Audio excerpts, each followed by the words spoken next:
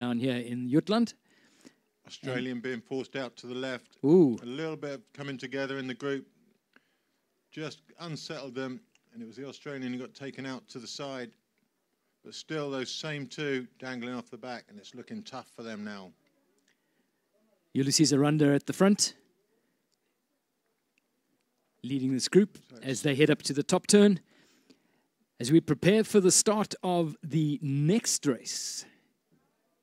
This is the men's 60 to 64.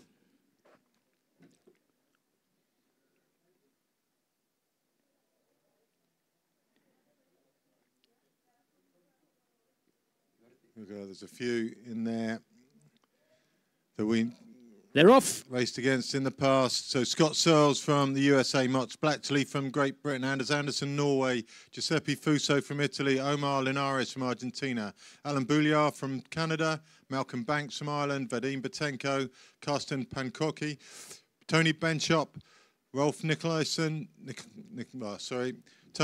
Tony Nerstrand, Lars Skitt, Ola Pedersen, Bjorn Fossestål, Tommy Karls, Jørke Olsen, Elvind Sorley per Hall, John Young, and it's Spain at the front again.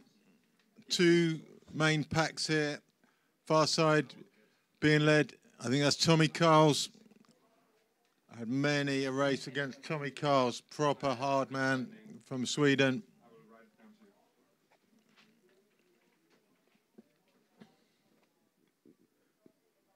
Tommy Karls, Tony Benchop, both in this, both raced at world level. And two distinct groups. Spain leading the group closest to us, Sweden leading the group furthest away. Statistically, you're far more likely to be at the front of this race if the bow of your boat is green.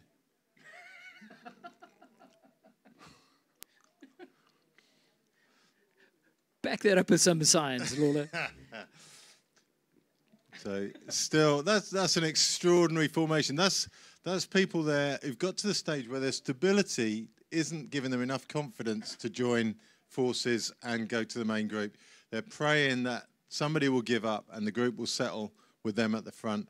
There's stability issues there somewhere along the line. But it opens it up. Boats like the yellow boat at the back, there's a massive wave. He needs to be on it, mind, but there's massive waves back there when those groups are like that. Now it comes together. Tommy Karls coming across to the Spaniard. Nicely organised, a little bit of jitteriness at the back of that group. You can see just they would have dealt with that better in their younger days, I'm sure. Just that little nervousness in the white boat as it comes out to the right.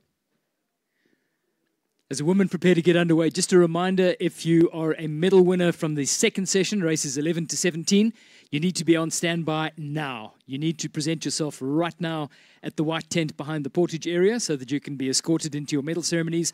Those are going to start after the women's K1 race has got underway.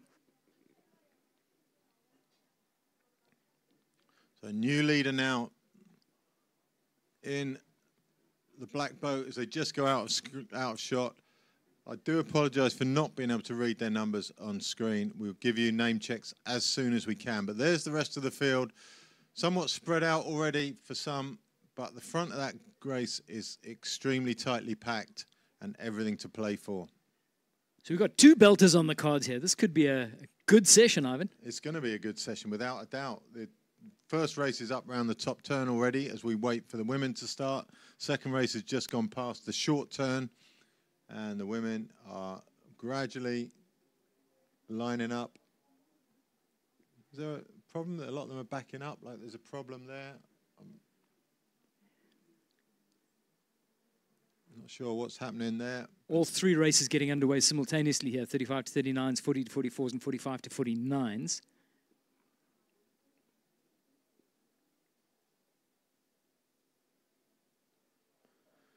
So on that start line, we have Emmi Kalati from Finland. She's in the 35 to 39, the sole competitor in that age group. We have Maria Koluek, who we've seen race many times at World Championship level in the women's 40 to 44 from Argentina. Emma Villa from Spain, also in the 40 to 44, along with Jeanette Rahag and Laura Lee from Australia. In the 45 to 49s, we've got Anka Trilling, Catherine Venning from Australia, Dita Anderson from Denmark, Cristiana De Paolo from Italy, Shannon Greenhill from USA, Monica Duck from Switzerland, Gina Mulek from GBR, and they're away, Susan Lutzner from Denmark, one of the favourites in this age category, and Wiebke Ponsen from Germany. So this is one that we're going to have to decode and unpack as we go, because there are 3 races in one. It's going to be Coloec on the far side from Argentina. Probably the athlete of quality in this field. Making a run for her in the white boat is hopefully Jeanette Rahag, maybe? Yeah. And Laura Lee to her right in the green boat. But it's Coloec on screen, leading for now, ahead of Denmark's Rahag. Might need a pronunciation check on that from somebody Danish when they next come into the commentary box, because I think we're going to be talking a lot about her this morning, or this afternoon rather. Coloec currently on her own. And in the third race underway, that's Susanne Lutzner in her favoured green K1. It's made a really strong start. Hoping to carry through the really good form that she's shown over the last few weeks.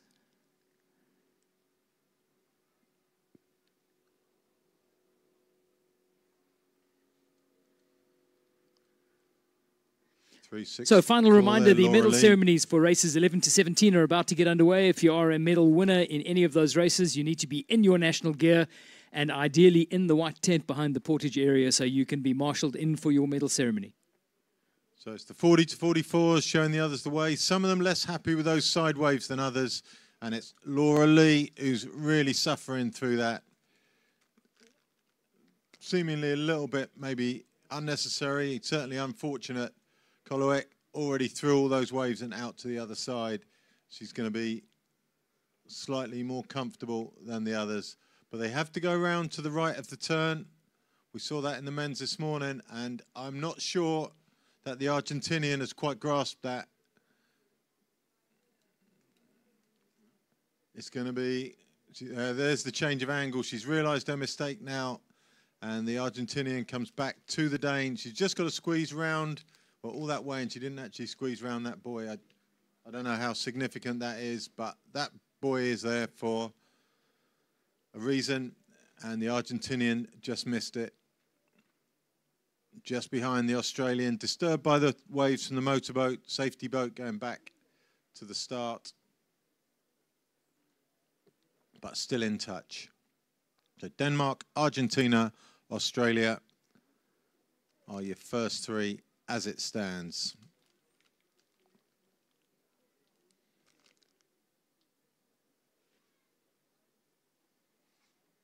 That's potentially Vekalati from Finland in 4th. I'll get confirmation of that as soon as we can for you.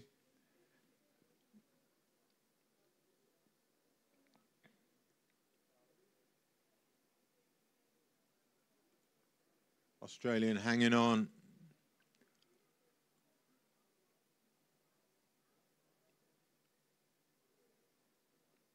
On the far side of the course, drone just zooming over there. Got the leaders in the 45 to 49s. And that is still a big bunch. It's 6 together on the front and 2 scratching on the wide side wave. I think camera angles being what they are, I think those 2 are quite a way off the pace. But it's Spain in that front group.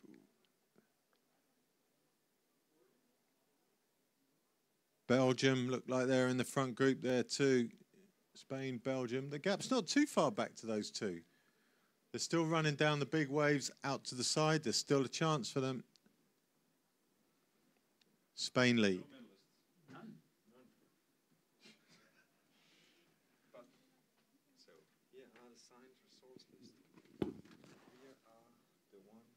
Okay, so we're going to start with this. Yes, and then this one.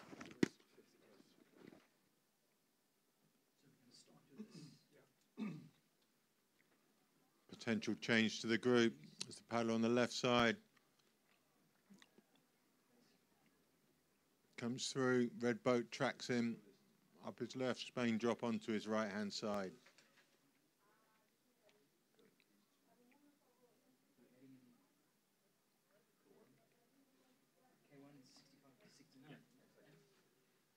Where is it? This is 75 to 79. So Adolfo Monteguido in the orange boat. In 165, we've got Edgar Bum currently leading. It's because there's 3 pages. So, We've got 174 there. Ulysses Aranda. He was the fastest off the start line. 171 from Belgium, Erwin Smits.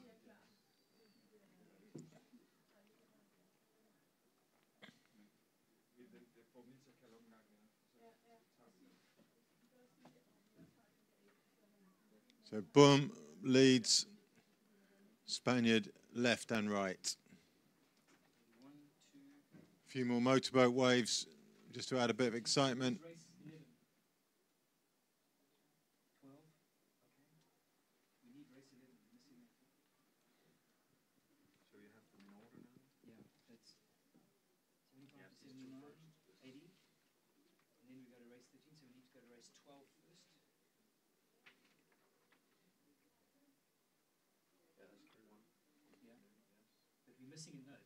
So 6 boats round that bottom turn for the first time.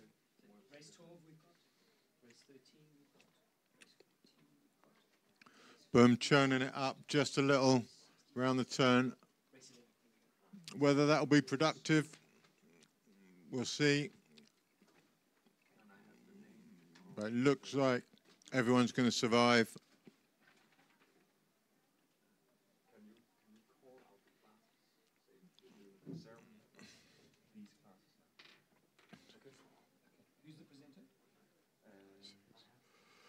So Alberto Lumbreras also in there. He's just dropped off the back. And it was a productive effort from Edgar Boom. The group is down to 4.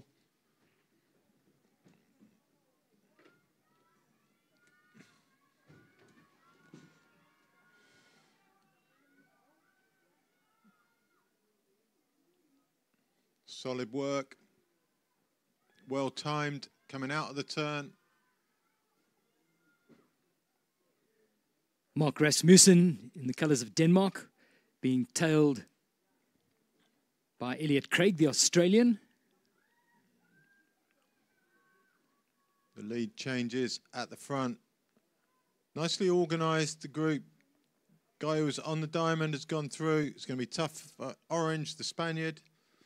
That's Monteguido. Monteguido, sorry. So there's your front 4. Great shot from the cameras there. That's really nice for us.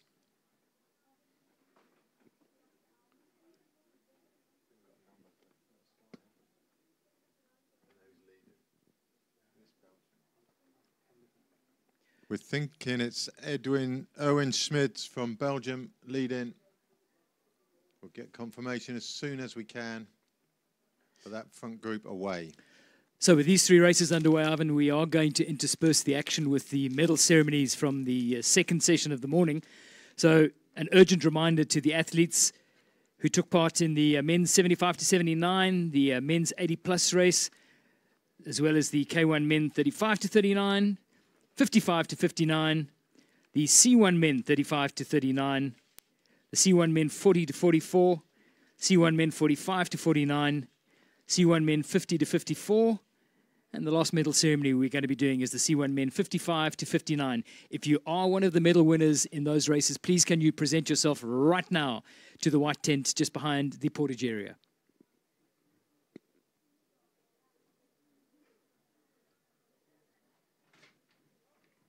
Here's the name.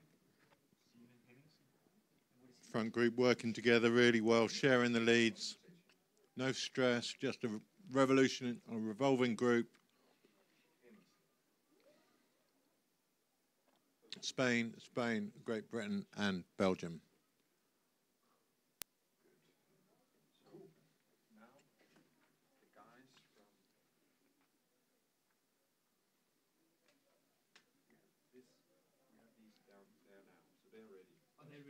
So we can do that first if we need to. Yeah, exactly. But I'll just check again and then hopefully we'll get.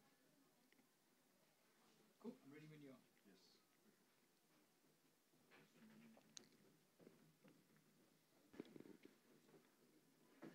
So, Ivan, as a group of four like that, first of all, you need to, I guess, define the race. Get yourselves away. Make sure that you put enough buffer, enough water between yourself and any possible chasers. There's only 2 boats in the chasing bunch, so they're unlikely to corral together a big herd to try and reel you in.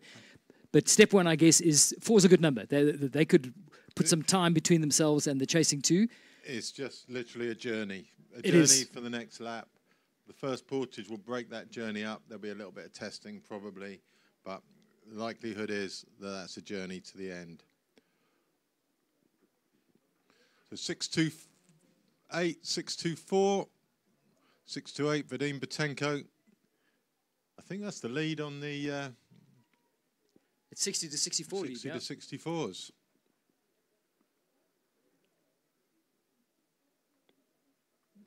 Strange. Some of the early players aren't there anymore. You've got Tommy Carl's coming round now. That's a view back up to the leaders in the other race.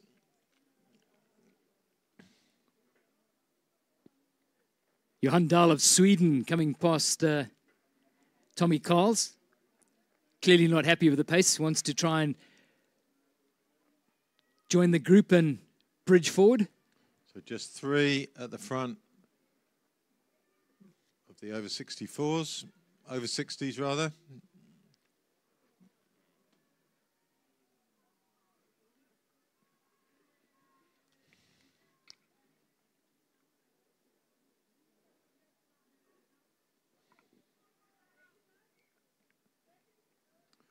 Very well spread out race already.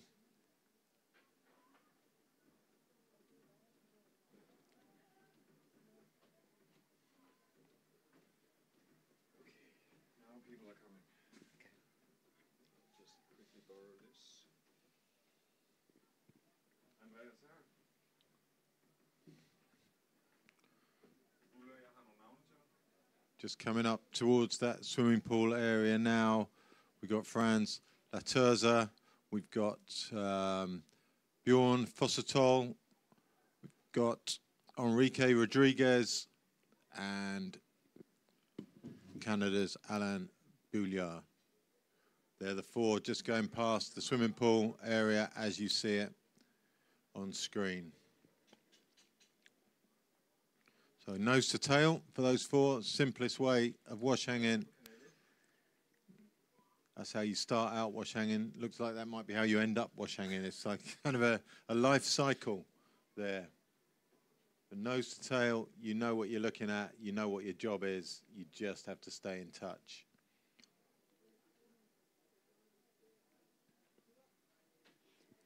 Those Team Canada colours of Alain Bouillard. Husband and wife both racing in the event. That's a very cool marker. If you ever want to see a family that's really dyed-in-the-wool paddlers, they're both racing in this event. Alain's wife is Edith Fried, and they're both racing, and they're going to be racing doubles together as well, which is Either one fantastic. of them just resigned to it after years of pestering. I refuse to second you one That's more like, time. I'm not following you around if I can't do it myself.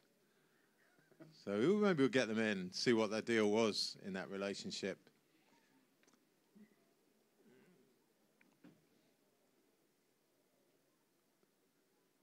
Tommy Nerstrand going through inside there with the pink end on his boats.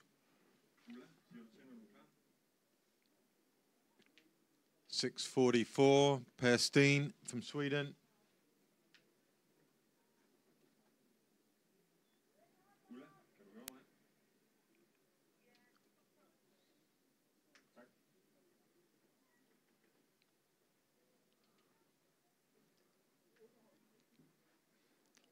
Denmark's Lars Skytte coming past the crowd as they complete their first full lap. He'll be the next one in shot that you see coming from the bottom of your picture.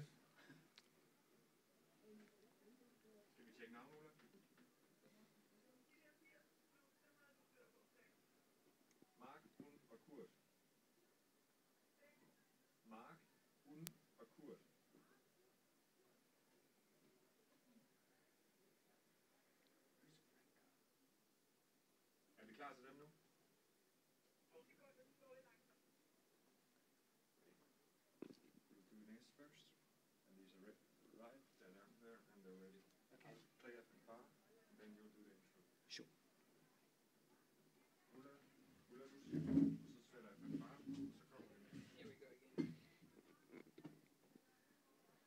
So with the paddlers heading up to the top of the turn can, opportunity for us now to recognize the top performers from some of the races from the second session this morning.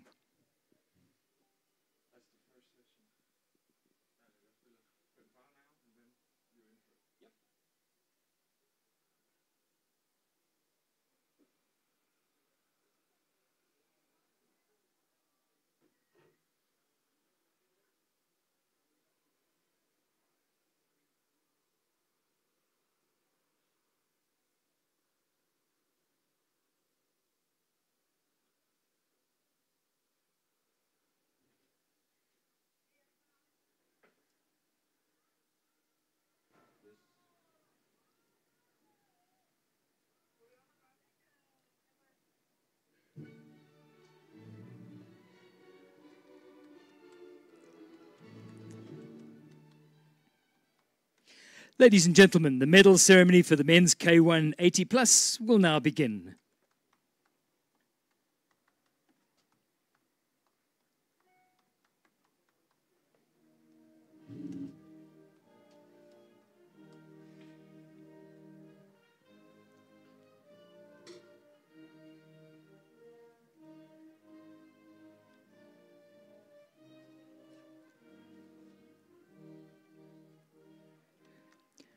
So, ladies and gentlemen, we present the medalists in the men's K1 80+. The medals will be presented by Senior Henningsen, who is representing the organizing committee.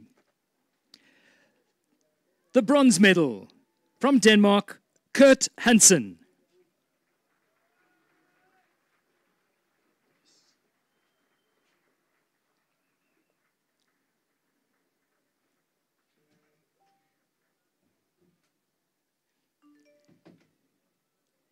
The silver medal from Germany, Uwe Jabs.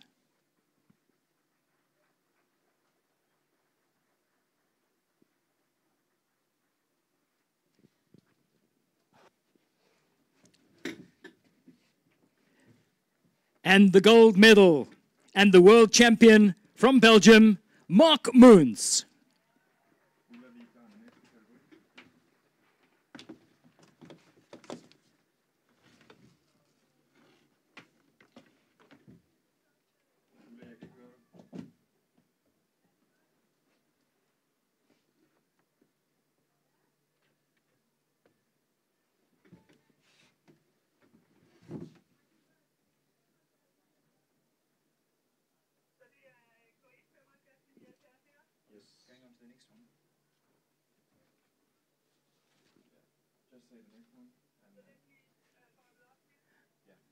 We now move on to the medal ceremony for the K1 men 75 to 79.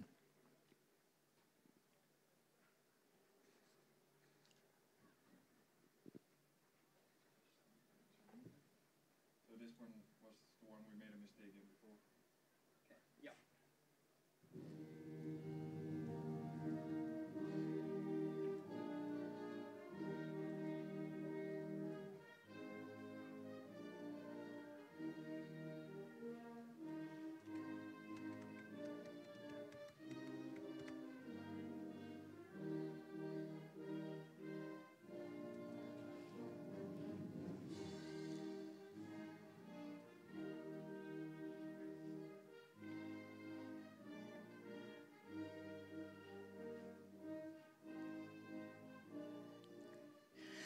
So, ladies and gentlemen, we present to you the medalists in the men's K1 75 to 79.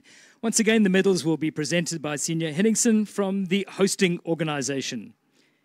The bronze medal from Denmark, Torben Hansen.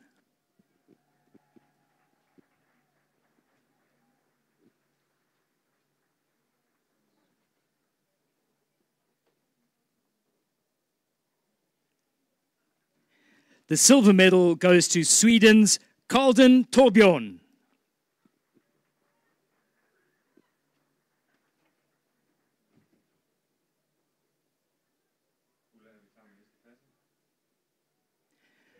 The gold medal and the world champion from Norway, Steinar Mork.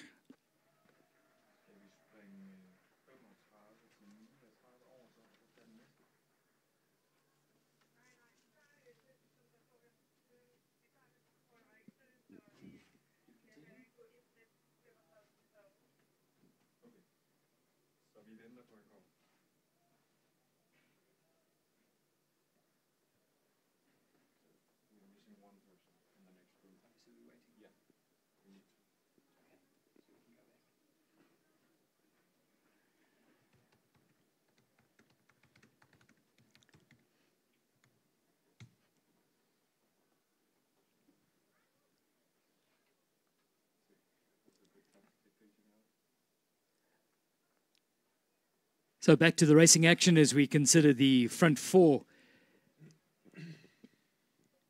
who are looking cat and mousey, Ivan Lawler. This is the kind of time in the race when you start trying to gauge just how your opponent left and right and behind you is feeling. That's the front. The four we had on shot were that's the second group, sorry. So that's the group in shot now. A couple of Danes in there, I think. The front group still being led by Edgar Bum of Great Britain. They're just coming around the turn now, and they're coming into their first portage. So it'd be great if we could see the front group coming around the turn, but for now, we're back with the Danes.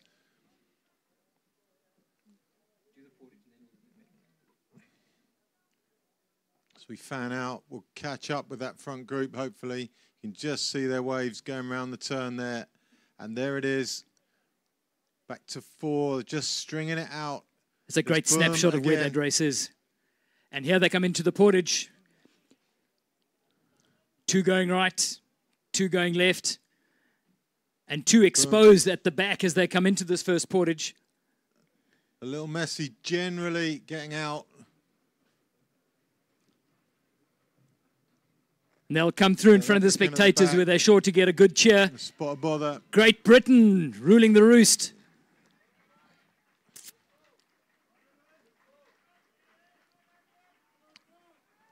So Bum from Great Britain in the black boat at the front.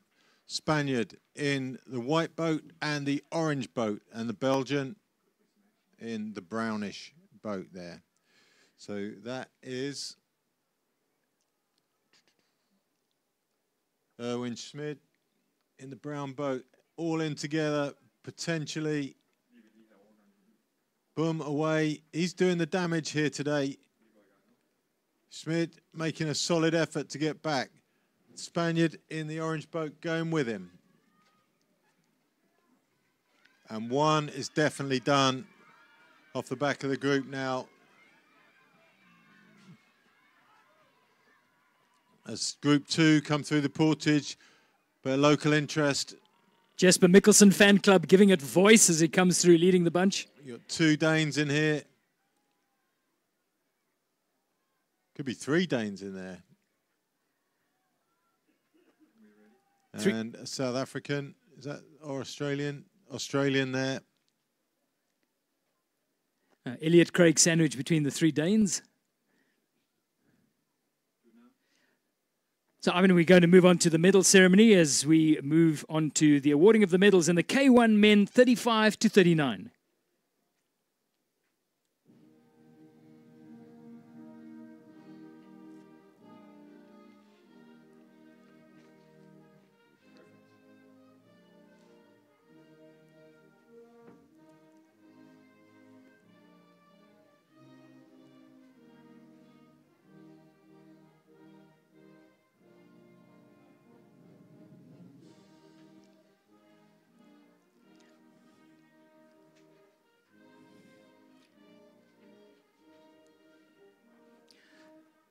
So, ladies and gentlemen, we present to you the medalists in the men's K1 35 to 39. The medals will be presented once again by Senior Henningsen on behalf of the organizing committee. The bronze medal from Denmark, Peter Trebien.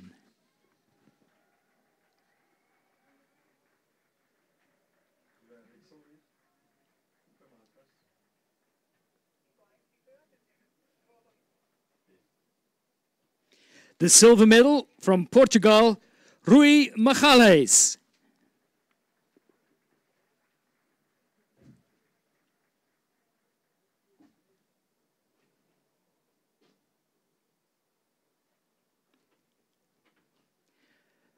And the gold medal and the world champion, Laurence Pannekoek of Belgium.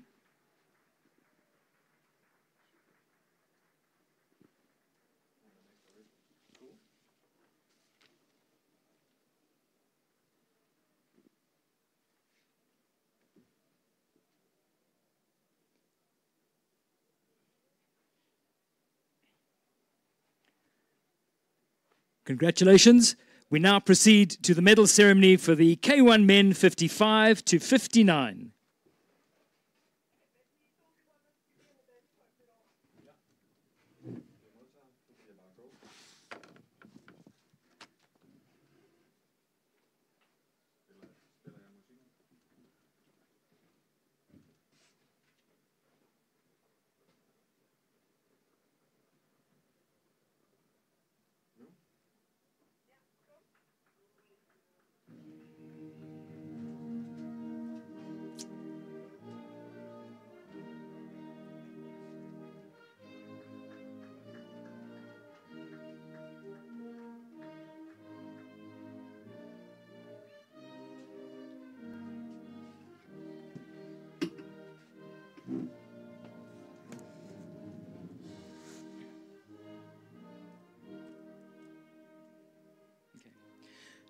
Ladies and gentlemen, we present the medalists in the men's K1 55 to 59.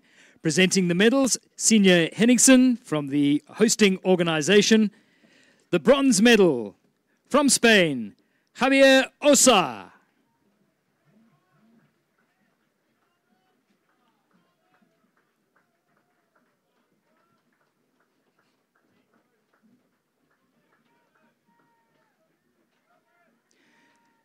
The silver medal from Australia, Brett Greenwood.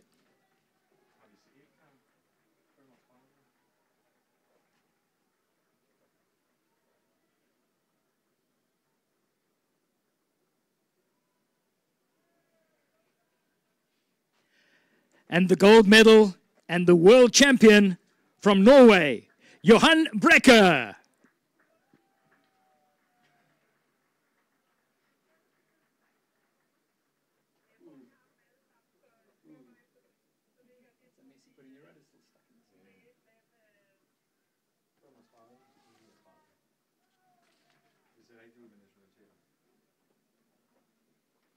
And the next group are ready as well.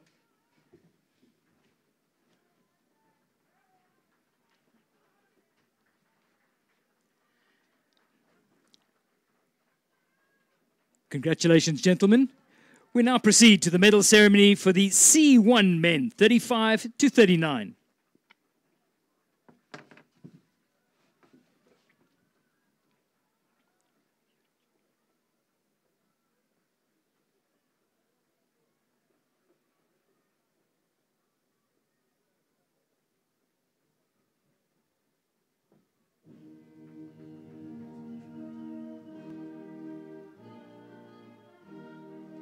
Too shallow, dude.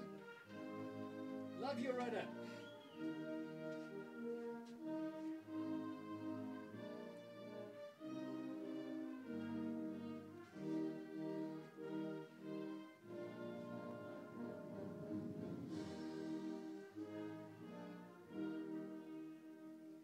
Ladies and gentlemen, we present to you the medalists for the men C1 35 to 39. Once again, presenting the medals is Senior Henningsen from the hosting organization. The bronze medal from Croatia, Tomislav Juric.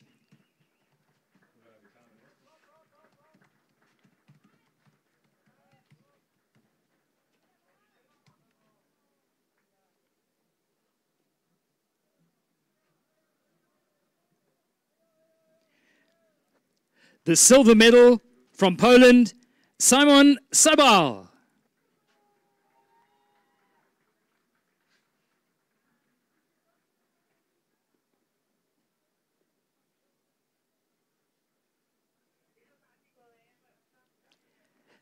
And your gold medal and the world champion from Japan, Takayuki Kokaji.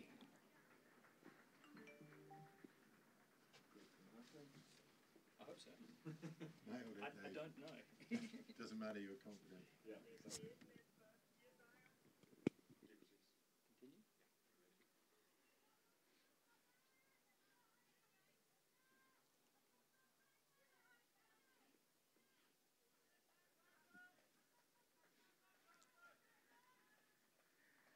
Congratulations. We proceed now with the medal ceremony for the C1 men 40 to 44.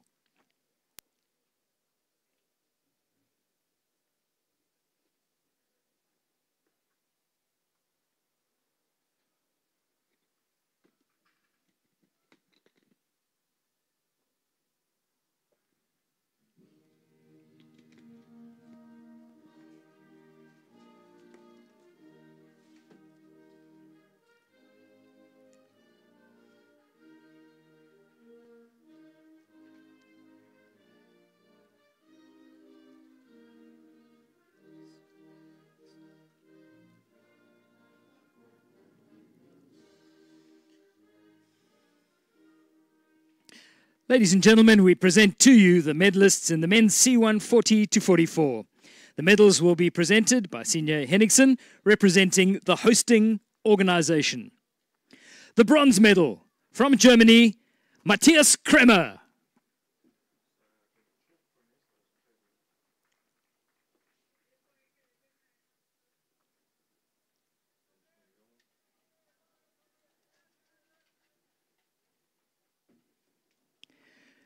The silver medal from the Czech Republic, Ondrej Peter.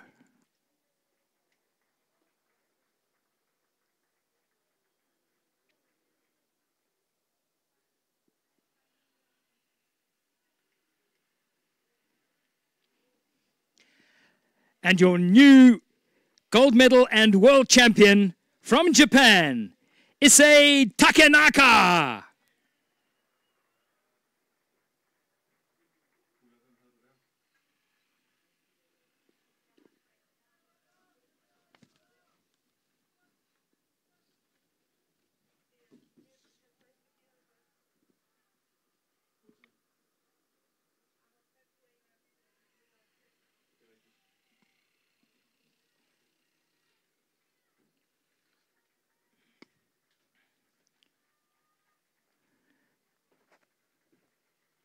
Congratulations. And we proceed now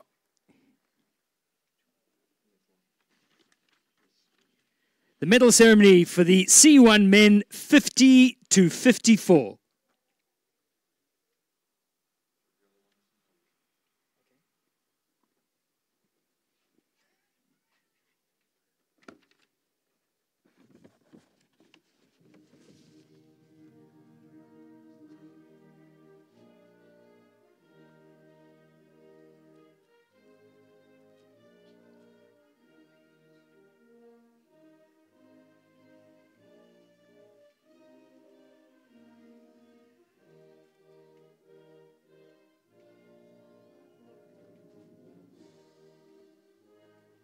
Check we've got this right. It's Germany in the middle. Yeah?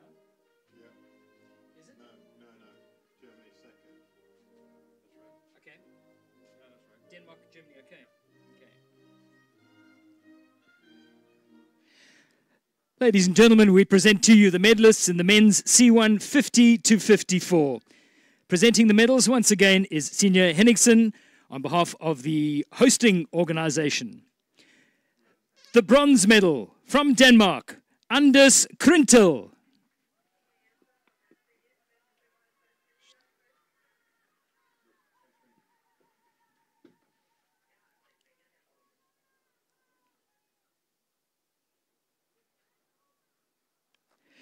The silver medal from Germany, Thomas Schnatt.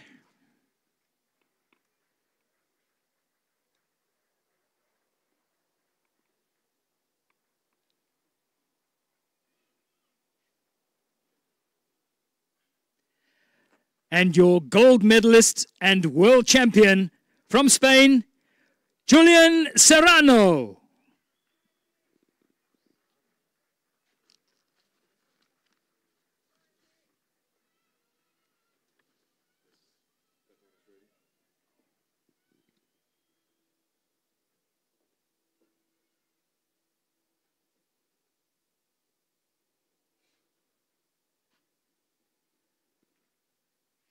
Congratulations.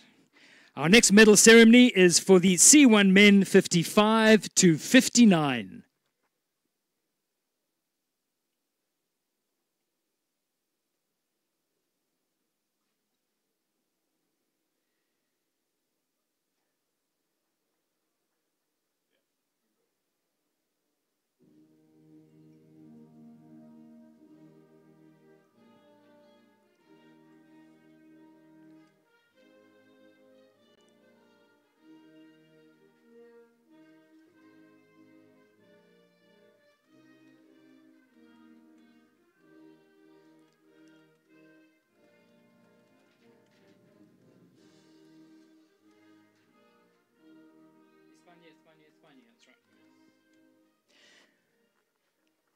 Ladies and gentlemen, we present to you the medalists from the men's C1 55 to 59.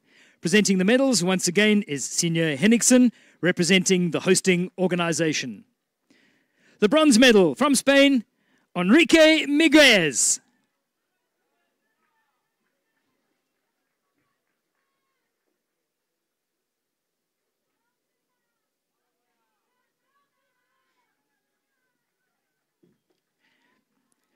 The silver medal from Spain, Marcelino Cacabelos.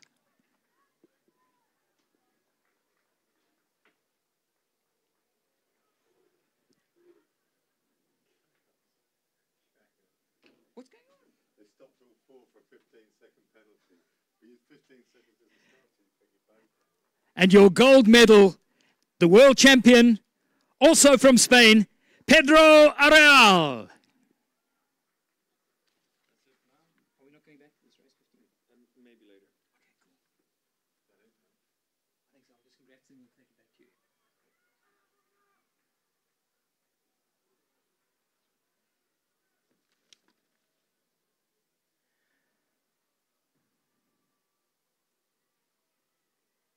Congratulations, a Spain clean sweep. And Ivan, while we were doing medal ceremonies, all sorts of drama going on in there. A little bit of chaos in the women's race. Firstly, we had the Argentinian stop for a 15-second penalty. That was for the boy she missed on the first lap. That was a bit of an unfortunate penalty, to be fair. She came across, but the rules are rules. That's how it is. And then that entire chase group of four ladies there, they all missed a boy on the last lap, and they all had to come in for a 15-second penalty, which essentially ended up as a 15-second rest for the whole group. So it was a bit chaotic, ultimately fairly futile in terms of sorting out the race result, but a little bit of chaos, and certainly gave the officials who were trying to shepherd them across the portage some sort of job to do there. It was quite entertaining to watch. It's one of the tough jobs if you're an ITO here, is have to manage the naughty chair. You've been keeping an eye on the major races while we've been doing medal ceremonies. So I've been trying to do that. The top three in the men's 60 to 64 is Francisco Vasquez from Spain, Giuseppe Fuso from Italy, and Vadim Batenko also from Italy. But as they left their last portage, Vadim Batenko was not looking like he'd be there on the following lap. So these are the four ladies that all had a 15-second time penalty. And very different ways of doing the same job out there.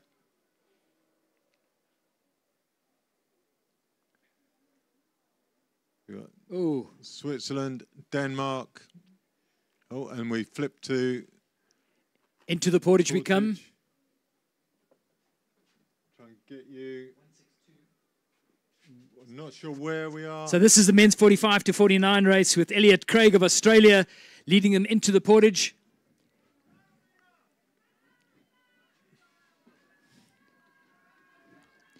But coming into the portage is Peter Jensen of Denmark, running really hard. Elliot Craig right behind him.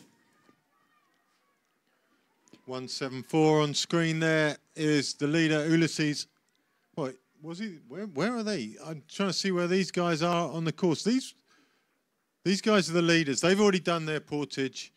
So 171 is the Belgian Erwin Smids. We've got Adolfo Monteagudo and Ulysses Aranda and Edgar Bum in the boat closest to us. That's the lead four of the group that just came through the portage that we were describing. So there's your front four. 3 medals to come from that one pack.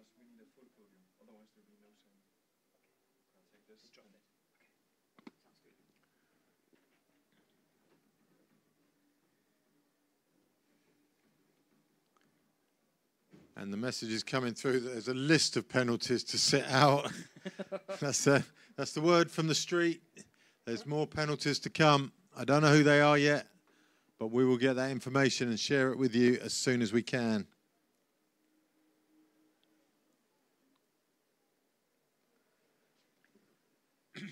Three more boats coming into the portage.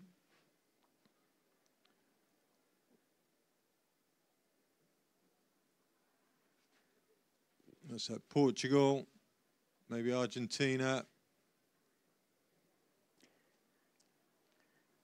Ivan, let's look at that portage in a little bit more detail. Jetty takeout, it's not that high a takeout, but the question everybody asks in terms of practicing it, that takeout to make sure that there's no contact between the rudder and the wood surface of that jetty, because that's potentially a game changer, game ender. Yeah, your rudder's obviously the most vulnerable bit on the boat. It's the bit that sticks out, but it also serves a vital purpose. So if you do knock that off or even just squash it up against the bottom of your boat, it's an absolute nightmare from that point on, and it is pretty much game over. Great chance to look at the put-in as well. The beauty about this beach put-in is that it's shallow. You can afford to run in 4 or 5 strides before you get into your boat. There's absolutely no need to put it in at a place where you're going to land up with the rudder jammed into the sand. One, it's going to slow your getaway from the portage, but 2, you also run the risk of that rudder bending. Yeah. And then it's so counterintuitive to get to the water and keep running, though. You're in the water, that's good enough for me. And yeah, you just think, right, I've got to get in there. A couple of guys practicing for tomorrow. This is I think they're in the maybe for Sunday, the junior boys event, the under 18s. in movie parlance, that's a forthcoming attraction. So into the portage. The thing with this portage is it is massive. There's absolutely no restriction on the numbers getting in there. It doesn't matter how big the group is, you could get an entire group out on that pontoon. It's also very solid, so you can get out at any point and hit Yeah. the road running immediately. It's not as if it wobbles or it's No, it uncertain doesn't or it's wobble at slippery all. or. Yeah. The only slight catch on it, where it's made in sections, as the sections join, there's quite a high lip on each one. So it's quite uncomfortable on bare feet going over. If you put your foot on one of those lips, you could actually kick your toe against the lip and trip yourself up. It's just about, I don't know, half a centimetre high, but you can definitely feel it. So Portugal, Argentina, +1 in that group. And getting in the water here, we've got Spain in the green-ended boat. Not sure who else. Harbour the light on the boats. Very difficult to see who's who. Coming into the portage, according to Lawler Ivan, who knows things, it's the green nose boats that are leading the 4-boat bunch. I think the green boats have had their day out there, Dave. They look strong early on, but those green boats get really tired.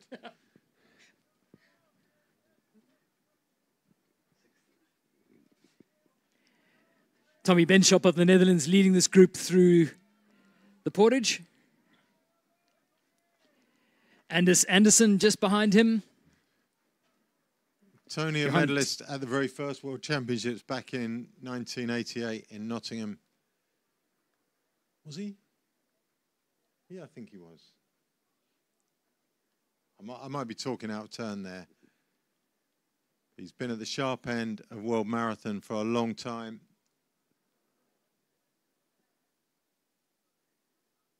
And suddenly this group of 4 is looking split. Tony away. Tommy Carl's at the back of that group. Also very familiar face in the early days of World Championship marathon racing. It only started back in '88. Back then it was a World Championship every 2 years. Now it's every year.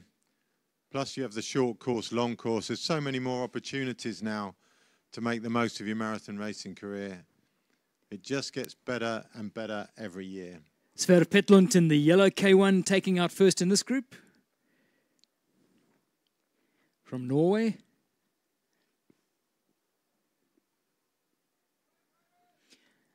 As you look at this aerial shot from the drone, in the background, top left, you'll see the big marquee which is hosting the Street Food Festival. I'm sure you've had time to stick your neck in there and go and have a look at some of the Danish street food that's on offer today.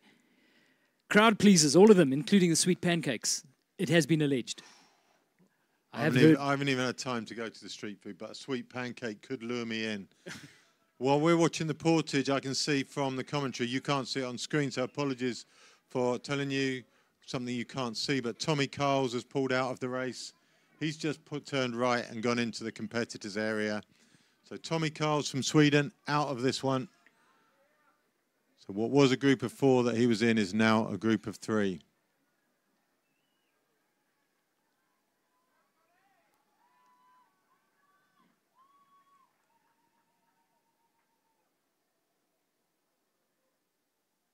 There's always a key stage, Ivan, when a group of 3, 4, 5 comes into a portage. Somebody has clear dominance on the run, is able to put in first and get away by 5, 10 meters.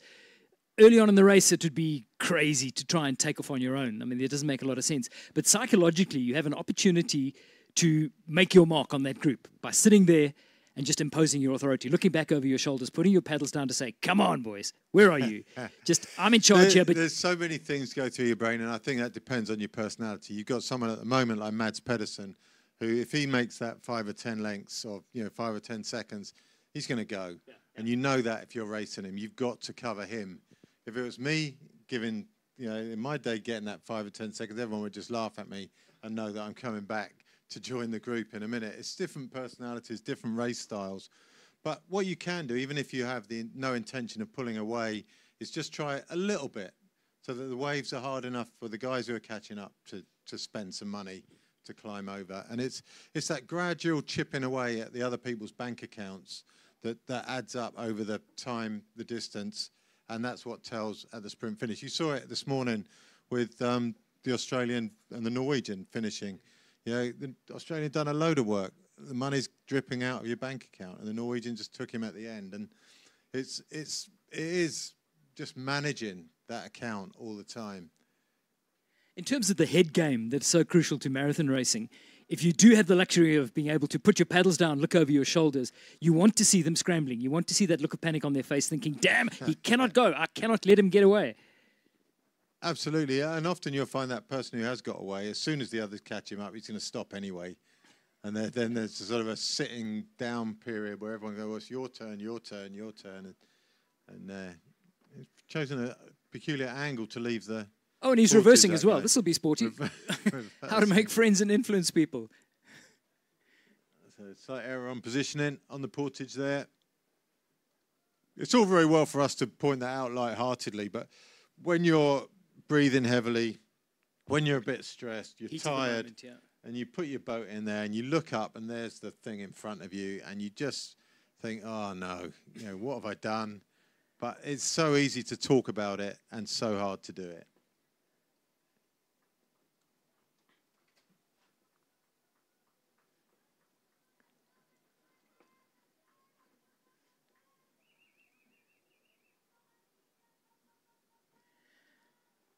There's an interesting planning process that goes on in most of these major federations. There is time for some juice and put the paddles down under no pressure to stay on the wave. But so many of the major federations, when a date or a venue is announced for a world championships, a marathon worlds, the first question is, right, where are we racing? What does the lake look like? Crucially, what is the portage going to look like? Are we dealing with beach in, beach out? Are we dealing jetty in, jetty out? Are we dealing with what sort of jetty? And sometimes it's a new venue that doesn't have a jetty built, so you don't know. But the minute the word is out, then the training starts in earnest. A lot of the countries will actually set up their nationals to almost try and replicate that, stage it at a venue where you've got a bank or beach or jetty to try and replicate it as closely as possible to make sure that you choose the best team suited for the world's venue. That's a very sensible way of going about it. You know, if you've got those options, you would use them, I'm sure. And you know, logically now, with the portages being so frequent and so regimented, you know, in the old days you could have anything. You could be portaging up a weir. I mean, I remember in Shannon in 1980, whatever, you're climbing up a weir and portaging onto the top, and there's bricks and there's slippery bits, and you can't plan for that anywhere. But now you pretty much know what you're going to get. And like you say, it's going to be a jetty, or it's going to be a beach, and it's going to be or a combination of the two. And it's just, it has changed the nature of everything. So that could be our leader in the women's K1 there. Two leaders, Denmark and Argentina. That's Canoe and Rahag. Still together. Canoe had a 15-second penalty on her last lap, but she's caught that up, and they're back together again. They're both competing in the 40 to 44-year-old category, and well ahead of the others. Keen to catch up with progress in that 45 to 49 race. Be a popular victory for the locals if Suzanne Lutzner was able to continue her pretty impressive run of form at the moment and convert that into top step of the podium. I know she would love nothing more.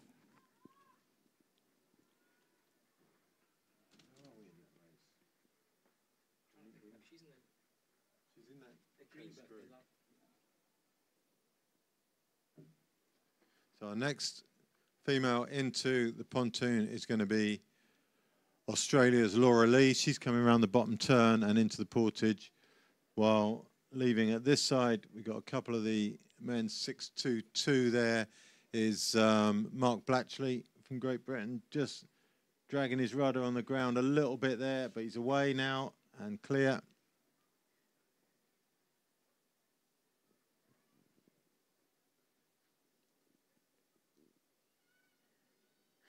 Question being battered around the fireside last night. At what stage would you honestly consider racing an overstern rudder boat in a marathon?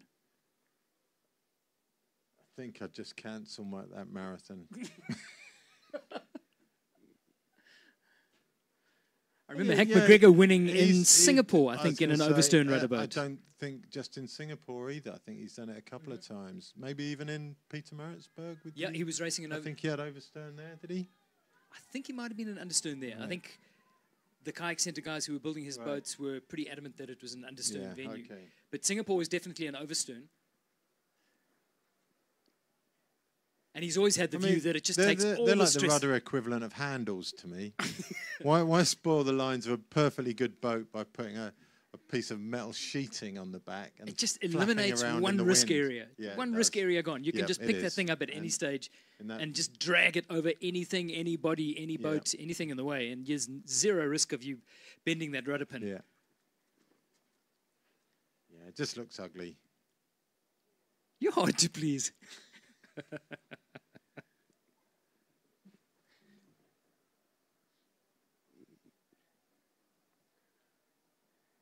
So the Australian there, Laura Lee, third in the 40 to 44s, and third overall in the women's start. That they all started together. Blatchley there. He's about a minute ahead of Laura Lee on the course.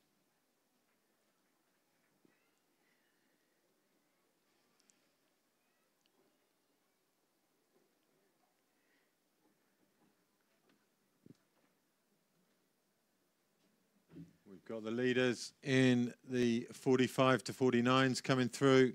Still that same four, but off the back at the moment is Erwin Smids, just struggling with the turn of speed.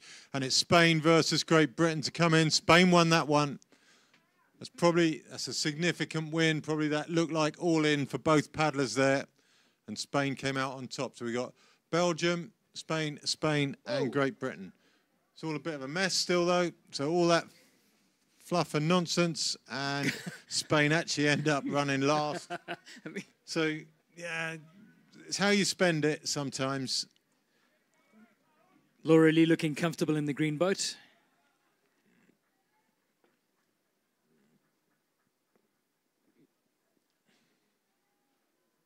Oh, and we've got a swimmer at the top turn can.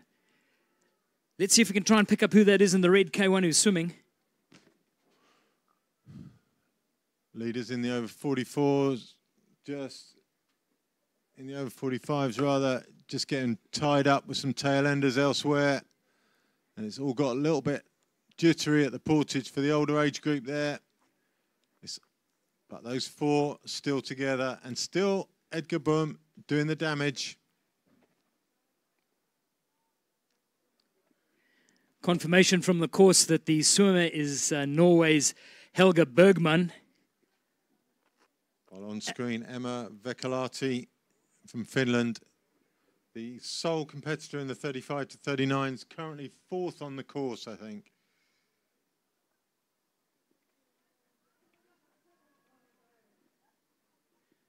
She makes her way up to the top turn.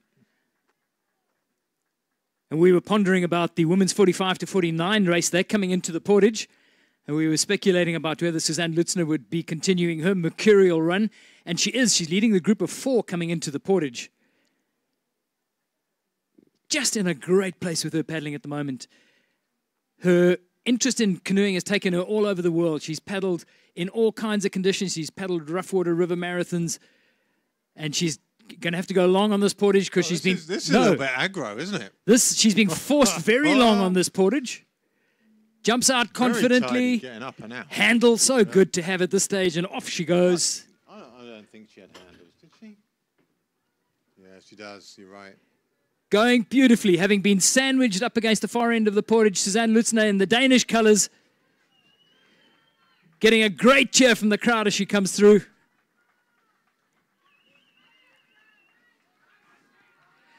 And this group is being eaten up. This will be interesting at the put-in, Ivan, because this group of four that are leading the women's 45 to 49 is now being swallowed up by a chasing men's group. Oh, Suzanne Lutz has dropped her boat. Let's hope the rudder's okay. There was a drop from shoulder height down onto the sand. What is the deal with riding on other classes? Because they've started with other classes anyway. Could somebody get, you only got to go, you haven't got to go too far with that men's group. And the group has been split up. Up. Suzanne's looking for that wave from the men getting... No, she's not. Looking a bit uncomfortable She's on the not. waves. I hope that boat is okay, having been dropped from her shoulder. It's crabbing a little bit across. Maybe she's going across to the wave. Let's hope. Oh, my two very word. uncomfortable looking ladies and at the back of that group. They said, well, the group of four has been broken to two. That's the one big development on that portage. Let's assume there's been no critical damage to equipment. No damage done. She looks good. She's back in control.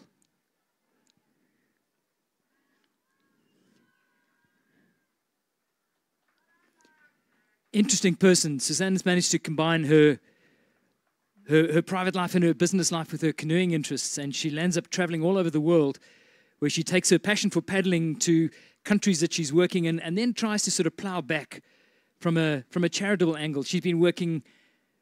she goes to Kenya, she goes to Egypt, and when she's there, she lands up holding training clinics with people in the waters around Nairobi, the White Nile, you name it. She's on the water teaching new kids to paddle. She's got a bunch of videos she takes with her to try and inspire people to take up the sport.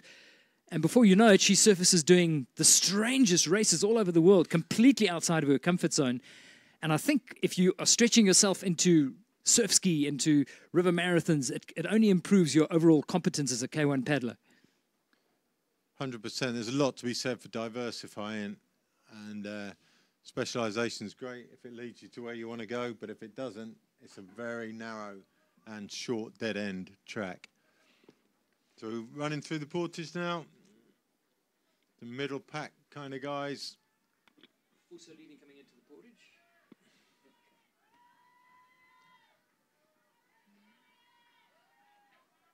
There was a stage, Ivan, when you're... Okay, old school coaches, and I'm sticking my neck out here, would have told a flatwater sprinter or a marathoner, don't you dare get in a surf ski or take your boat down a river because it's going to mess with your technique. And I think it's been proven that the thinking has switched 180 degrees on that. That diversity is good for you. I think in some places it has switched 180 degrees, but I think the ignorance persists in a lot of places.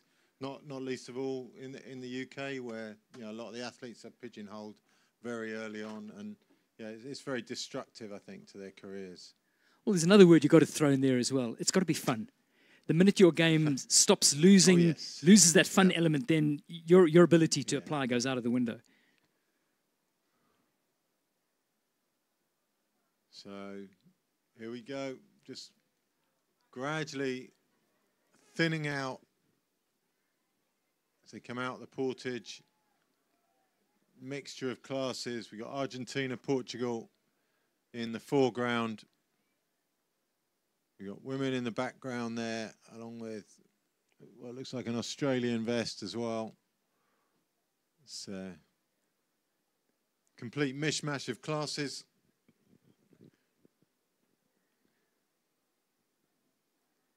Even got a C2 just poking its head round the outside of the pool there.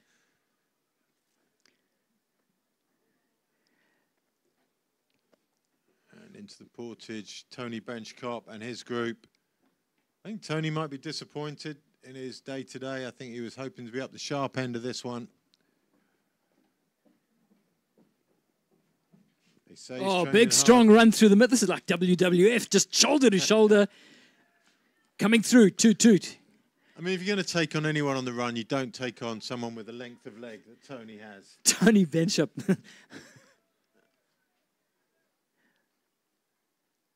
Only taking one stride every now and then, but each stride covers meters of ground. 2 for your average human being. Yeah. Yeah.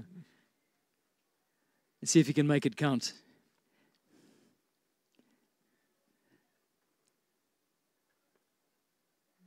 Pretty athletic and youthful put in, it must be said. Yeah, all three pretty good there.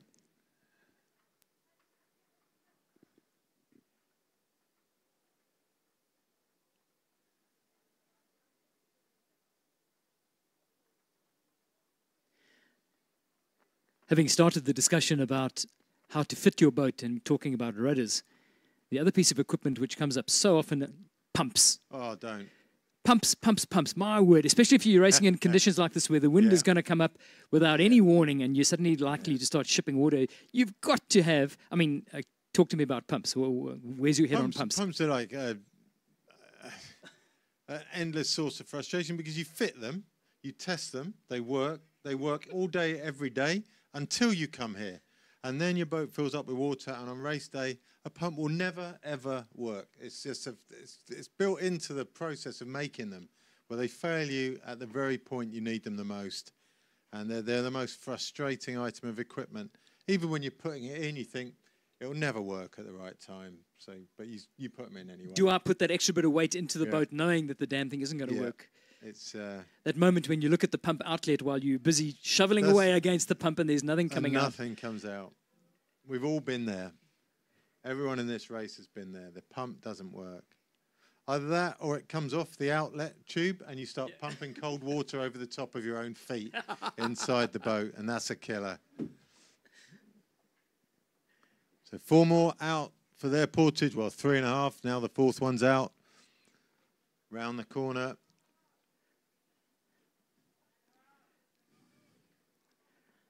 Not many coming through the drinks lane on these races. They're quite short races relatively in terms of time. There's Giuseppe Canoe at the front. Pretty gentlemanly portage, it must be said.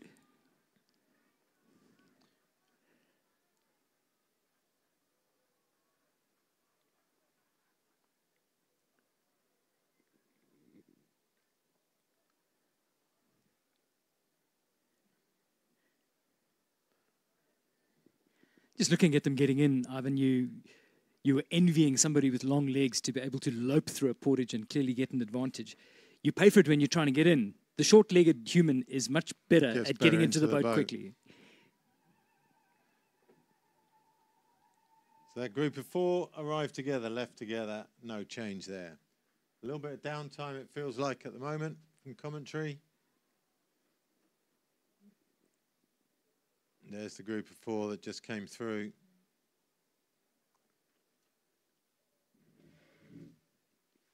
Bit of downtime, Ivan, so I'm going to put you on the spot here.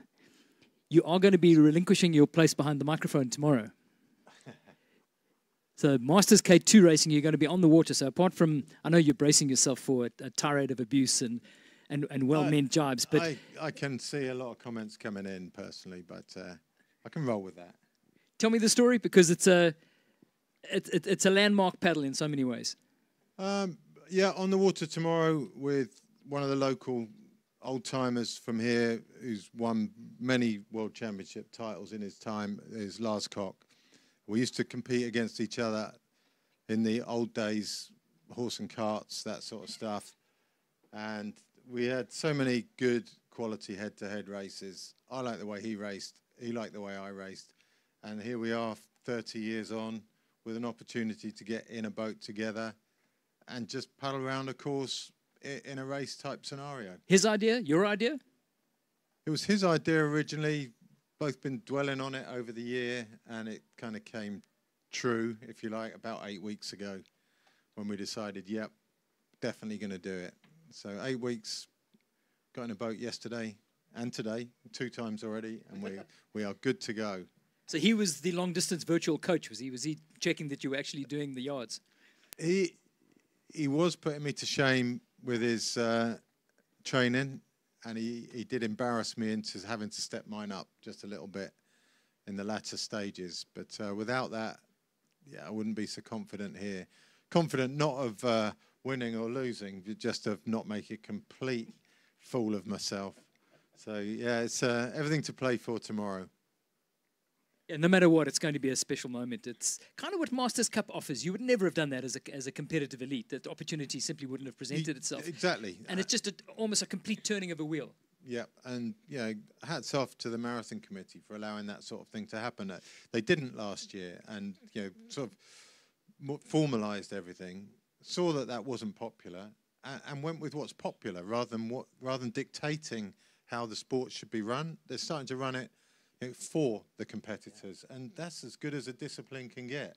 A discipline that operates for its athletes and for its competitors is unbeatable. And show the capacity to adapt, to be flexible, and to change, and you're going to win friends along the way. Absolutely. You know, there's no benefit to restriction of what people can and can't do. You know, you have to keep rules and you have to keep certain, you know, criteria, but yeah, if you can open it out and cheer more people up, then good on you. Bjorn Fossestall putting in at the end of his portage.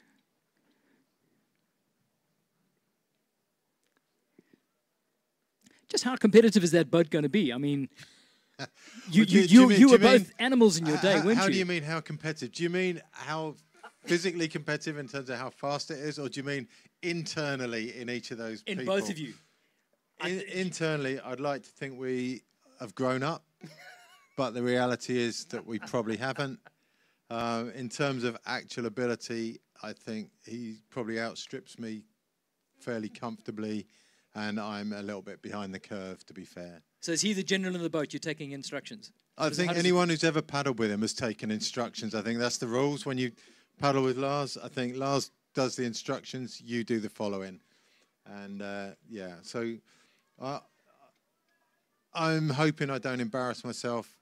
I don't mind embarrassing myself in front of the crowd or the viewers, but embarrassing myself in front of him would hurt me quite a lot. So I don't want to do that. Frans Laterza on the screen just now, paddling in the colours of Luxembourg.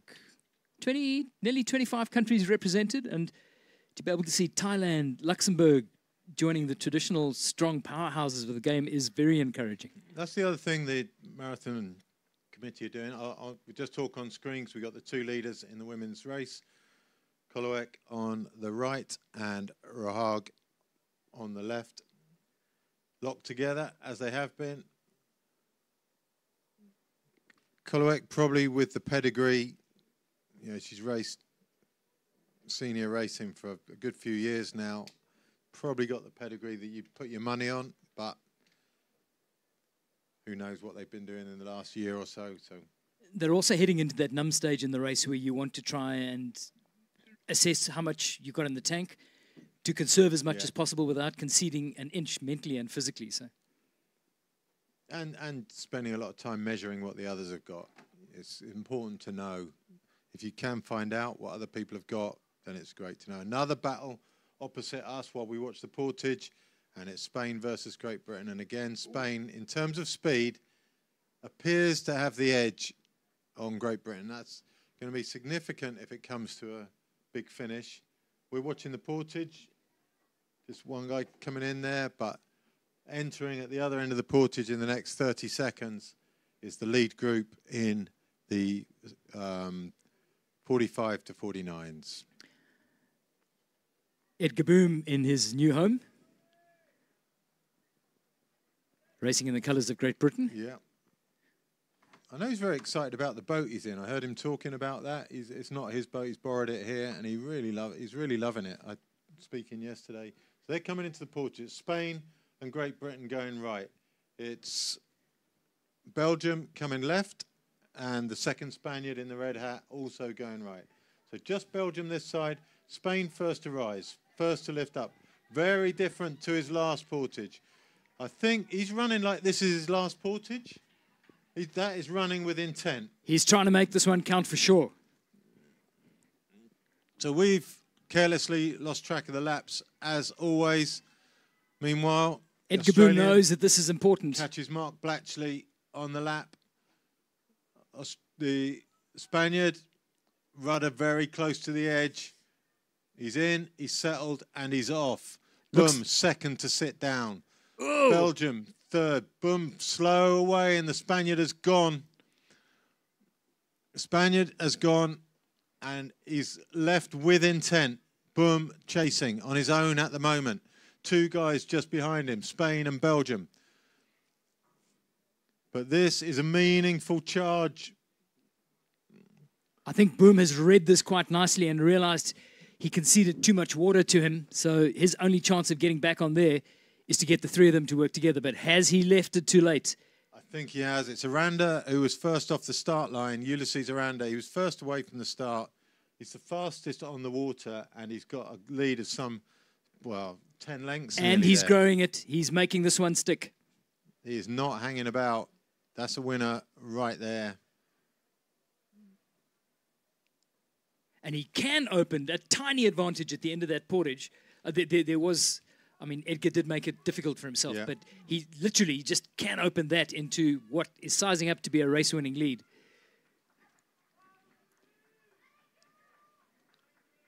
He's off and away. We can't see the gap yet, but that's somebody, you wouldn't want to be having to close somebody working like that down. He is piling on. That wasn't one of his competitors you saw in the shot. That was one of the women that he's overtaking. So it's Spain with a massive gap now. Back to the three chasers. The wind's picking up again. Oh, while that was happening, we missed the finish. It looks like Kolowek did beat Rahag across the line. I can't give you confirmation of that because we were watching on screen the men's race. But the women's race finished. Pretty sure it's Argentina from Denmark. Round the top turn goes the Spaniard on screen. Now we're back at the bottom turn. Trying to get people out the way of the racers coming round the turn. A little bit chaotic in our presentation to you here. Sorry, guys. Trying to get confirmation from the timekeepers about the final outcome of that women's race. But they seem to be racing back. They're going back. Have they miscounted a lap? They couldn't have. No. Are they No. going through the finish line? She's going to turn and go through the finish line again? Did they both miss the miss finish line? Oh, my word. Let's drama. get the cameras on the finish line here. This is a really curious moment. She's So turned Denmark and has gone through the it. line, ahead now of Argentina. So did they both miss the finish line? Rahag has gone through, and they're beeping them. Yeah. They must have both. What a disaster. Maybe we've got information coming up on the...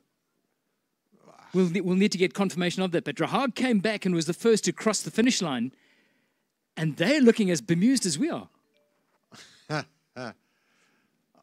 I honestly have no idea what happened there.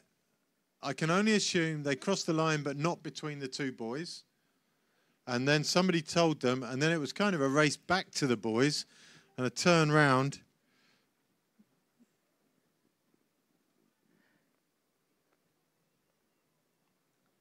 And I see the officials on the water are shadowing them now, because that's where the word came from. It was a dialogue between the official on the cat that forced them to turn. Okay, so what happens there? Because is the person on the boat Danish? Is it the language thing that allowed the Dane to turn first? Or, where do we go with that?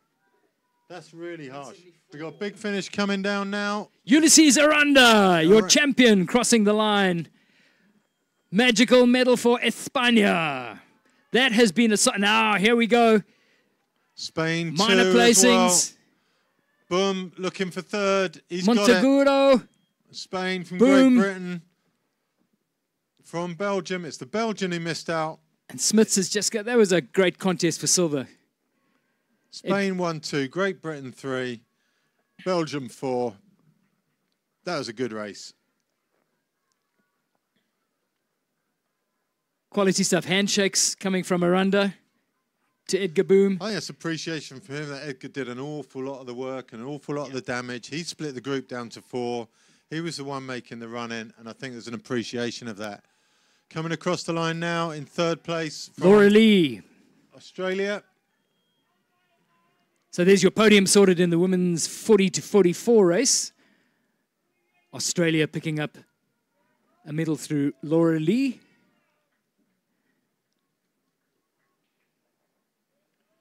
The women's 45 to 49 is just putting in now. It's the same two that got away with the men last time. Suzanne Lutzner ahead of second place, and it's going to be very tight. She's got a boat length, but she's being hunted down. This is going to come down to the wire, I think. And I know Denmark would love nothing more than to see a whole swathe of red jerseys on the top step of the podium. Suzanne could do that for them right now. Does put the locals under all sorts of pressure. I'm looking at Mads Pedersen being the poster boy for this event. If they could pre-script this one, we know exactly what the outcome on Saturday would be. But it does put an enormous amount of pressure on him. That can be good, depending on how you manage it as a personality. It can make life tough. I don't think Mads would even be looking at these races today and thinking they're going to pressurize him into winning. I think that's he's a different class. And coming into the finish now. It's a little bit chaotic as people going up, people coming down.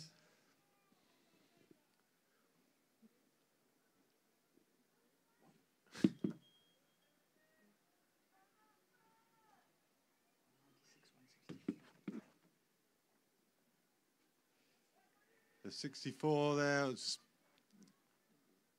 Alberto Lumbreras in the Spanish colors.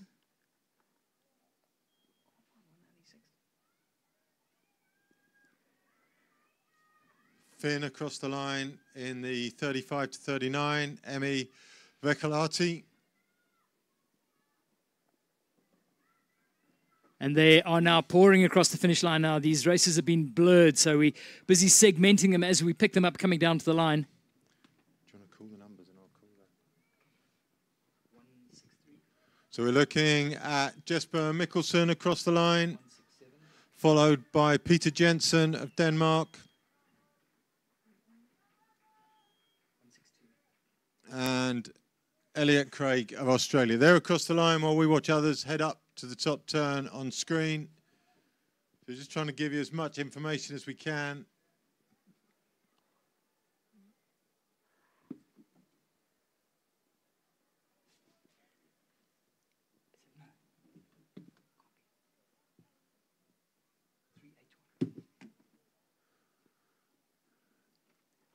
Germany's Anke Trilling coming in, and she could be first. We've missed her off all the way through. Anke Trilling. She's first in the 45 claiming to it for Germany. 49s. Well, we got quite distracted watching Suzanne getting involved in her two-boat dice. But Anke Trilling under the radar has stolen that race.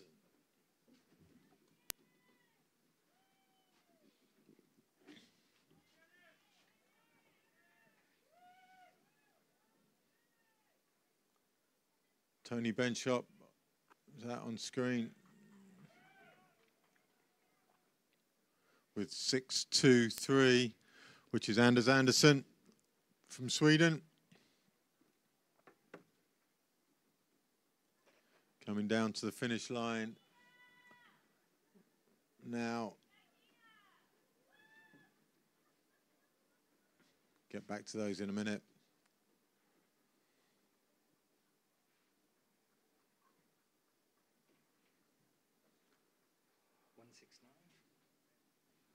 If you look at Mark Rasmussen from Denmark, probably next across the line, as everyone else does their final portage just up to the top turn, short turn and back.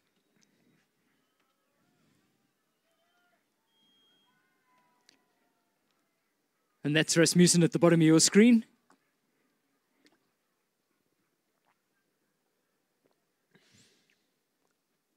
Going around the turn there, 648 Giuseppe Canoe from Italy in the green boat. And across the line comes and this is Suzanne Lutzner in the race for silver in her category, and she's got the half boat length she needs right now. It's still going to be tight. Oh, there's a burst coming from the red. This is going to be so close. Oh, my word. I'm not going to call that. My goodness me. That is going to be a hair's breadth separating these two boats. That was a great charge. Red boat always had that little bit of power, and she saved it. Maybe too late, maybe not, but certainly it kept us entertained. So that's second and third in the 45 to 49s.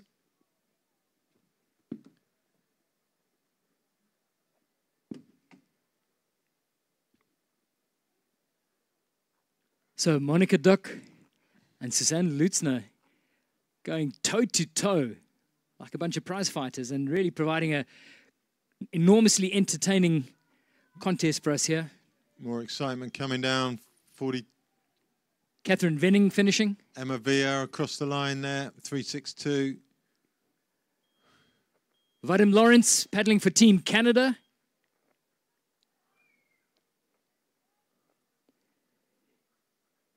Giuseppe Fuso in the black boat in the background there. Finishing along with Francisco Vasquez. They're the two winners in the over 60s. So Vasquez taking it from Giuseppe Fuso in the end. Third place across the line now is the other Italian, Vadim Batenko. Suspect he's not of Italian origin.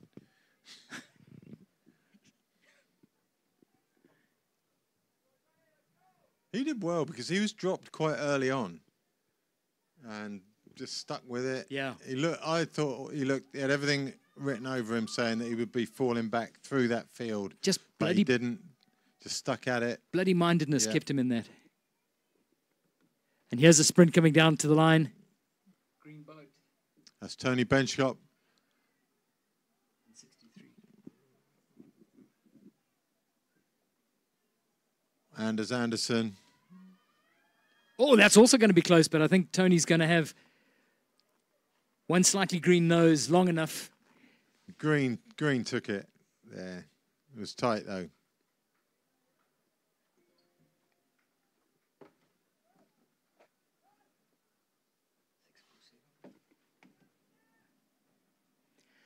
John Dahl of Sweden powering down to the line.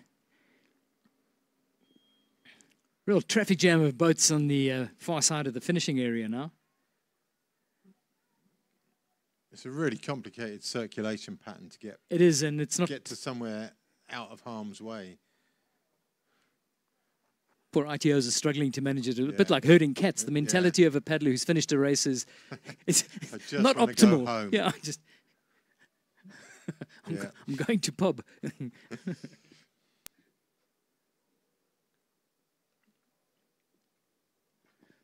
Most of these men and women will jump into a K2 tomorrow and finish it off on a high. It does make it a bit of a challenge for the team on Tuesday night once they've all finished and the masters go into unwind and blow your hair back mode. A bit rowdy and a bit punchy. A bit. Once you get old people and drink, that doesn't mix, does it? Yeah. Lack of dignity. Oh, you're trying to set an example. Where's the motorboat going? Does it need to go there? There's 3 boats coming down to the finish. as the motorboat goes up. This is really tight finish. You've got three boats coming into the finish at the same time. All spread out. We can see 385 in shot, which is Shannon Greenhill from the USA. But to her left, there's two others, 646. 384. 646 is Fair Petland from Norway.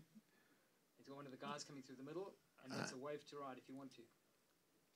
And 384 is Italy's Cristiana De Paola, sorry, just ahead of the USA.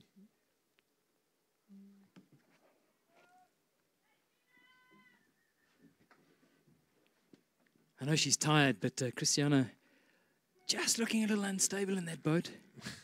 I know it's side wind, which is never easy for anybody, and you've got officials' boats. And you've got the officials' boats yeah. sort of going up and down, and she's trying desperately to get some sort of circulation pattern going, but instead she's just nearly ran over.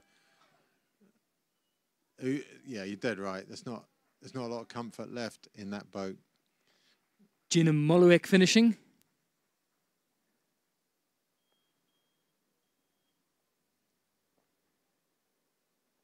Three more in the... Elvin Sorley, nearest to us. On the far side is Omar Linares. And somebody's dropped his boat number. Danish paddler in the middle. A Danish shirt.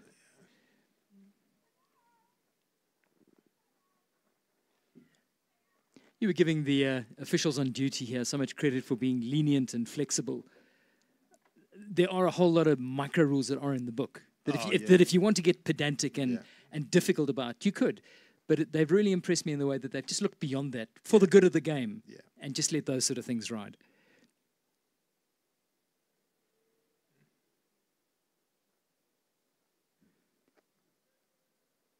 Catherine Venning of Australia tidying up her race. It's been a serious intent from this Australian team. You know, the rumours I'm hearing from down under about how they're going about preparing for some of the big races later in the week. Be very keen to see how they work out. I think it's quite hard being that distant because you kind of isolated. It takes you back to when we did training camps in South Africa. We were some of the first people who went into South Africa after things opened up, and there was so much certainty among the guys that were racing there. That was your Mark Perrows, Benny Reinders, Oscar Chulupskis, Graham Bird. It was that generation. Neil, he was there definitely. A bloke called Neil Evans. There you go. And they were so sure that what they were doing was right and their preparation was right, but they were at that stage a long way behind the rest of the world because they're just that separation. And Australia does have that physical separation, but they've got their sprinters there. They know the world's smaller now anyway, so it's. But you still got to. They've got an unbelievable surf lifesaving community that is just spitting out quality paddlers. I mean, they've had some great names come out of their surf lifesaving, like Clint Robinson. Yeah. So he's shown that he can do it. But the sort of intent from people like Josh Kippen, who's been around the block, he's picked up all the experience, super strong paddler. When it came to selection time, he suddenly said, "Don't make me do K1 and K2. If I'm going to deliver a decent result, I'm going to have to focus on one of those." Right. And that shows intent. He wants to focus purely and simply on that K1 race. He's been on the up since the last time we worked together back in South Africa. He had a really good race, or first part of the race in South Africa way back when it was in Pietermaritzburg. And he's looked stronger and stronger each year. He hasn't had his fair share of good luck, I don't think, on these races. So, but that has to come at some point. You're going to turn up one day and it is going to fall for you. He certainly put himself in the mix. He's also someone that went out of his comfort zone and trained in other countries and stuff. I know he trained with our group for a while in the UK. And I think he's been elsewhere as well. I think he was on the cellar this year, wasn't he? He may have been. Two more across the line. Enrico Rodriguez in the black boat, finishing alongside Franz Laterza. We were just trumpeting him as representing Luxembourg as a master. Good news. That's a quarter of the population of Luxembourg right there.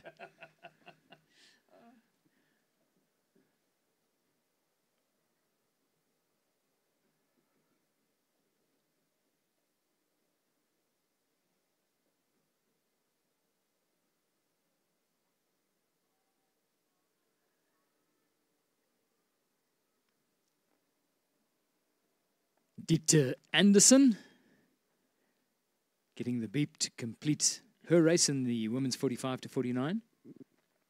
A lot of people watching this who are relative newcomers to the game, inspired and enthusiastic, and just by watching decent paddlers, and you'll see it even more so towards the weekend. I mean, they learn heaps in the process. So challenging conditions like this, it was interesting to see the Danish champs being so disrupted by wind. And one of the takeaways was, well, you're just not schooled enough to be able to deal with wind, side wind. You're just not used to it. You don't have the right equipment. You don't adapt enough. So we look at conditions like this. We've got a mild side breeze at the moment. But if somebody was to say, I cannot paddle in a side wind, what do you do? What advice do you give them? Go and practice paddling in a side wind. It is as basic as that. But those things enter your head as well. You know, you turn up at a lake and you think, oh no, a side wind, a headwind.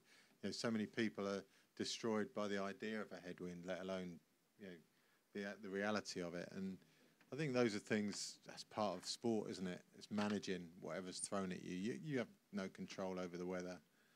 And the more training you do. Mark Blatchley in shot there on screen. Nottingham Canoe Club. Back in the UK. Heading up for his final last turn. Sign of a fit paddler. Look at that high hand stroke. At this stage, did you say fit? Or Sorry, I misheard you. We've seen so many. Sorry, Mark. I didn't mean that.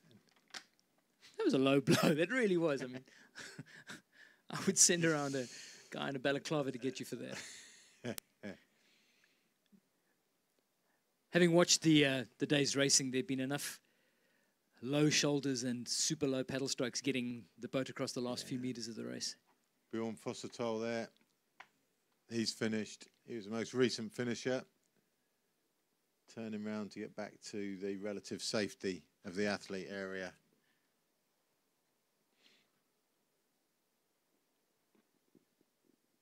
Of course, very much emptying out now.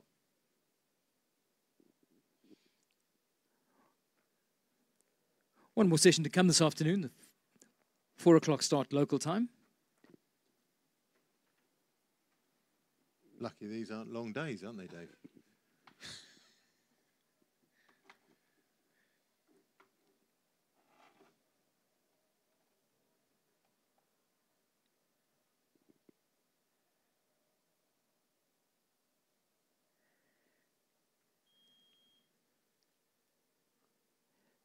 Alain Bulliard, representing Team Canada.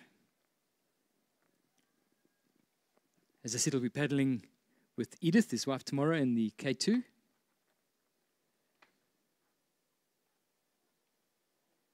Who put your hat in the ring for the mixed K2? What did you? Not me. I mean, that starts a whole new conversation, doesn't it? That we don't really need to be having. No. So, yeah, I mean, why not, Dave? You're covering for me in the morning. I could cover for you in the afternoon. You could get out there, mix K2. I'm weak and desperate. If somebody walked in right now saying there's a seat going, I'd jump at it. I really would. There you have it. If there's any ladies out there in the crowd who desperately want to race the mixed doubles tomorrow, you've got the better half of the commentary team offering his services for the mixed K2. Knowing the abuse that you will heap at me, I might as well pack my bags and leave the Jutland straight afterwards.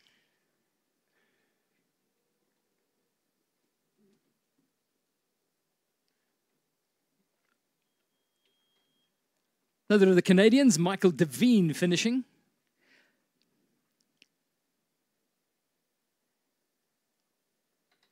There's a serious intent amongst the Canadians to develop their marathon racing community. They've got a great tradition in canoe paddling in particular, and they produce some great canoe sprinters. The marathoners, there's a core of them that work out of Kelowna. Right. Where Tommy Nurstrand there across the line. Sorry, Dave. The Bohms run the paddling centre in that great paddling community in Kelowna, and it's had a knock-on effect. There's good races going on there. There's a good surf ski community, which tends to produce good marathoners, and it's all on the grow. It's a cultural thing, the marathon. You know, people paddle long distances. Sprinters paddle long distances. You spend your winter doing long distances. You know, that's your early season, and it isn't that hard to convert that into marathon racing. The only side of marathon racing that's quite hard to learn is the tactical side. The rest of it is just fitness, it's speed, it's endurance, it's speed, endurance. It's all the same things that you train for sprint. You just apply them differently. And it's just a cultural thing. In so many countries, marathon is seen as the poor relation. And literally it is the poor relation in many, because the Olympic funding goes towards sprint. But it isn't the poor relation in terms of opportunity, for sure. You get way more opportunities in marathon to enjoy yourself, to experience new things. You know, last week these guys were racing down the cellar. This week they're racing on a flat lake in Denmark. It's just brilliant. Mark Blatchley across the line there. High hands to the end. Given the spectacle that we always get, and I'm thinking particularly to Saturday and Sunday's racing. Oh, God, yeah. And I'm going to poke the bear here. So get ready to rein me in. Be careful. Would that not fit on the world's ultimate stage?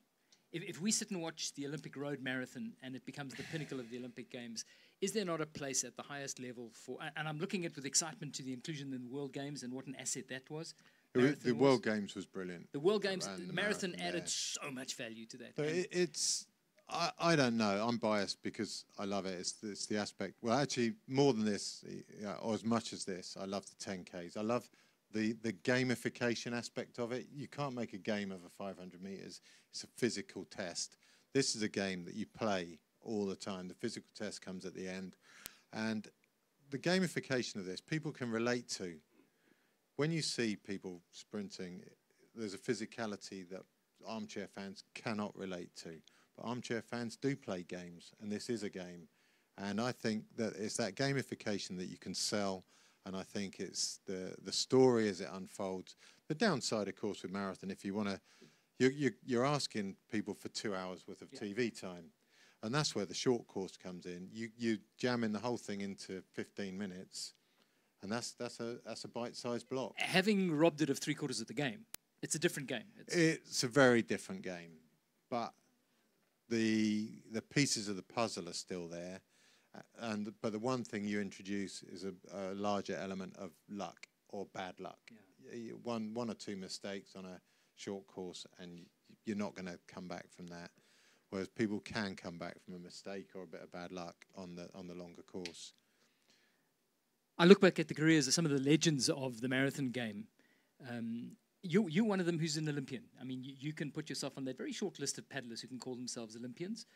There are very few that are racing at this event that are Olympians or will ever get the chance to call themselves Olympians. And somebody like a Hank McGregor, a Manuel Busto, a Van der Kisley, those caliber of athletes, to me, deserve to be on the world's highest stage. That's my 5 cents worth in that. And to be fair, if they'd applied themselves in that direction, they would have been. It's not. I don't think could have is would have, and but this appealed to them more. This appeals to their mindset. It appeals to a sense of sport. It's I hate to say that, it's just more fun. It's just more fun, and when money's on the line, I see it at home. You're not just pleasing yourself. Your job is to please the people that get paid for your result. And once you're experiencing it secondhand, it's so hard, because when you fail, other people point that out to you. When you fail here, someone will put their arm around you and tell you it'll be all right next time. And that doesn't happen at home for sure. You fail and you're out. We won't pick you.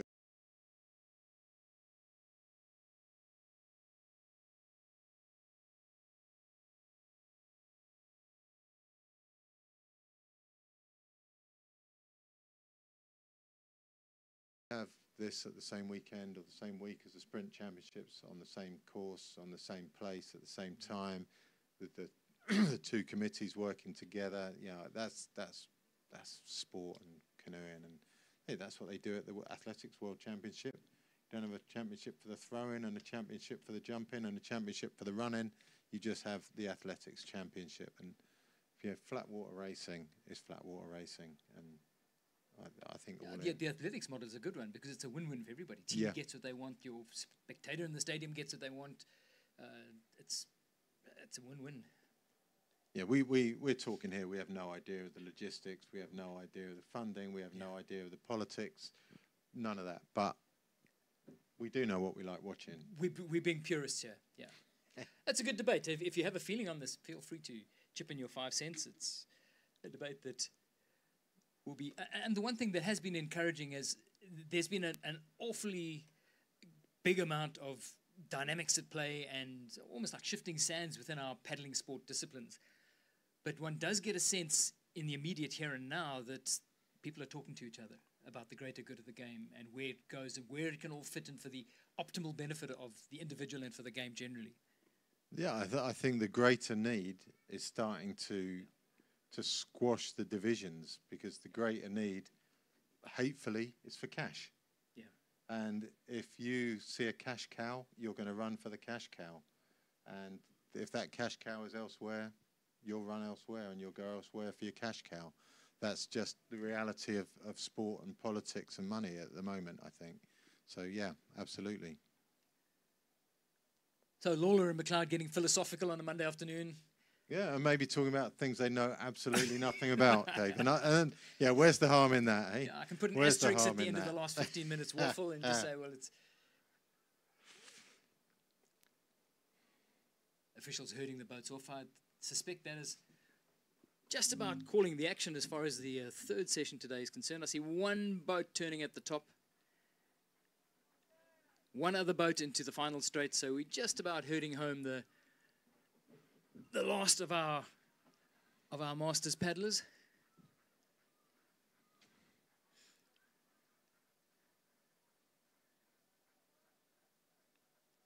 And then time for you to sneak out for that sweet pancake. Have we got enough break to do that? There's always enough break. I'll know if you're absent from duty at the start of the next session that the sweet pancake was good and was found with a friend. You know why you're sending me for the sweet pancake? Because you know I brought you a chocolate brownie after lunch and you're hoping I'll bring you one back. Hell yes.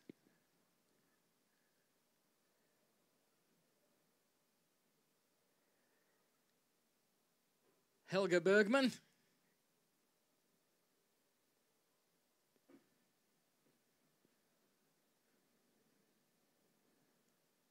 In the red shirt.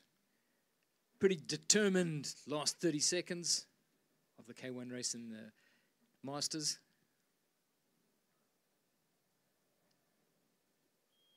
And with that, I think there is one more boat out on course. I think it's Lars Skitt coming in on with the red shirt there. Here's Bergman now in the orange boat, 643. See the next one across? Where's? He's still up with about, this is Bergman now with about 300 meters to go. About a minute left of his day.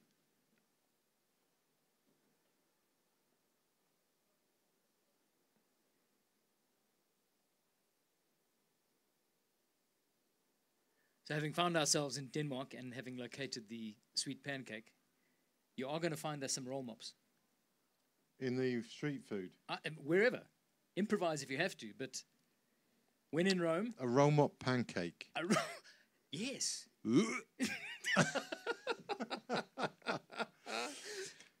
I'll look forward to that. I'll bring you back everything I can find. I very clearly remember one big roll mop breakfast before doing a long portaging race in extreme heat down the Wild Coast. It was a grievous error. Grievous error. My partner made me pay for that. For There's years a time and a afterwards. place for everything. No, it was a gross error of misjudgment.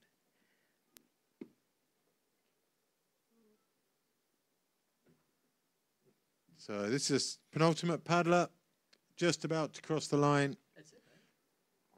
One more.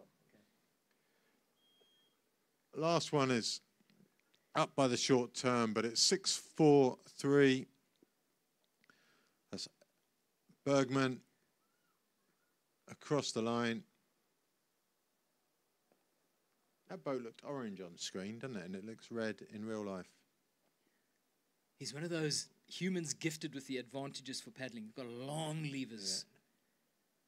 Though the result does belie that. Oh, yes, evidence. correctly. It's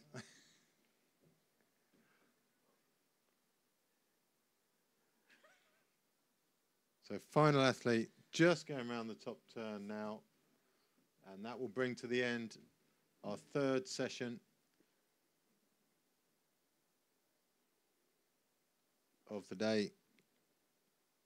And then 4 o'clock this afternoon, the start of the men's K1 40 to 44, which I think, again, has the prospect of being an entertaining way to wrap up the first day's racing. I must admit, really appreciating the comments that are coming in on the YouTube page. Just expressing some gratitude for the Masters getting their moment in the sun. It was a big call to make sure that the streaming and the presentation started first thing on Monday morning to include Masters singles, Masters doubles, and the para racing before we get into the serious issue of the seniors and the juniors and the under 23s. And it's good to see that it's gone down well. Yeah, the Masters have as many relatives as the kids. We've all got the same number of relatives. And the families probably the biggest viewers of these races live. And the other viewers tend to come in watching repeats or sections of them. And I know at our club we run the YouTube constantly on the TV because we think that showing kids good paddling is the best way of teaching them to paddle well. You can talk to them all you like, but they never listen to you. And just to have it on screen all the time. So we have constant reruns of the marathons, the sprints, everything. It's on the TV, corner of the clubhouse all the time. We were puzzling about that women's race finish and going back. Just confirmation from the officials that it's exactly what happened. They missed the finish line and had to turn back.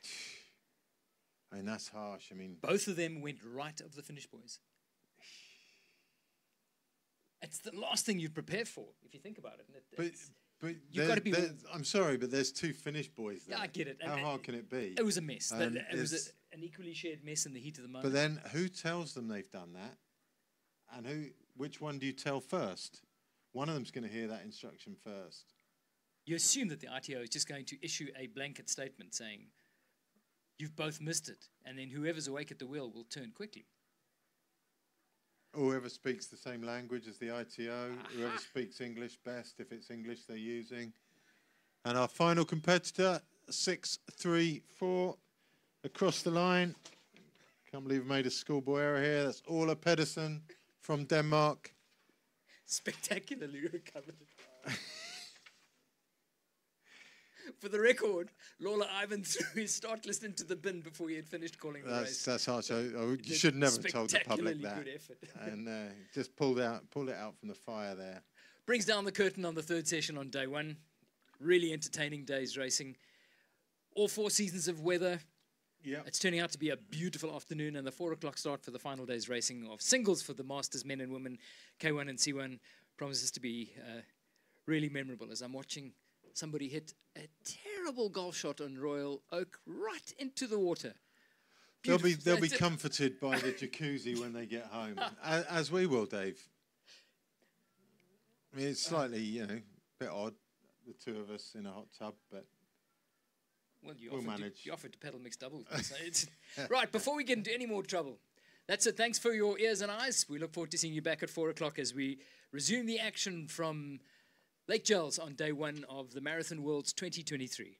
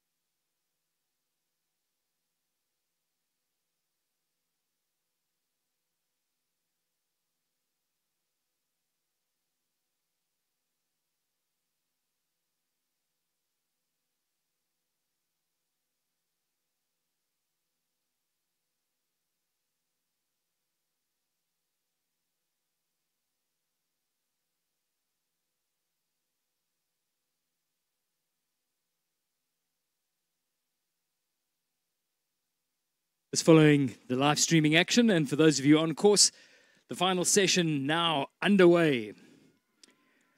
Race 23, the men's 40 to 44. Some big names on the track here. Joep van Bakel in boat 256. Ronnie Den, Tommy Hinch, Brian Henningsen, Lagos Gigos, another of the Japanese competitors. Waldo van der Linde from South Africa. Soren Hittels here.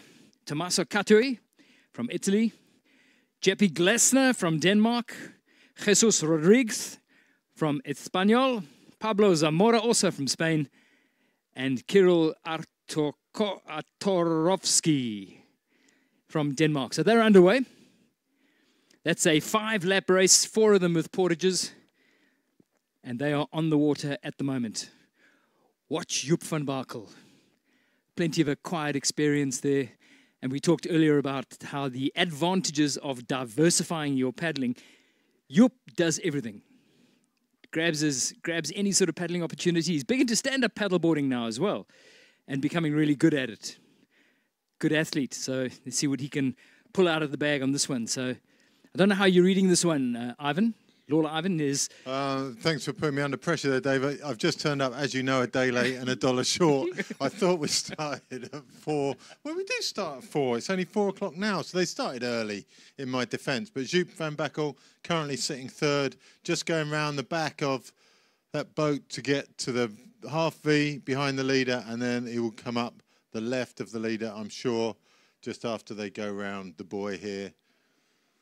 That'll be his goal, to get to the left. Yeah. Maybe not. Maybe he's happy on the half V because the other paddler just behind them is only going one way, and that's back to the second group. So it's a front group of 3 with Van Bakel at the back of that front group.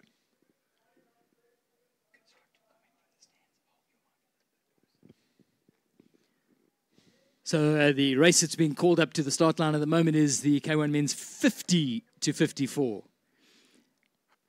Another giant field in that one. That might be the biggest field so far. Yeah, it might well be.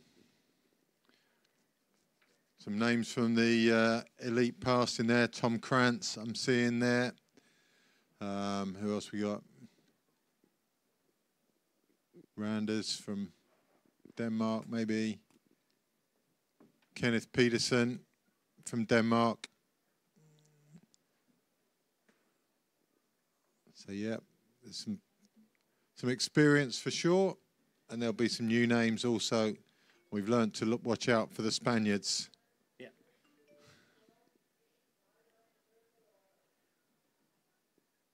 And as the locals warned us, the clouds are gathering on the horizon once again, so we might have some weather sport to deal with later in the afternoon. Very varied. Wind is definitely... It was beautiful here 45 minutes ago. It really was. The wind had gone away. The sun was out. It was balmy.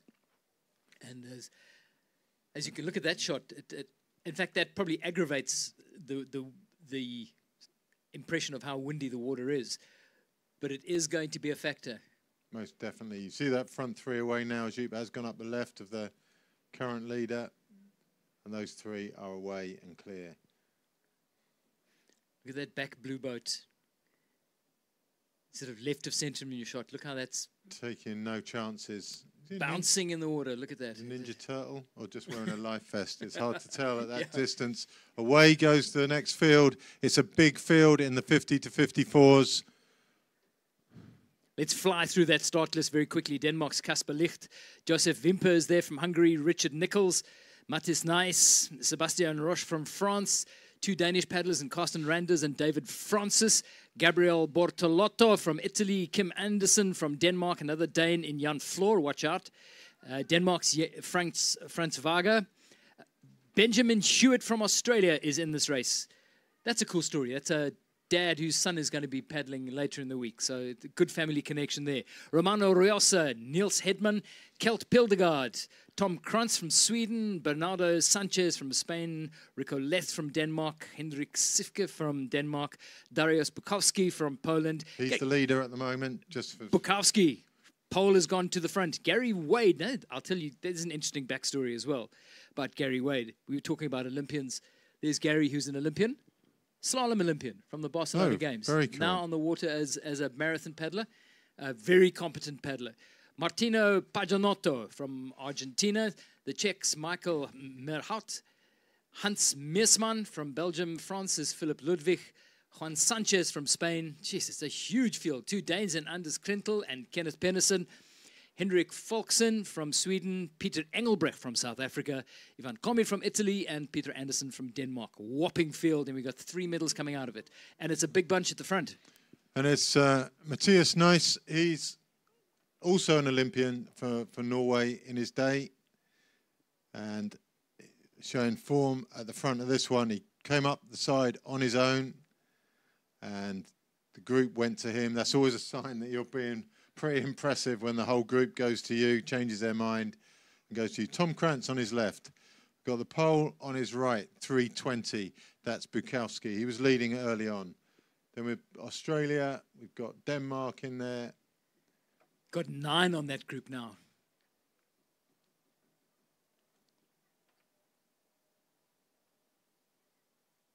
All safely around that buoy. That's the buoy that has caused a few people a time penalty.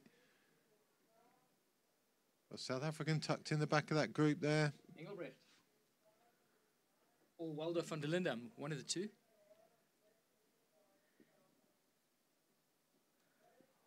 Waldo van der Linde, who has got a worldwide following for his ergo.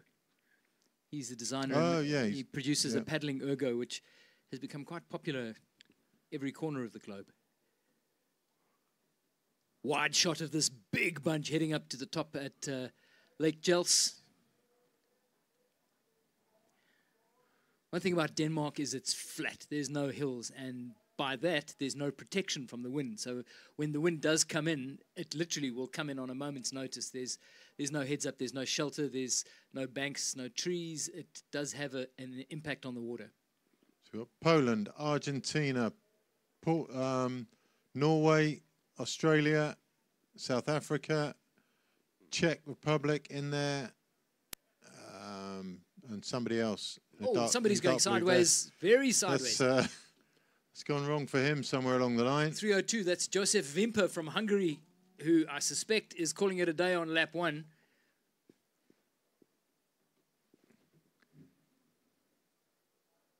That's the sort of direction that suggests equipment failure rather than anything else. Yeah. Out to the left, going French and the big guy in a black T-shirt.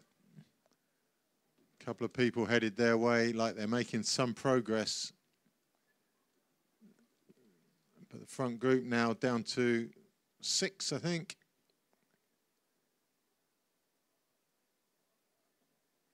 You look for one of the big guys to act as a wind buffer.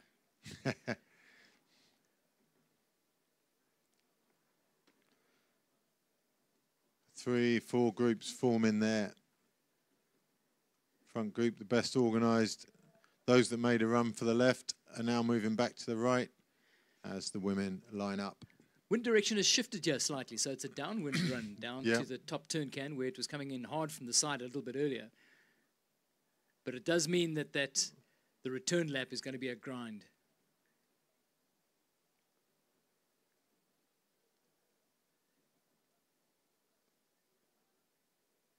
Said a paddler, I love a headwind. Never. Lola Ivan likes a headwind. I do, provided it's only a gentle one. I don't like a strong headwind.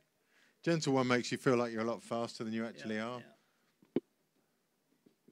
And there's nothing I like more than being delusional. A bit crowded to the right-hand side of this start line. We just had a chat, which is why, well, I'm going to blame it on why I was late, with the camera guys. And they're saying they've got more cameras coming all the time, so the coverage of the course will get better and better through the week. They're also saying that they've got a camera capable of sitting on your boat, only a small camera that sits on the boat. They're Live camera. A live camera that sits on the boat, asking if we'll do that tomorrow for them. Facing forward. So he wants it facing the athletes.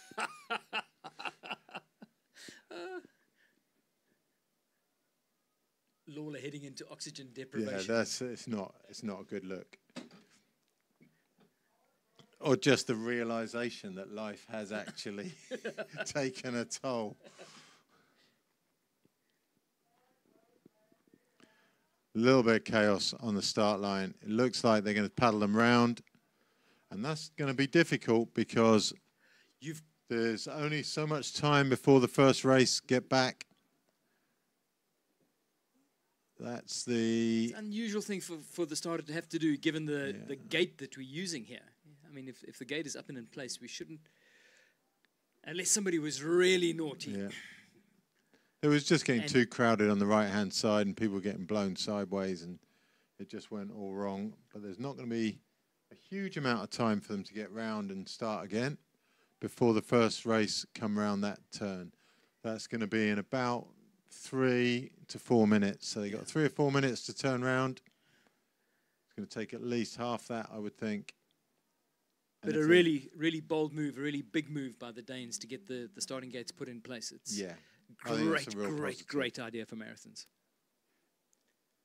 I'm afraid it's one of the undignified parts of our sport. Anybody who's paddled at a club level or at a low-level race level, to have a race start while some desperate officials red in the face with a megaphone saying, "Get back, the red boat, you're ahead of..." Whatever. It's just the most undignified part of the sport.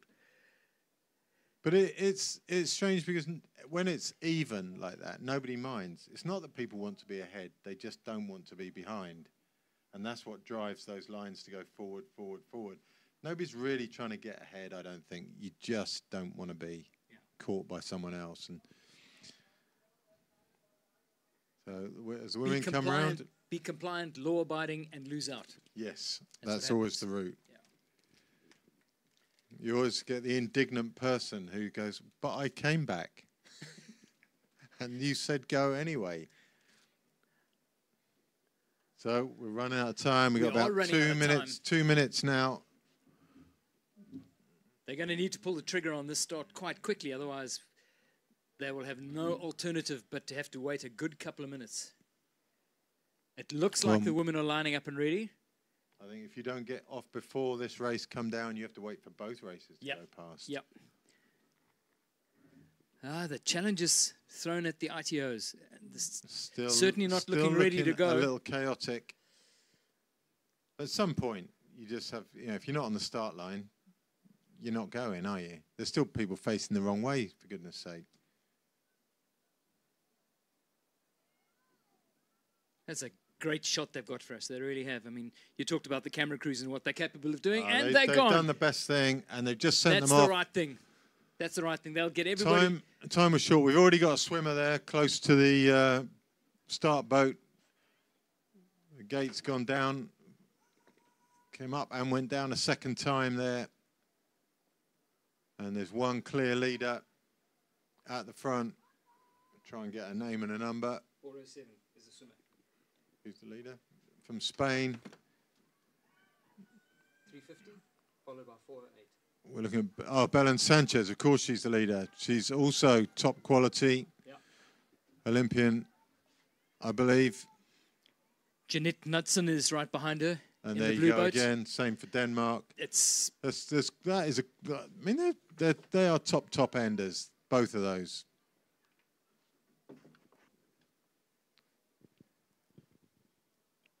And another Dane in Christina Nielsen.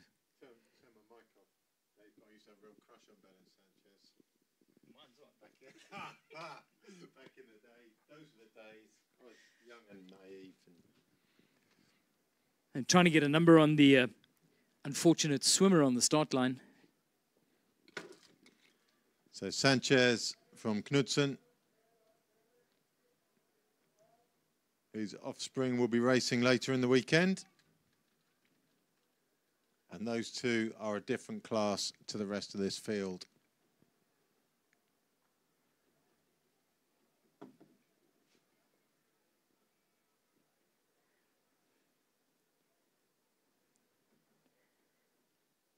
Subject to confirmation, I think it was Spanish paddler Isabel Ines Ramo, who might have been the unfortunate swimmer on that first lap.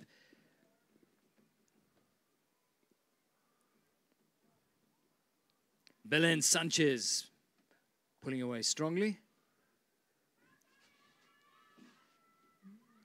As the men come round for their first go.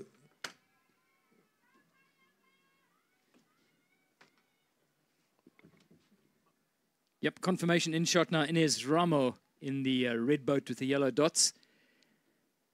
Having taken a deep breath after taking a swim on the start line, when your head just caves in thinking, surely not. This is just not going to be my day. To then pull yourself together, collect all your toys, and get going again is good stuff. She's on her own and will be for the whole of the race. There's no doubt about that. But I well think done. she'll catch a few tail enders. They're not far ahead of her. She's also got the men overtaking her. You can latch on to one of them. That's a serious churn up at the front of this race. And it's Joop van Bakkel taking some strain, I think, there.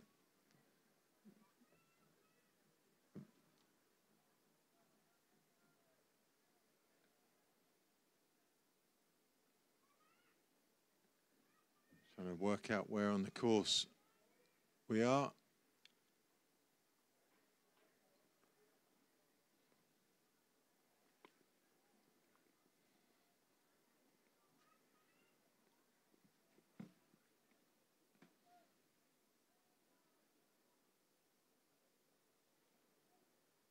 So just going up past the short turn. So we missed them coming through here as the women.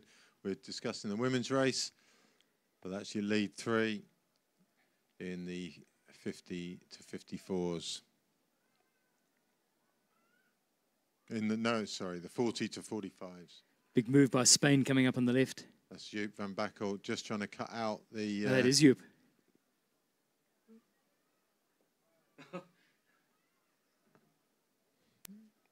I think that was a move largely born perhaps of desperation. He'd been on the outside there, struggling a little bit, and just needed to get into a more comfortable position. Pulled it off well. Hewitt from Australia there, leading this group. Bazzani from Italy.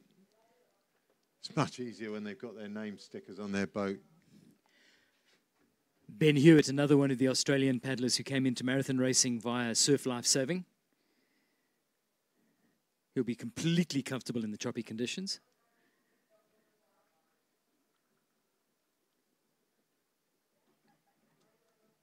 And as I mentioned earlier, he's got a younger son, Harry, who's going to be racing for Australia in the under-23s in the K1.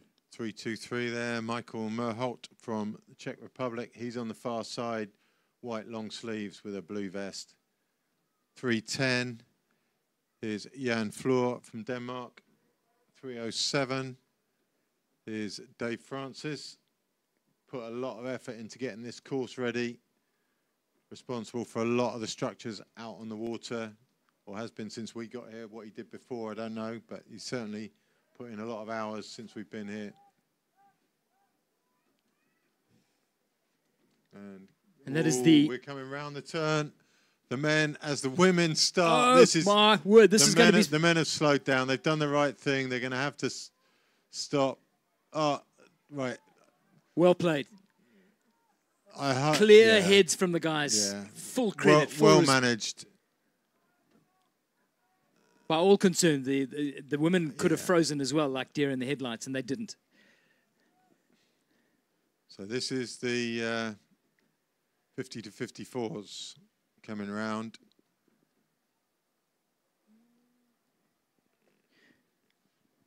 Jutta Kolsholt from Denmark taking off very strongly at the start of this race. So Mathias Ness leads. We got 3:30 in there. Peter Engelbrecht, 17 in there. Sanchez from Spain.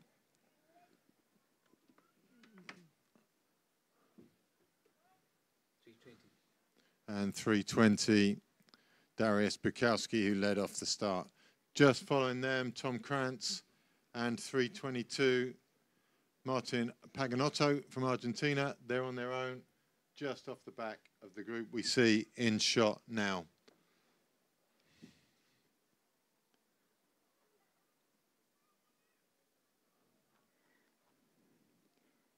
Sebastian Roche in the French colours. Hans Meersman of Belgium sitting on his right. Please. No.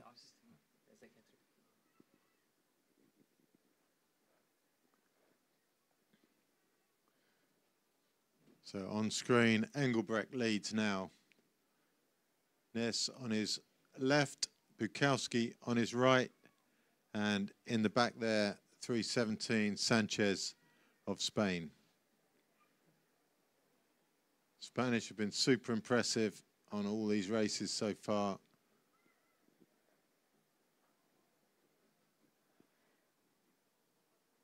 Great opportunity this for Peter Engelbrecht to really sort of make a name for himself and prove what he can do in the boat. He's not short of a few muscles, that's for sure. No.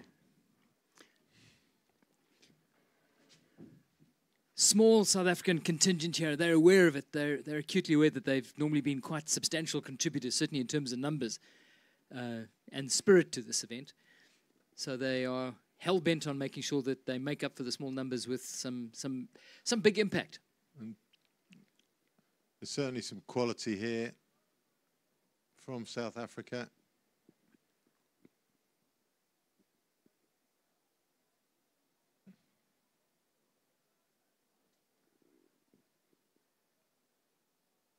Another big group here, 309 is Kim Anderson. 310, just behind him, Jan Floor. Ben Hewitt on his right. 307, this is the group we had earlier, is Dave Francis.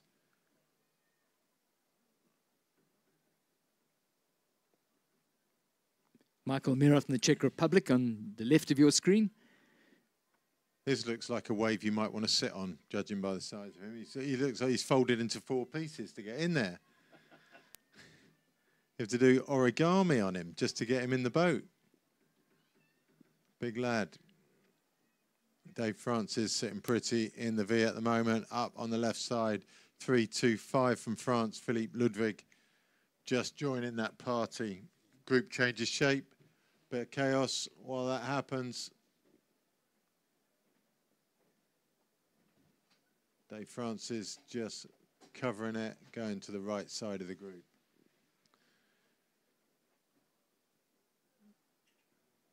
Talking to South Africans and medals and stuff, we just got another one come in who didn't get one. Colin Simpkins is back. He's brought us some binoculars. Top man, Colin, thank you. He's come to look for the beers, I think. 331. That's Comey from Italy. Together with Niels Hedemann and Kjeld Pillegard, both from Denmark.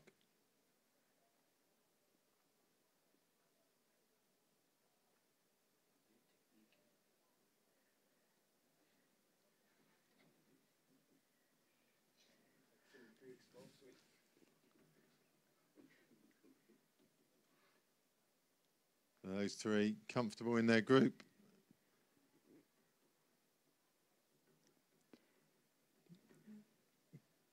Comey holding those pedals right down at the end of the shaft, almost gripping the blades with his hands.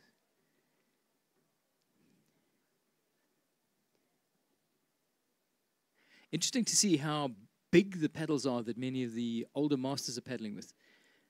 You know, a lot of the younger paddlers and the elite paddlers are waking up to the fact that that's not the most efficient way to get through a marathon day. The old timers don't want to drop the spades. There's a couple of reasons for that. Old habits die hard, and it's you adapt way more slowly to new equipment as you're older. But also a big blade and a long paddle gives you a lot of stability in the water. There's a lot of support comes from a blade that size. So once you begin to lose your stability, the small blades kind of lose their appeal a little bit. So rather than switch the boat, you just stay with the solid. Yeah, I think it's almost a myth that boats are stable or unstable. It's you. You know, people ask you what stability a boat is. The question fired back at them is, well, what stability are you?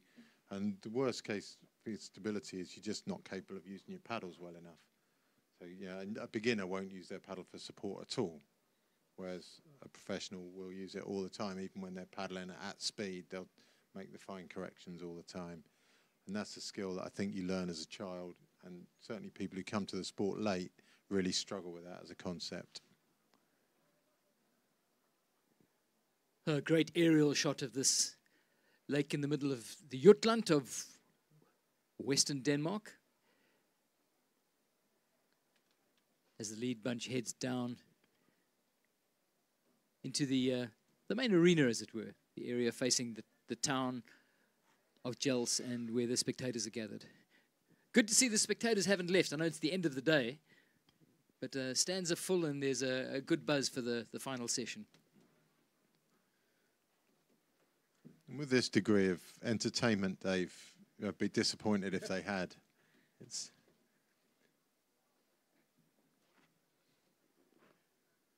So we're still learning the course here in commentary, trying to pick out on the course where these guys are.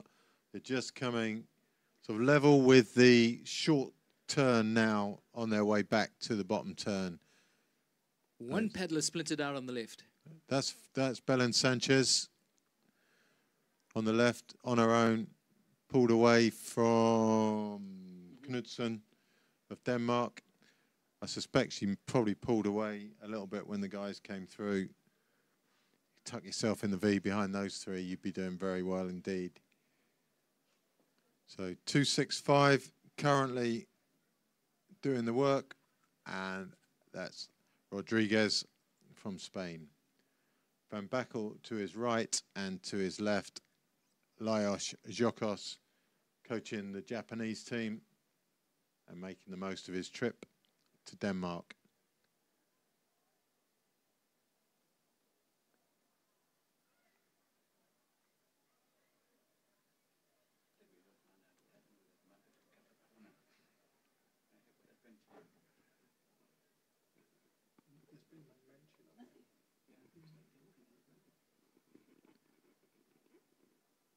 So those three away and clear, and just behind them, also away and clear, is Belen Sanchez. This is the chase group of women, 403. Daniela Torre. 408 is Knudsen, 402. Fernandez, and 356, also from Spain. From the 50 to 54 race is Arroyo.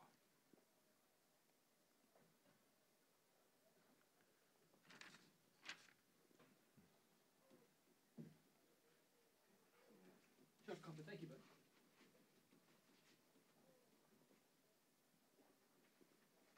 Just off the back of that group, we've got another boat, the green boat, 347, which is Jette Bylum from Denmark in the 50 to 54s. So the lead three men coming down to the bottom turn, and this will be their first portage.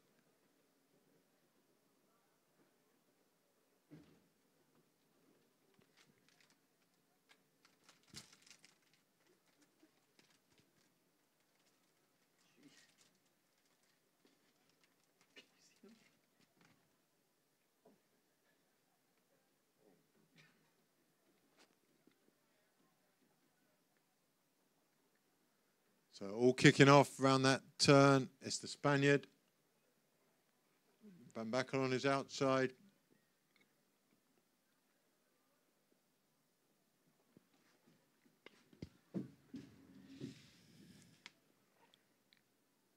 Round the turn cans they come. They've already separated what looks like the race podium from the rest of the field. Two going to the right. One going left and going long. Joep van Bakel. Spaniard first to rise. Both the others out with him, though. All running well. Joep probably has the most experience of the three on the running.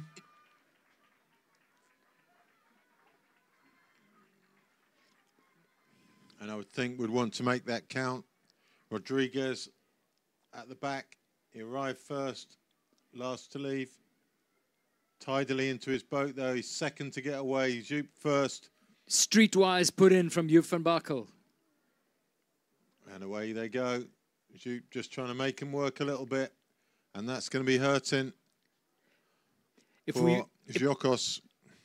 If we've learned something from the day one racing and this portage put in, if you run hard and long and you put in almost at the base of the jetty where those 3 vertical pine poles are, the water is deep and you get an incredibly quick, clear getaway from the portage. And that's exactly what Joop van Bakel did. 100%. He was no deeper than shin deep when he put in, but the boat just flew off into the racing water.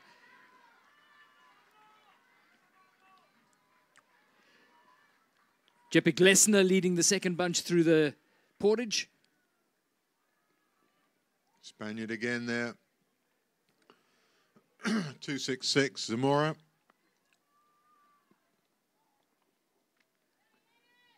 He's away well.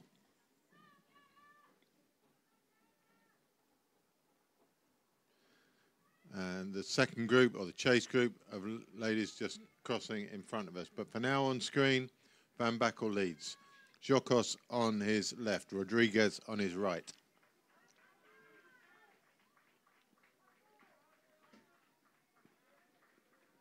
Pretty lean and mean looking Joop van Bakel.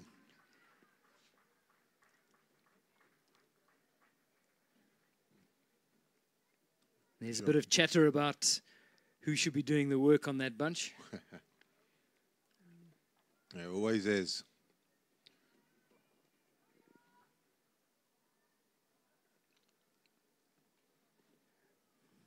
Slightly slow exit from the pink boat there has opened up a gap of 4 or 5 lengths. Soren Hittel is going to pay for that because he's lost that wave and he's We might have lost his rudder as well, mate. Something's going on there with him. You can't see it on screen, but he's either fiddling with his drinking system, which he might have been because he seems to be back in the game. This is the chase group of ladies. I say chase loosely because Belen Sanchez is way, way in the distance. So we got Knudsen in the blue boat. We'll give you other names as we go.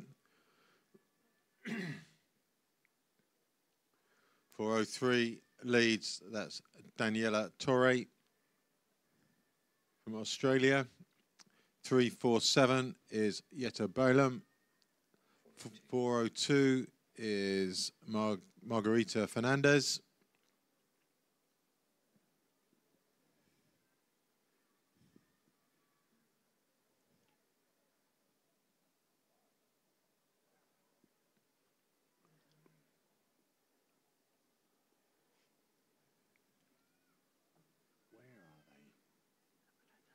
Our new shot. Portage eye view. That's a pretty good one.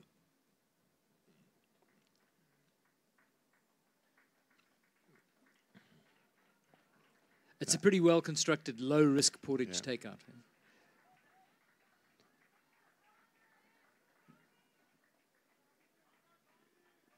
I think that was Heidi Grongard that we saw there.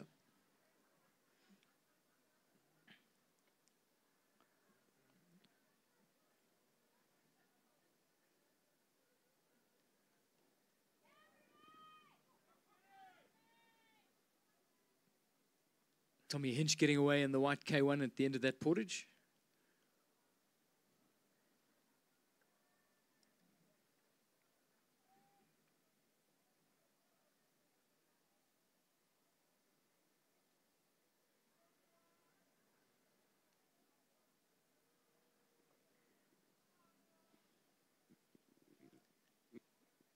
As the second bunch of men come into the portage eye view cam,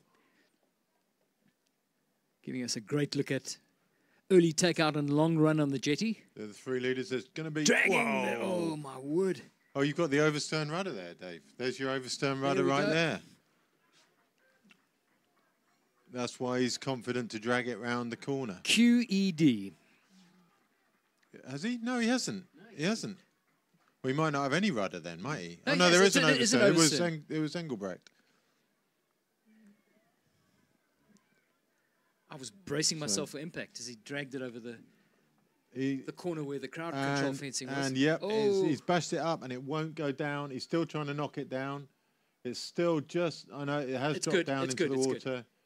But it's cost him his spot on the bunch. He's going to have to burn some matches to get back. I think they're fairly heavy-duty matches as well, because that, in the green boat, he's off. He's going. So that was Sanchez of Spain is making a significant effort to get away. Here we are back at the portage. Big move. It's early on in this race.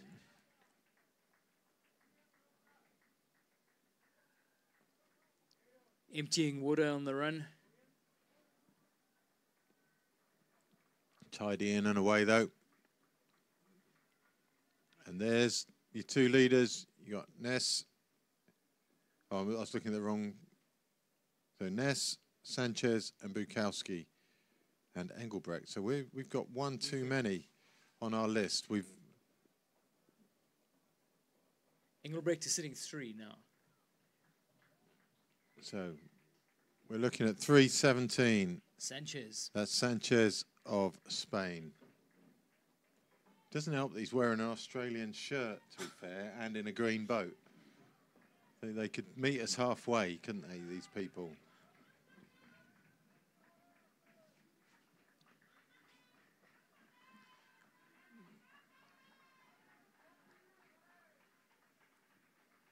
So a lot of tired-looking runners coming through that portage at the moment. A lot of boat dragging. One of the rare paddlers wearing running shoes. Just about everybody races barefoot. There's problems there for the blue boat. Bit of an empty out.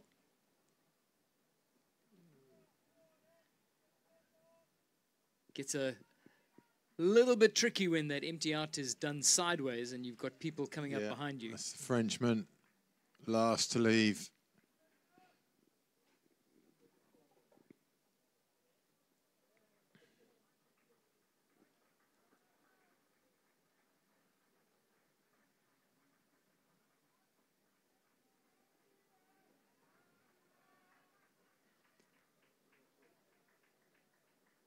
Portage Cam giving us a whole new perspective. Whoa. Oh, my word. And you hate handles. That's impressive. Whoa. That was impressive. We need a replay of that. Yeah. So Hit me up. he picked the boat up from the far side and basically rolled it up his arm onto his shoulder. Did a complete 360 in one wrist movement. Wow.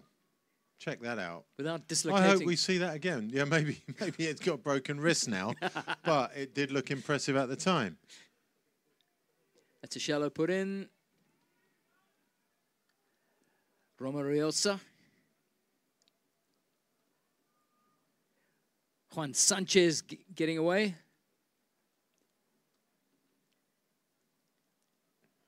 And that's a slow getaway that... Henrik Skift, he was just struggling just that little bit, and he's off that group now. Been offloaded from that bus. So Hewitt from Australia, along with Jan Floor, to his left in the white boat. To his right is Philip Ludwig in the blue.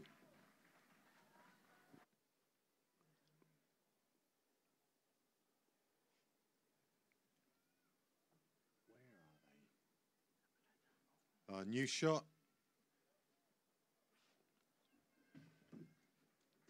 Portage Eye View. That's a pretty good one.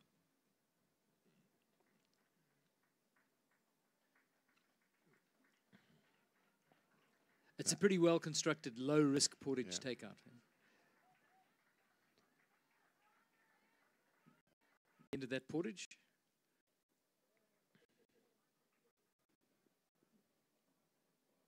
Engelbrecht is sitting 3 now. So we're looking at 3:17. Sanchez. That's Sanchez of Spain. Doesn't help that he's wearing an Australian shirt, to be fair, and in a green boat. They could meet us halfway, couldn't they, these people?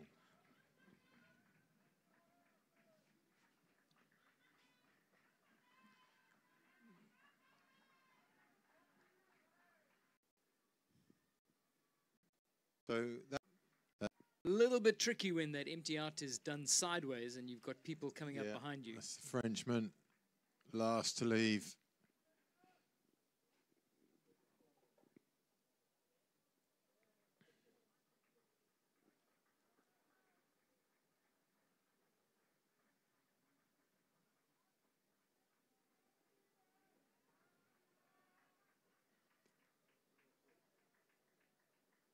Portage Camp giving us a whole new perspective. Whoa. Oh, my word. And you hate handles. That's impressive. Whoa. That was impressive. We need a replay of that. Yeah. He Hit me up. picked the boat up.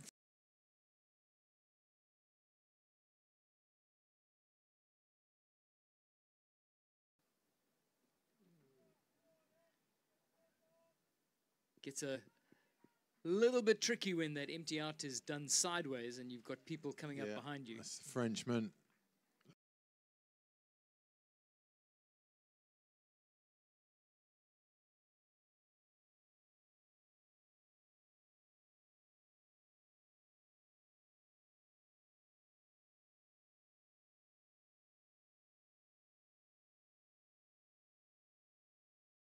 last to leave.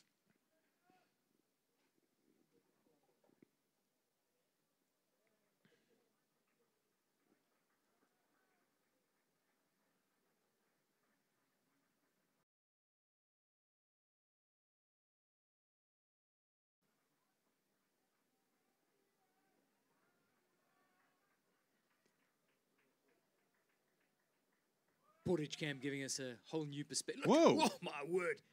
And you hate handles. That's impressive. Whoa. That was impressive. We need a replay of that. Yeah. He Hit me up.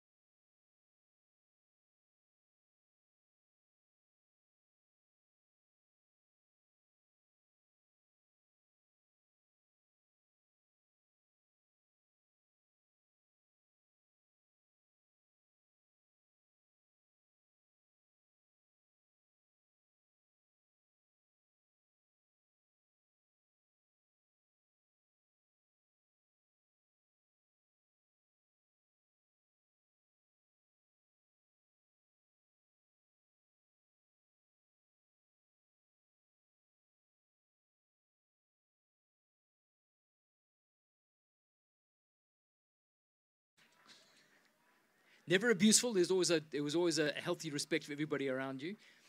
And the fact that they weren't regular, Yeah. and it wasn't over the top. When it did happen, it got taken kind of seriously. When it comes from him, I guess you have to take it seriously.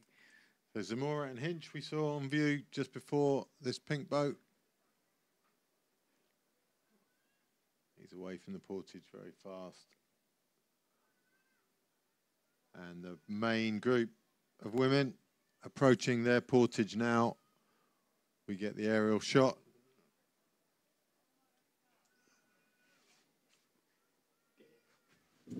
And the women come in. It's a group of 5 are back on. There's 5 women all out. Well, not all out yet. 1 to go still. And looks like she's got a load of water in the front of that boat, maybe. Maybe not. It's up and running now. And we've got 1 person just gaining some ground. Jete Balum, I think, is at the front. Green and black boat. Oh, it's one of the men from the other race, so is it? Maybe not. Get a camera on there. In shot now on screen, 262. Soren Hittel. He's in the youngsters race. The 40 to 45s. Or a little bit of difficulty getting in there.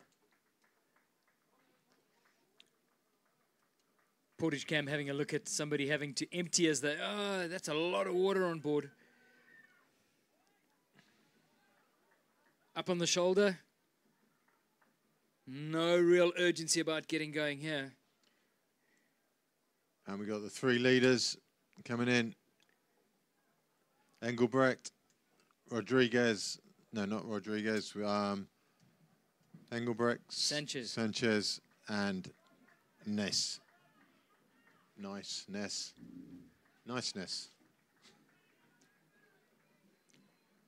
Engelbrecht looking over his shoulder as he runs that portage. Happy to drag the tail of his boat. It's the Spaniard first, up by the jetty. Engelbrecht having to take a second just to tap down that rudder blade at the end of the portage. Hasn't lost him a material amount of time. Still completely in the mix.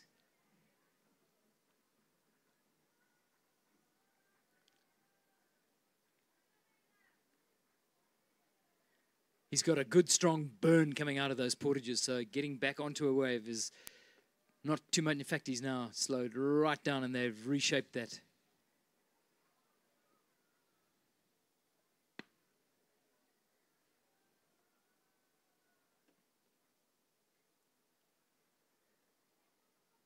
So having done the portage, those 3 have slowed right down, but in shot, we've got 2 of the women in the 55 to 59s.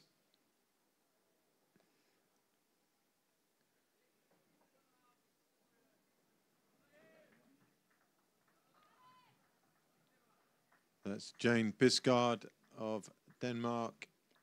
And Oritsland of Norway.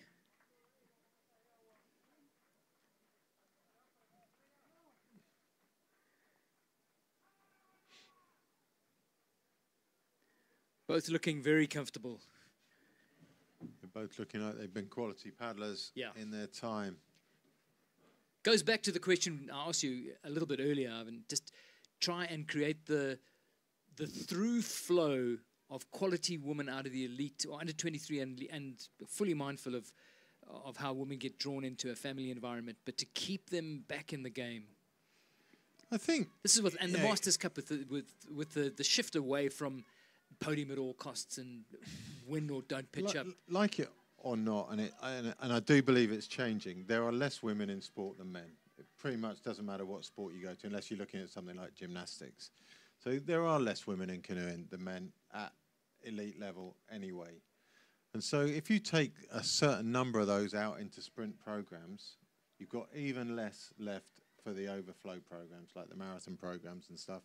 And it's just, I think it just filters down. They fill the top program, the countries, with their sprinters. They'll run their program. They'll take their number of athletes, and then who's left for these if there's minimal numbers? 413 there. Edith Freed. Edith of Freed. Canada. Edith is somebody who in Canada has got a great deal of respect. Edith actually born and raised in Hungary, got into a paddler. I mean, Hungary, it's a major sport in Hungary, so it's very easy to get sucked into the program there. Relocated to Canada, and sometime after moving to Canada, when she'd settled in Montreal, she settled down and started paddling again, and really took to it seriously. She started coaching the Masters group there. She's now the head coach of the Marchers group. And then when she started racing Masters Cup, the results came. She did really well in Oklahoma, if I remember correctly, and has been a significant player in Masters racing. One of the records that the Canadians like to chat about, and it's not the sort of record that you normally keep in the stats books, when she was aged 56, she won the Masters racing overall. So she beat a 35-year-old potentially as a 56-year-old. And the banter is that age gap, or does that make her the oldest, certainly female paddler, or oldest paddler to win at a Masters marathon event? I think it's a remarkable result. I think there's a big name that might argue with you on that. Oh, I'm saying nothing. So... But yeah, I mean, I don't know, that is the beauty of paddling. It's I don't mean soft in as much as it's an easy sport, but it's it's quite a gentle sport. You're working with water. You know, the injuries are minimal compared to a harder sport, like as in more jarring, like running and stuff. So yeah, there's. And it's been notable how some of the greats have been able to extend their careers, in fact, be in the prime of their careers in their 40s. Absolutely. Find me another sport where you can be in you're your looking prime at Hank in your 40s. McGregor there. You know, you're looking Manuel Busto. Busto, Eric Larson won his Olympics relatively old. You know, we've just had you know, people racing at the Sprint World Championships who are relatively old, and I think that's come because there's more professionalism in the sport. You can make a living in some places out of it, or at least sort of scrape by. Whereas in the old days, you got to a point where your nan told you had to get a real job, and you had to listen to her. So, but marathon being an endurance sport as opposed to sprint being an explosive sport, I think the demands are different. And you would expect, as you're getting older, to struggle with the endurance aspect of it. But it's the opposite. There's some of the greats have been able to you get wiser, there's an accumulated experience, but you're able to be seriously competitive at an endurance level in your 40s. And that makes this sport special for me. That was Riosa from Finland going past. I always thought his name was Nick, but he's listed as Romano. Maybe I've been calling the wrong name for as long as I've known him. 4:05 there. Espedel Freudis from Norway.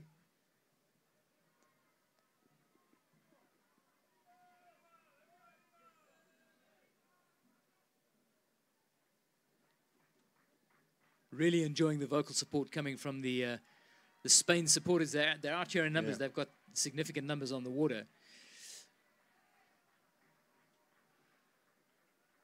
But they do move into town and have a good time supporting their athletes. Niels Hederman just about to get his boat into the water. Another one stuck on the sand there in pink. And we got ourselves a swimmer. At least it's not too hard to empty out there. It's if you're going to take a swim, take it there.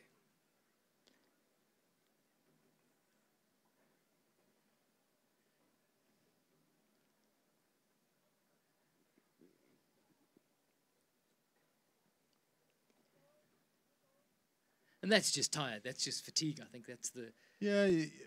fatigue overtaken by the bit of rushing and a bit of emotion, and it's just, mistakes happen. And the mistakes will happen in the top-end races when we watch them later on in the week. Completely. I think that's what makes this sport so unique. I mean, the sudden demand of having a portage thrown into an endurance paddling session with a completely different set of aerobic demands where stuff can go wrong. You've physically got to adjust. I followed with interest some of the New Zealand paddlers who were talking about the challenges of having to train through the winter. Right. Down in Wellington, where they train on the harbour, the jetties that they normally use for their portage training become iced over, so they can't use them. And portage training just becomes seriously difficult. So they've adapted and they've come up with this routine in the park where they do press-ups with dumbbells Right. to try and add that shoulder exertion to compensate for the fact that they just can't do the portage training. It's some serious lateral thought, but it's clever. It's in a way. interesting because there is a process to the portage. There's the getting out, there's the running, and there's the getting in. And you need to be proficient at all those. But at top level, the biggest part of the portage is managing it. Managing the people around you, managing how you fit into that group, deciding where to get in, deciding where to get out. And it's those decisions that cost you the time. Yeah. And you know, yes, people can get in their boat beautifully. Yes, they can get out. But if you're not able to manage yourself and your position in that group, then it doesn't matter how good you are, you're still going to come out of it last. Yeah. And your portage is a high-risk zone. The possibility for a microscopic mistake with huge consequences is always there in the portage, far more so than on the water, particularly on a course like this, which is just perfect for marathon racing. There's no obstacles underwater. There's no weed. There's nothing which is going to interfere with you. The only thing that could possibly happen is you colliding with another boat or possibly paddle contact. There's no risk on the water. On a portage, there are a multitude of things that can go wrong or idiots that can get in the way, which could have serious consequences to your race. And I think that's the thing that the good guys have. They have a clarity of vision, whether it's manoeuvring in the group, seeing how the group is going to manoeuvre, and then at the portage seeing how it's all going to play out before it plays out. So you're not responding to things, you're planning in advance and seeing how things are going to play out. So Van Backel back to his portage. They've done a lap while we've been chuntering on.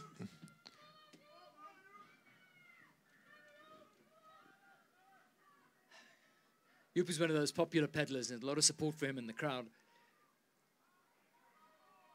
Good to get a Dutch medal added to the swag bag on day one. Great put in, and he's got an opportunity now to put a bit of pressure on the rest of this group. That's the biggest gap he's had so far. It would be a... Where are we in terms of laps and... I think we're lap 4. So if he wants to make the stick... He's working hard there, though. There's a lot of head movement. There's a lot of effort going in there. Jokos at the back has closed down Rodriguez very comfortably. He looks strong, Jokos, on the water. Just can't quite manage his portages. But he's going to get a lift back with Rodriguez. Meanwhile, from Finland, a little bit more sedate.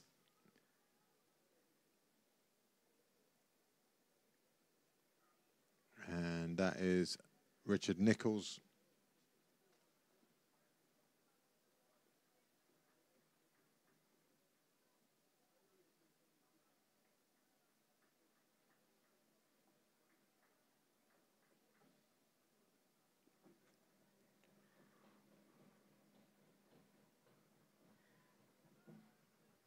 Sun heading for the horizon here, making very pretty pictures, but a bit of a challenge for our team to try and deliver us the clarity that we're looking for.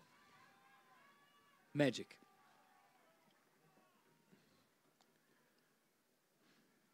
And the good news is the weather is holding off. Doesn't look like it's going to interfere or get in the way of this final session at all.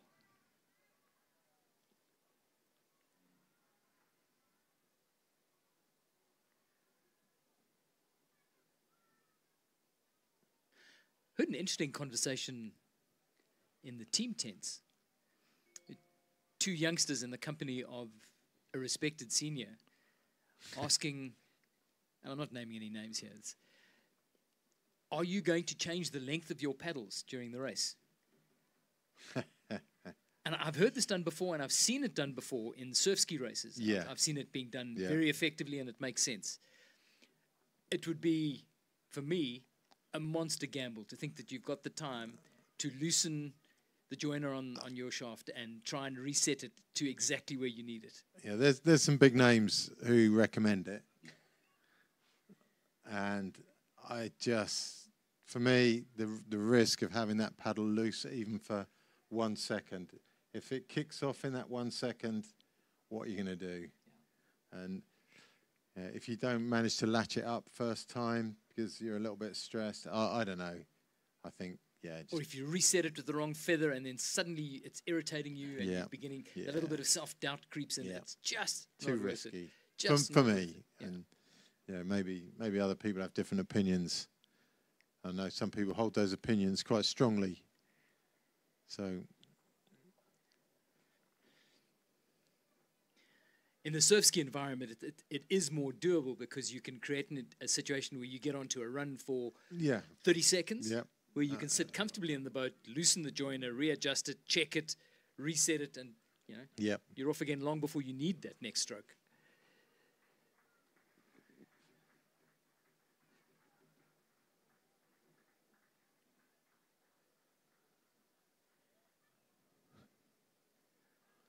Cornelia Muller from Denmark there in the 60 to 64 category, making very good headway on the course. In fact, the Danes make up virtually that entire entry into the 60 to 64. They do. And I'm herding us back to this point about, do women, when they get into masters age groups, stay paddling? Are they happy enough in the sport to be able to enter an event like this? And that's a screaming example that there is a whole community in their 60s that are thoroughly enjoying it, paddling competitively enough to proudly represent their country. Big deal. Well done to them. I respect them enormously and openly encourage it. I hope there's somebody sitting at home in another country elsewhere in the world thinking, hell, I could do that. And so you got Sanchez getting in her boat. Pulled out even more distance on the other women, probably another 30, 40 seconds for her last lap, and looks very relaxed indeed as she leaves the portage to our right. But in shot, we're looking at 257, and that is from Germany, Ronnie Dane.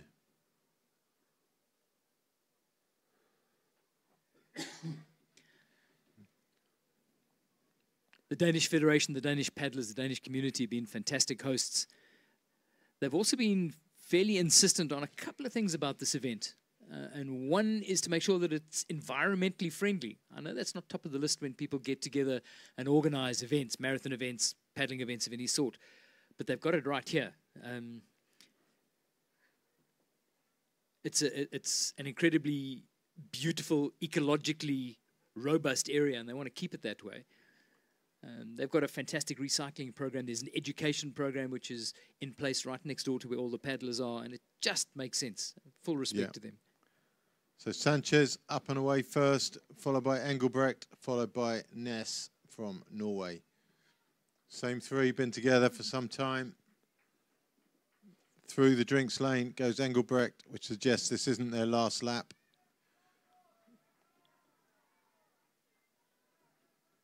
Norwegian. On paper, the highest quality paddler in the group, I think. This is going to be a mouth-watering scrap.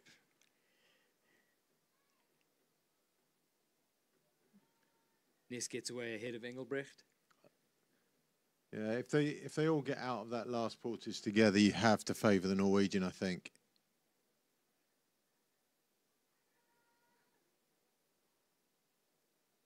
He's got a solid sprint pedigree.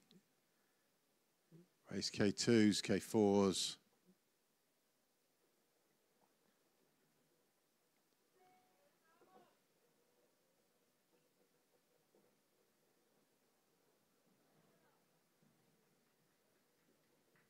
Big group coming into the pontoon to our left while we watch these three paddle away.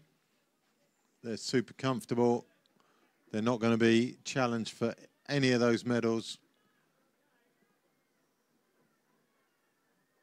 Spaniard just stopping for a snack or a drink, maybe.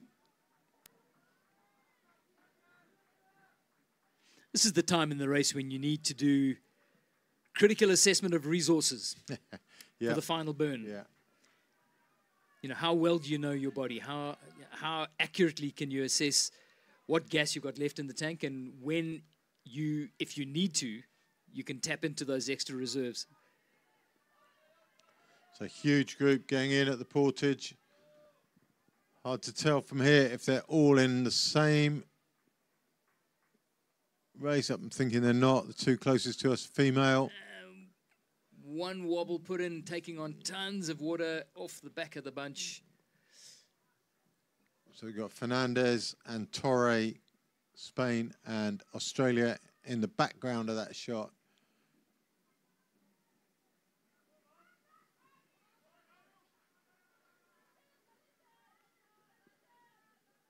I've never understood what the body numbers are for in this, as if they're going to change athletes halfway through. And it's the same in athletics. All the technology goes into the clothing and the stuff, and you stick an A4 sheet of paper on your chest with the 4 safety pins. Somebody's going to recognize you if you're out there and you've got an imposter, I'm sure. Maybe we could ditch that. I think given the breadth of vision in our ITO committee, that I think there might certainly be, and it would just take an extra expense off the balance sheet for the organisers. So Argentina, not sure where we are on the course here.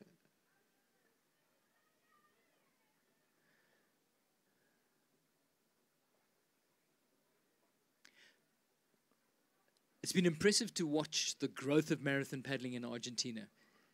The depth of paddling, and then the sudden emergence of some seriously threatening elite talent. In juniors, under 23s and seniors. Yeah. And it bodes well because the depth is definitely there. And let's face it, without knocking them in any way, they're like a lot of these nations, they are... that is a heavy fall. Ouch. I hope he's okay. He's pride is he's frustrated for sure.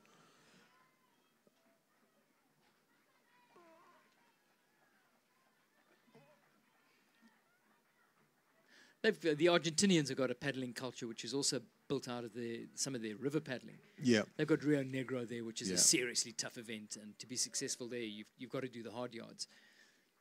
But somehow they've managed to take that paddling base and then fashion a really well-guided, well-coached marathon level at junior and senior level. So Tommy Hinch from Denmark.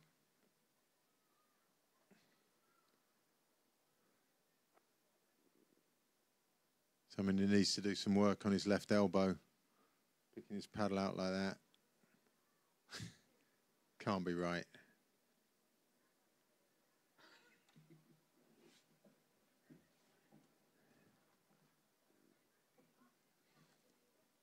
Three more coming into the portage.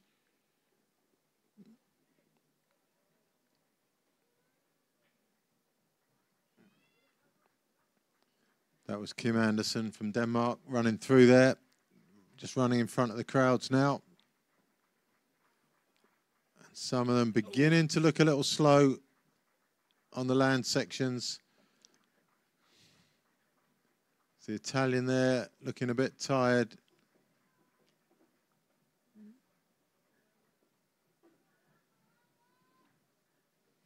Not sure if they're getting feedback from their fans, but I think some of them are aware that portage cam is in operation. So there is a sharp veer to the right of that jetty as they come off it to make sure they maximize their TV time. There's some moving better than others. We talked about our ITOs being tolerant and how this event is trying to be environmentally responsible. There's a law in place that means anybody discarding a drinking system into the water rather than ditching it at the required place in the chute is potentially disqualifiable.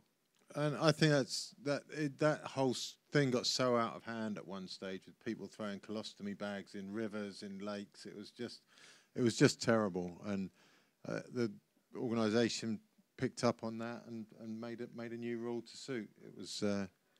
I remember commentating in my early days of commentating, and they're just chucking them in the river, and you think, anyone 2 miles down the river would think you'd had a colostomy convention up the river just a week earlier, and they'd all had to empty out into the river.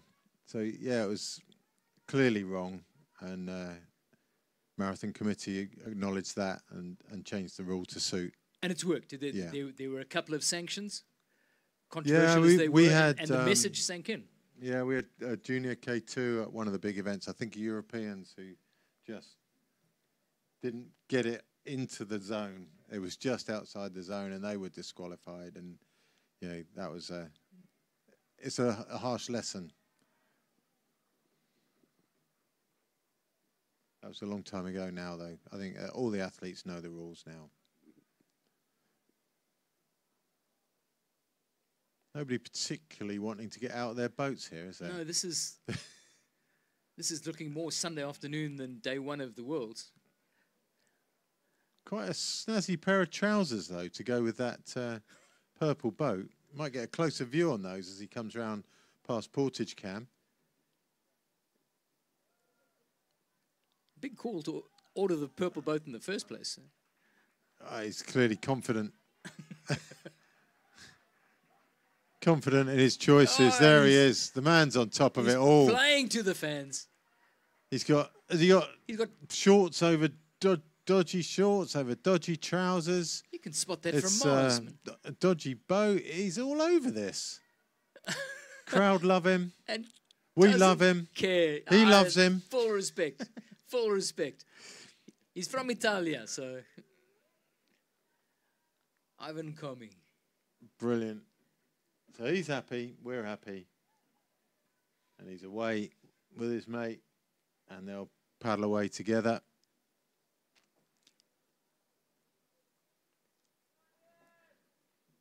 No special hurry from Mette Weinrich.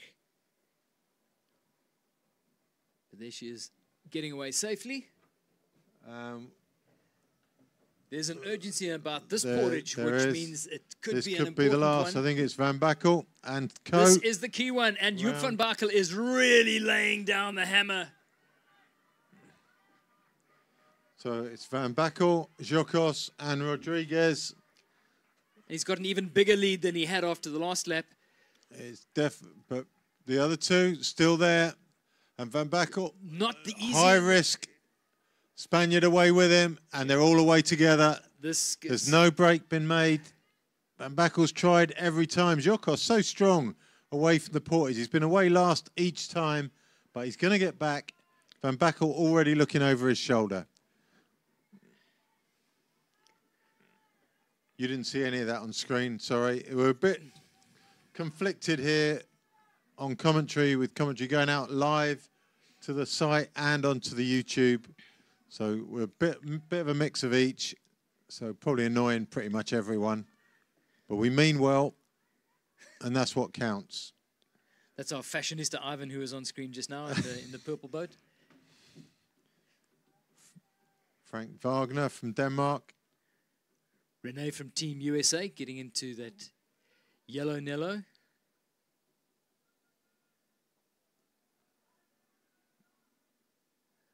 Lone Jesslund. Shrewd choice of boat, it must be said. If you're comfortable in it, chances are it's going to make you go quicker. I know you're telling me that it's you, not the boat, but for a lot of people, that's a psychological key turn. If you're comfortable, you're going to be fast. Yeah. And there's comfort is king.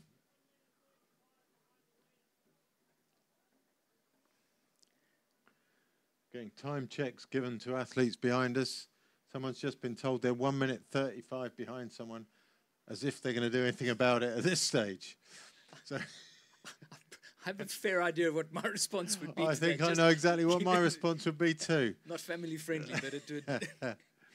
That is not helpful. Thanks for your information. It's very accurate and clinical, but it's totally unhelpful. Niels Hedderman in shot there. So the three-way duel, Van Bakel, Geekos, and Rodriguez, is about to come to a head, I believe. They're round the top turn now. That's Who's your money on? That's the short turn.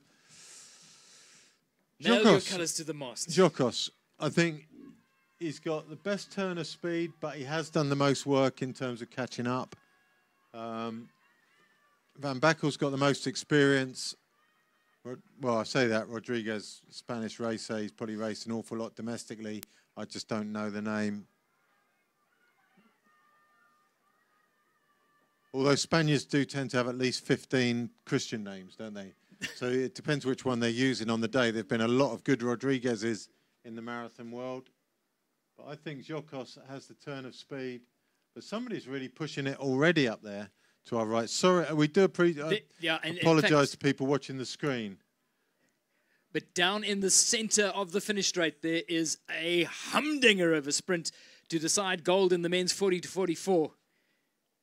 It is Jokos who's gone early, and I think potentially too early. Anyone can run down his wave now. That is a huge gamble. That is a long sprint home. He seems to be holding it at the moment. On screen, we've got paddlers going up to the top turn still, but it's definitely Jokos is going to take this. It's going to be tight between Rodriguez and Van Bakel. That is so impressive. But Jokos looks so strong coming out the portages. And this is going to be the first World Marathon Championship gold for Japan. Has to be. No, we've had the C1s. We had two C1 golds earlier. Yep. First kayak gold. But it's been he has butchered them on the way back from that. It has been a red letter day for Japan, and this has been such a great gold. Absolutely stunning victory there. Managed his race well. He wasn't the best on the portages. And Rodriguez is going to take silver. Joop van Bakel is going to take the bronze. It's been quality racing. Look at this. That was some finish from the Japanese.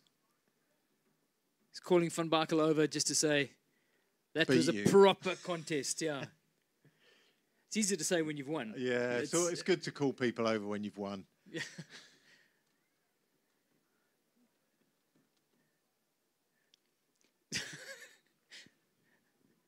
Thinly disguised as a congratulations hug. I think he just punched him in the head. Just like to point out that I beat you. So it's a 3-gold day for Japan. We were talking about nations that are normally out of the limelight. That's a seriously good result. That puts Japan up there, I would say, certainly in the Masters categories.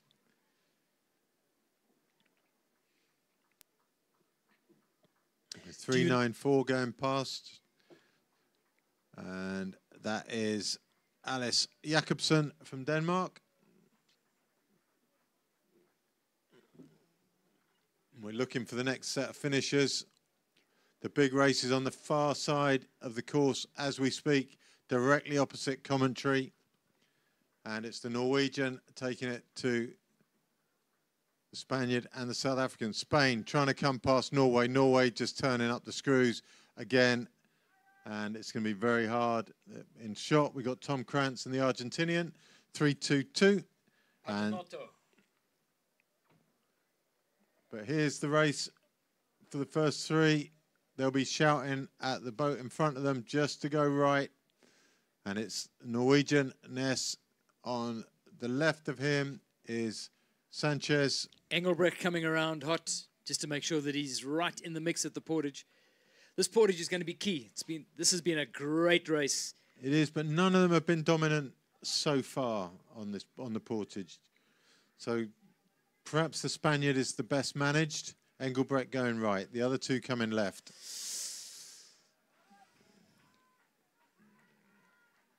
Ness, Engelbrecht, Sanchez. Enjoying running long. Engelbrecht with his overstern. First. They're all together, all out, pretty much together. Ness, the last of the three, but the fastest on the water. He's got a little bit spare. Engelbrecht going into the drink zone. Drink zone with one baby lap to go. He's just choosing to run through the drink zone. Maybe that puts him on the grass at this stage, so he's running faster on there. So, yeah, well planned. Let's see how this works out. So who's in first? It's the Norwegian, I think, is away first. Spaniard last, Engelbrecht second. So I think Sanchez got it a little bit sideways. The Norwegians to lose now. It's going to be so hard to overtake him. Spaniard will close the gap, I think. But to close the gap and to overtake is a big ask. I'm getting into the head of Peter Engelbrecht here. He has an opportunity to step onto the top step of a world podium. And I think this might just inspire something in the closing minutes of this game. Sanchez going sideways has put himself under pressure. Yeah, I'm going to call BS though, Dave, on you. Watch. I'm giving you an inside look into Peter Engelbrecht's head. My money's on Norway. Norway first, Spain second, Engelbrecht third is my order, Dave. I've written it down. So I'm going Norway, Spain, South Africa. I'm giving you South Africa, Norway, Spain. Dave has gone South Africa, Norway, Spain. Some decisions are made with your head, some with your heart. Watch this.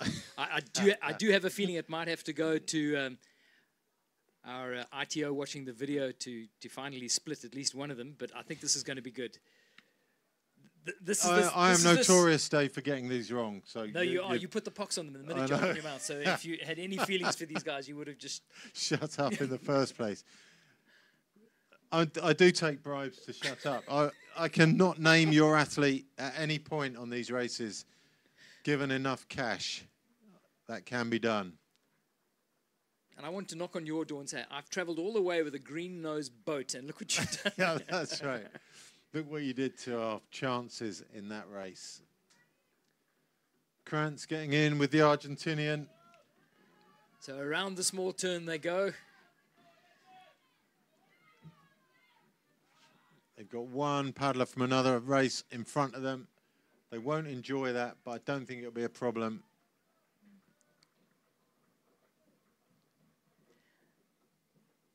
And the Canadian Edith Freed is right in the mixer as well.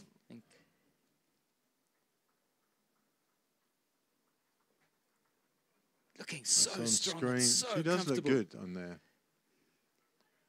Trying to work out where on the course she is. Edith actually embodies why we should all make an effort to get to Masters. She lives to paddle. Yeah. She lives in a part of the country which is miserably cold. To go and paddle at most stage would get you locked up in a small padded room. But she gets out because she needs to and loves to get onto the water. Just got a finisher coming across the line now.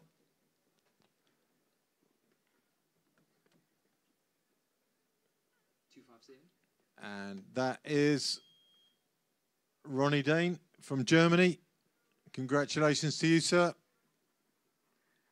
And the big finish comes down. So far, it's Norway leading, Spain left, South Africa right. Norway looking strong, maybe working hard. And this is going to be good. Nobody's really pulled the trigger. There's your Strap shot. yourselves it's Norway down, folks. From this Spain, is going to be good. From South Africa. Time's running out. Norway's gradually upping the ante Here we here. go. There goes Norway. It's whoever can stay. Spain's going hard on the left. Has Norway gone too hard too early? No. Spain. And there comes Engelbrecht on the outside. Go, you good thing. Oh, come on. Go, Norway. It's definitely Norway. It is. It's going to be Norway and then... It's Norway, then South Africa. Engelbrecht gets silver.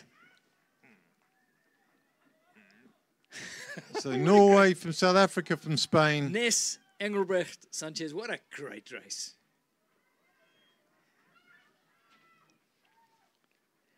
I got one position right, Dave. You got no positions right. Oh, no, you got Spain right. I did get Spain one right. each, but I got the winner. And you only got third place. So I'm calling bragging rights over that. Peter's made a mark. I think he'll be pleased with that. I think when it came down to the final sprint, there was a bit more diesel engine than turbo. Yeah. And he just didn't have what it takes. I could smell the diesel a mile off, Dave. It's got a distinctive smell, the diesel. And you, The next ceremony in half an hour, hopefully, if everybody finish up. so looking now for the next bit of excitement. Just trying to work out where on the course everyone is. And I think we've got Belen Sanchez coming down to win the women's 50 to 54 comfortably, more than comfortably actually. She's been alone from the second lap. Still looking strong. So Belen Sanchez, first and world champion in the K1 women 50 to 54. Very nicely done. We're improving. So we just need the result sheet. Yes, exactly. So the races need to be done, then we get them approved, and we will begin. These races were all now. Yeah, exactly. Okay. So from this afternoon to now. So we might land up doing these, and then have to wait until all of these ready. Yeah. I don't know that they'll all be off the wall. Cool. Sounds good. So Sanchez, a class apart from the rest of her field today. And coming across the line Thank you. next, we've got Tom Krantz just behind the Argentinian Paganotto.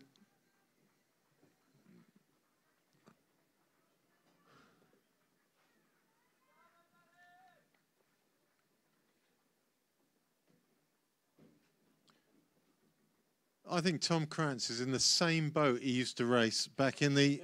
I'm not joking, that has to be the same boat he used to race back in the 80s, in the marathons, 80s, early 90s. Are we looking at an old eagle? You're looking at a Curtin Talon maybe, or something like that. Okay.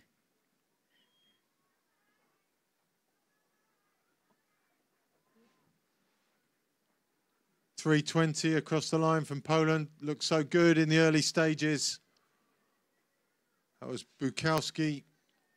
He was in the front group for quite a while.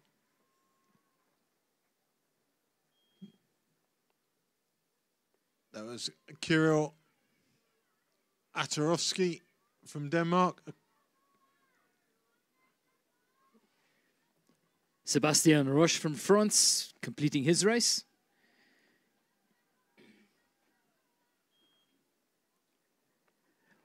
Waldo van der Linde wrapping up his race in the white boat. Well done, Waldo. Lives up in Uppington in the remote parts of the Northern Cape.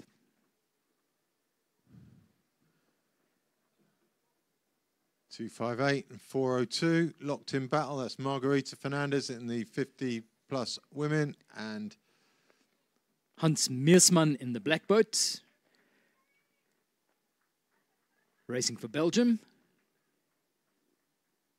a couple of big finishes coming down. Groups of 3, 4. Everything to play for. Bit hard to tell if they're all in the same events or not. Hans dispensing with the niceties of a warm down. Did a handbrake turn right on the finish line and he's going home. Going home. 397 in shot there. Esther van Luizen from the Netherlands. And 415 all the way from Great Britain is Carolyn Banson.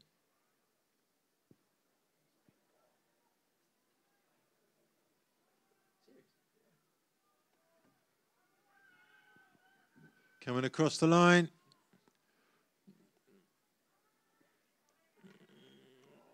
.347 is Jette Baulum. 258 is Tommy Hinch. I think that's second and third in the women's. Is it right there?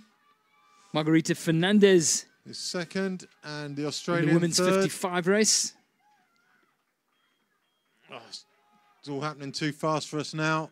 Another group of 3 across. Czech Republic Dave Francis in the green boat.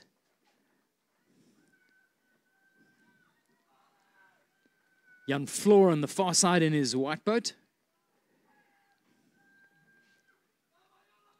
Another big finish.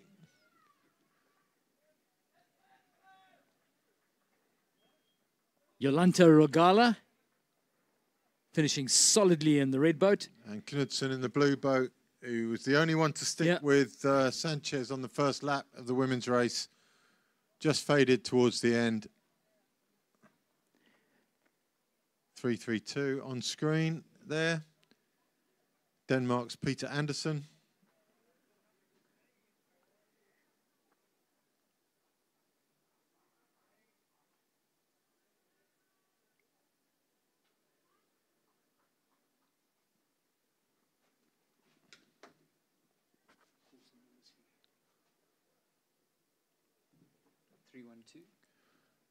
Benjamin Hewitt coming across the line now for Australia.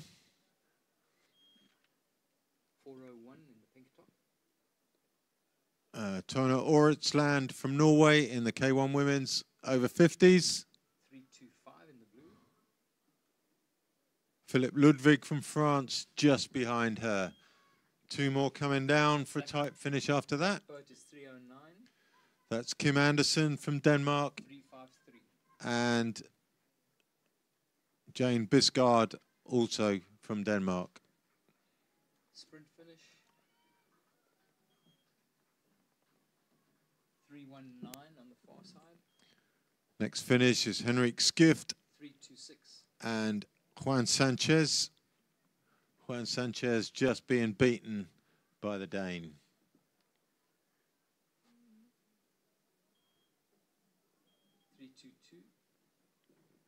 Next to come in, Argentina's. That's not right. I made a mistake on that one, sorry. So that's Peter Andersen from Denmark, next across the line.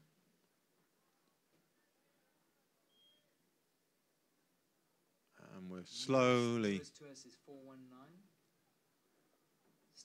Sandra Steraj from Italy. 3:21 on the far side. And on the far side, just to her right, is Gary Wade from Canada. Gary Wade finishing up his first World Marathon Champs race. Be pleased with that outing. Good one, Gary. Well done.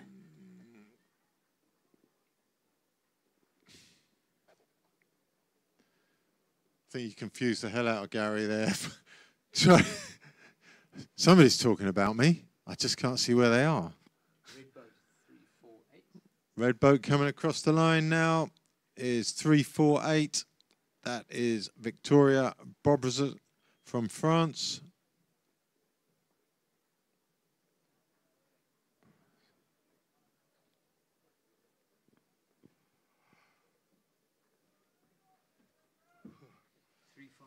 Nearest us. 4:13. Heidi Grongard locked in battle with Edith Fried. And Edith looks like she's going to take this one. But that's another close call. That's, yeah, I'm not going to call that one.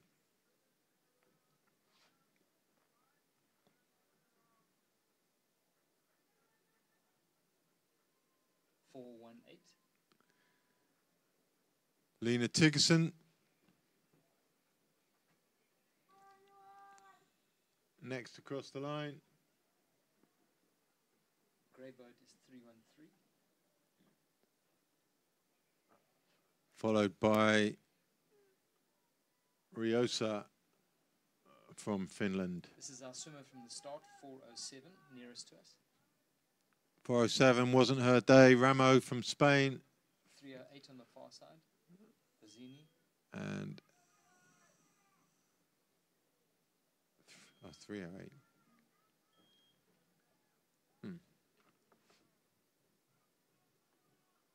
3:08. There was Bortolotto, Gabriele Bortolotto from Italy.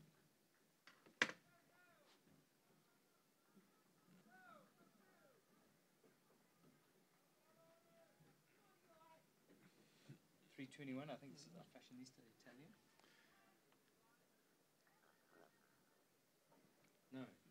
321 is Gary Wade. No, it's not. Gary's finished. Sorry. 311. No. Yes, 311. Frank Wagner followed by coming in. 331. And 331 Is is Ivan Comey, of the pants. the most fashionable man on the course. Well done, Ivan Comey. Proper crowd pleaser. 392 in shot on the water out there. Karen Boyle from Denmark.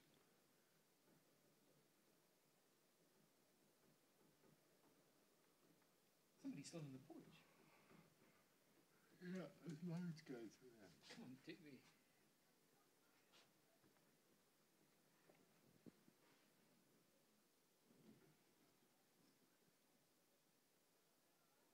This is our English fin. Big one.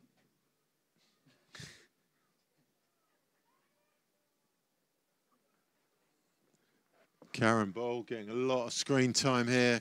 Crowd favourite, obviously. Maybe related to the cameraman. He's got an eye for a camera too, so you can see it from there, look.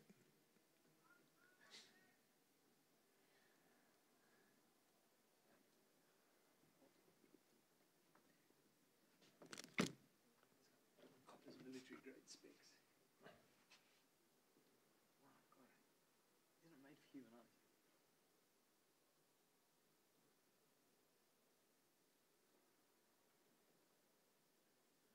I think Karen's had more screen time than any other individual athlete today. We need to find a backstory here. 314 is the black shirt. Coming down to the finish, though, is Niels Hedman.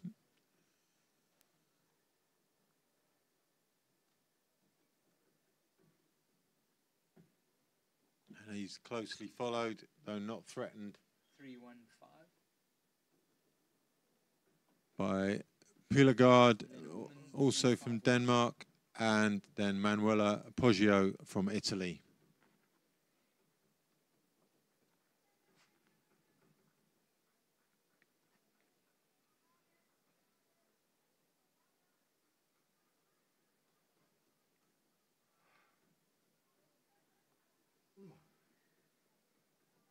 Gary Wade, who we were talking about earlier,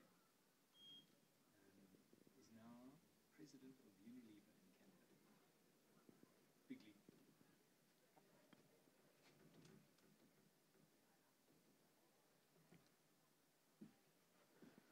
So we've got a little while now till the next finish. There's a little group coming down here. Group of 5. Wins. Close is 397. First of those is Esther van Luysen. On the far side, Lohusen. 318. Denmark's Rico Leth. On the far side, 259. Nearest to us, Brian Henningsen, closest to us. 406. 406, Spain's Isabella Ubuera. And 416, the black road. And Mette Weinrich from Denmark. I was going to say last of those, but she's going to overtake. And all 5 finishing pretty close together. 398, red shirt. But stealing some solo glory just behind them. Not risking coming in a group and sharing the limelight.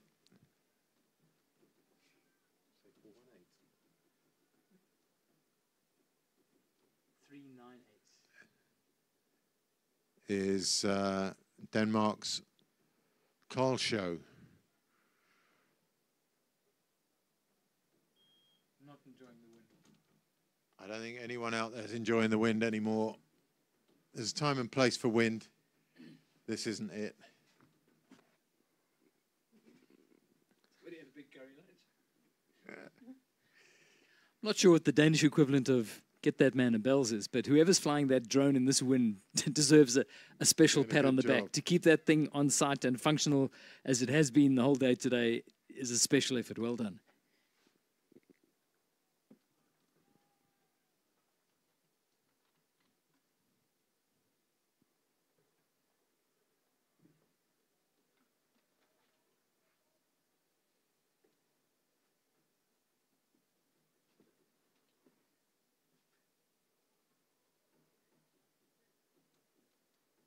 Three, 2, 7, nearly falling in. Knows it too. 3:27. Anders Krintel. He'll be glad when that finish line comes. He is not looking like he's enjoying those last few meters. He is done. 3:55 is the back boat. Next in, Jesslyn. Lorna Jesland. 4:10 USA. Elizabeth Holmes behind from the USA. 3 boats together. 4:05 on the far side. Next finish is No. My bad. 3:03. 3:93. Richard Nichols from Finland. 3:93. Australia. Pauline Findley from 4, Sweden. 1-2. And Sanna Larsen from Denmark. And then 4:05. Just behind them, boat 4:05 is Espetel Freudis.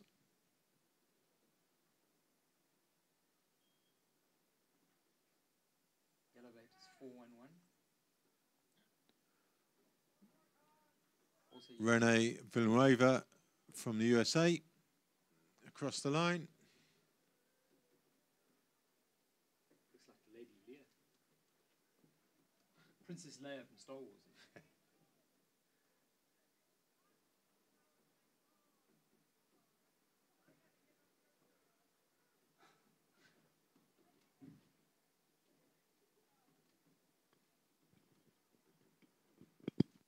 Only one voice from the mirror, it's American.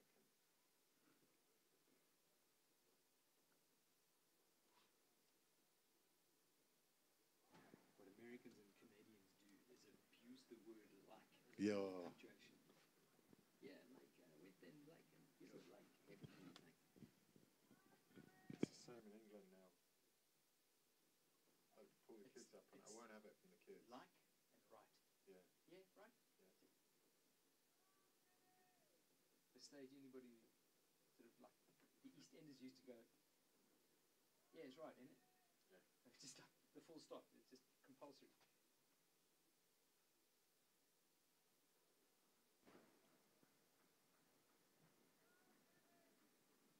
These things are too good. I actually can't find them. I'm serious. I can't find anybody. You're too high. Where's that? Blue boat is 394. Alice Jacobson coming across the line now. Her day's done. Doesn't want to stop though. I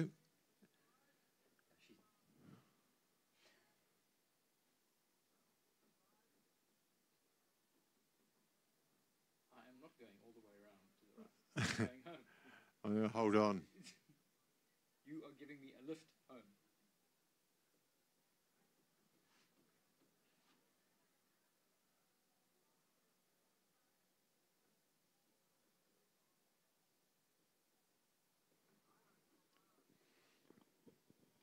Red and white vest is 396.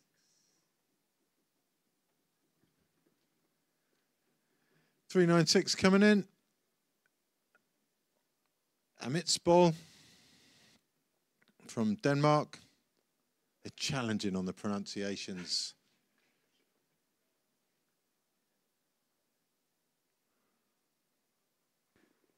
No, I got to say you've aced it, Ivan. That's because you also have no idea, Dave. the public out here are cringing every time we say a Scandinavian name.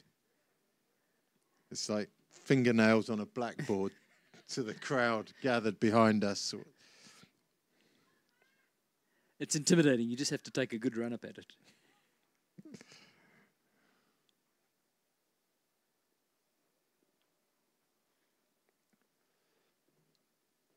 So it's been a great day of Masters racing, hasn't it? I mean, we're just picking up the tail enders now. There's a few to finish, not many. But, I don't know, highlights for me, that morning session, the first race with the Spanish guy who pulled away was just unbelievable. Unbelievable quality at, I don't know, an age where you don't expect unbelievable quality. He is the real winner for me today. Yeah, you want to see marathon races, which comes down to just that little bit extra special in the final 15 seconds. Yeah. Somebody's got to Yeah. have a turbo that just pushes them clear. When that does happen, it's thrilling to watch.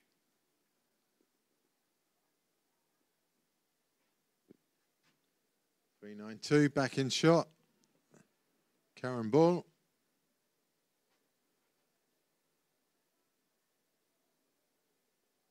Looks like from Silkeborg Kayak Club. 346. Could well be wrong. I'm working that from an S and a K. I could have overguessed, but it looks like a possibility at least. 346.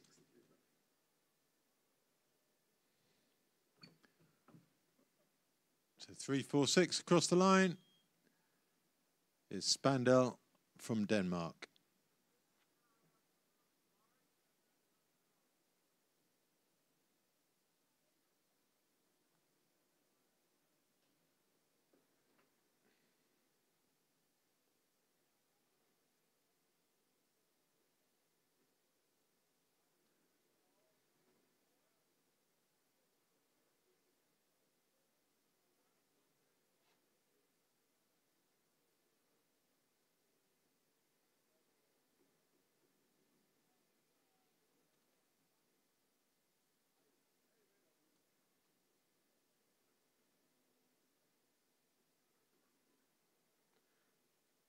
.306 still giving it his best shot out there, working hard. Carsten Randers from Denmark.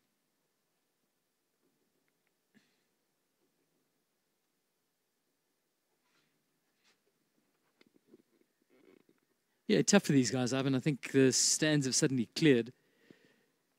I think everybody who's now seen their loved one come in or... That was just our pronunciations, Dave. We've managed to clear the stand with our abhorrent pronunciation of very familiar family names in Denmark.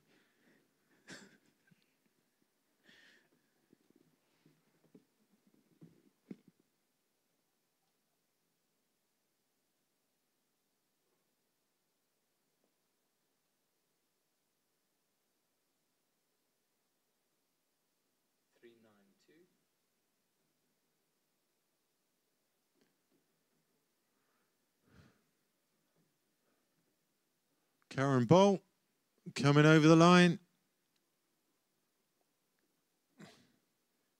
I want to know who she is. She's had a lot of screen time. There's something about her.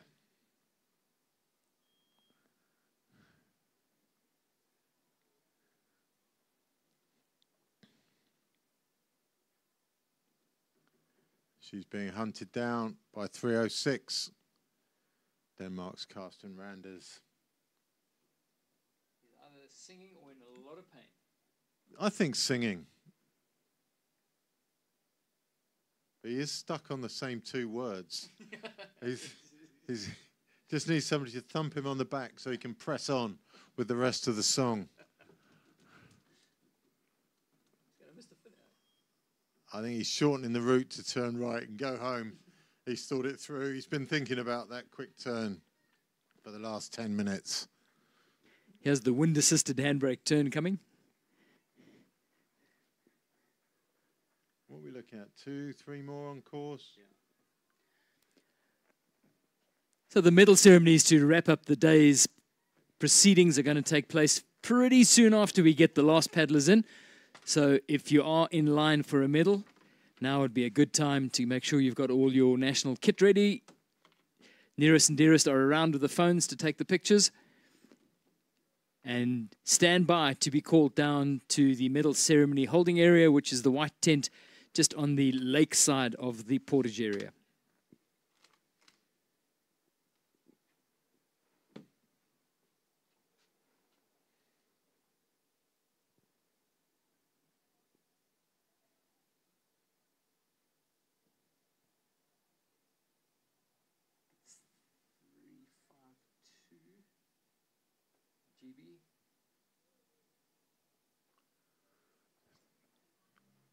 So Kelly Barkway from Great Britain coming across the line. Go, Kelly. Oh, sorry, Kelly.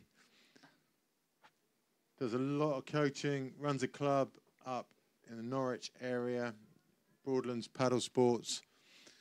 Does a lot of good work back home. And she's just got that last little bit to the line. It looks a long way from where she is right now. Come on, Kelly. You got this.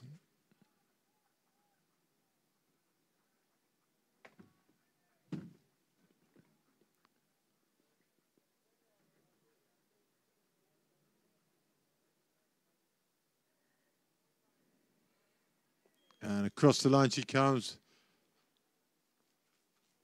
Well done, Kelly. Good day out. Thanks for the wave. 391, the orange boat. Closely followed by 391, Cornelia Muller from Denmark.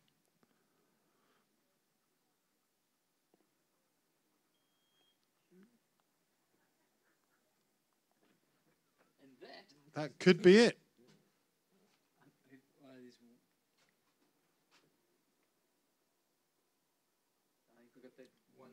To the turn. Still going to the turn.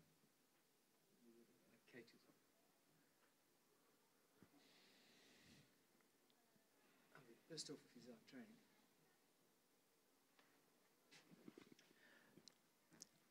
So, folks, it's been a great first day's racing at the Marathon Worlds.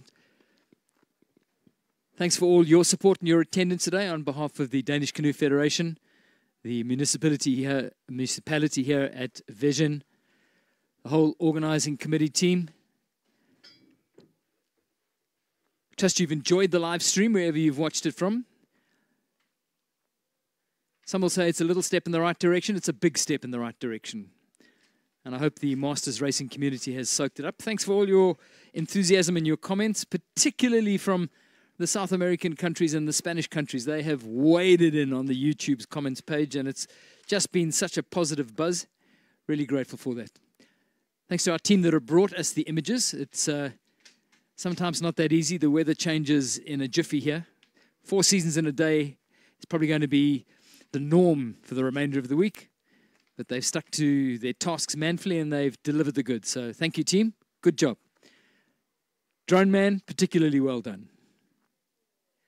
Reminder once again that the medal ceremonies for the final session are about to get underway. So if you are still outstanding medals from the 3rd session and all the medals from the session that has just been completed, those are going to be awarded very shortly. So if you are in line for a place on the podium, please make sure you are on standby. You've got your clean kit on, you've got your tracksuit, your national kit ready, and you are ready to be summoned down to the medal ceremony holding tent, which is the white tent immediately on the Lake Gels side of the start of the grass of the portage area.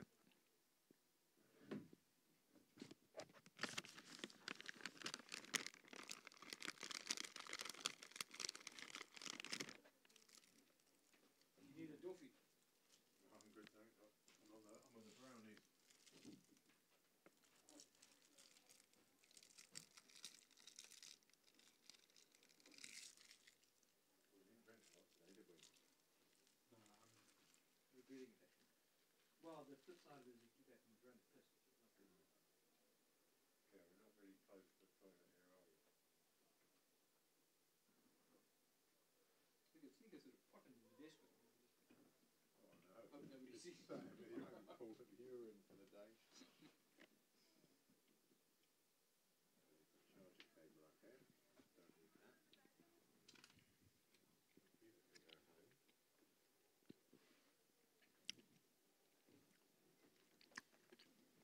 if you are still around, the final finisher is heading down into the finish straight. Just done it, so I'll do it again now. Fully mindful and sympathetic of the last paddler home position.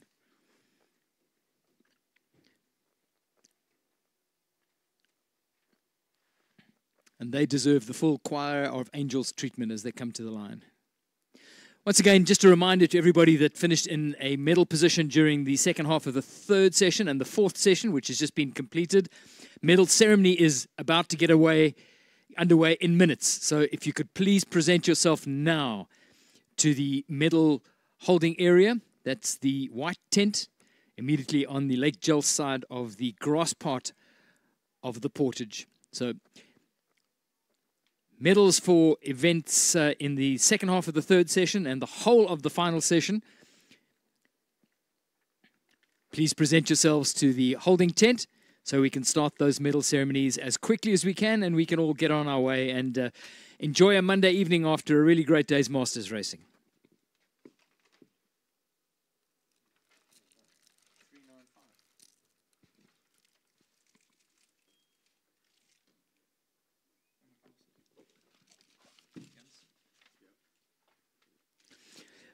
Rebecca Janssen crossing the line. Welcome home. Well done.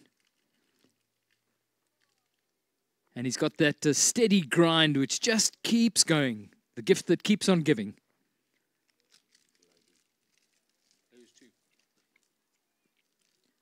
Congratulations to her.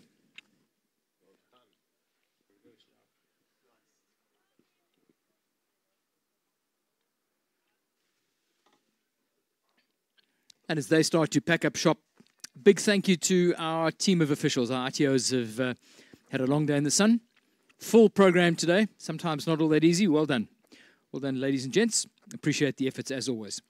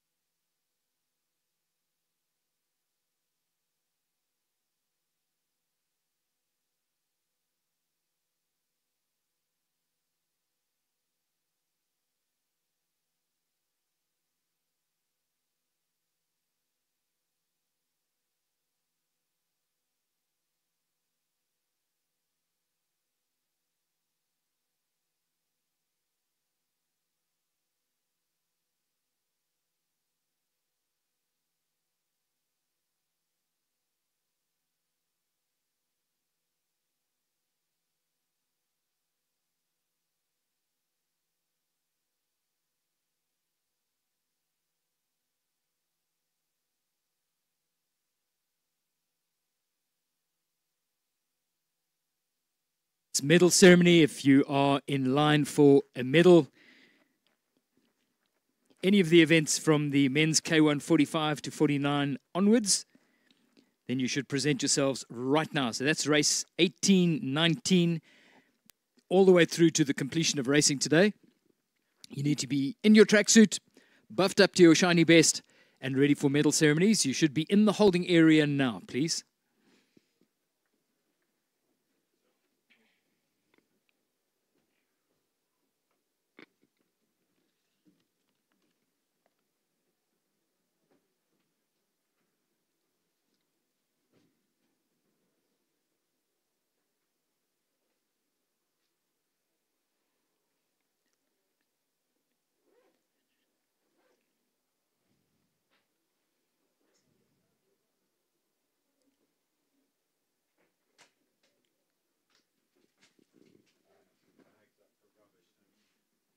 That's a good call.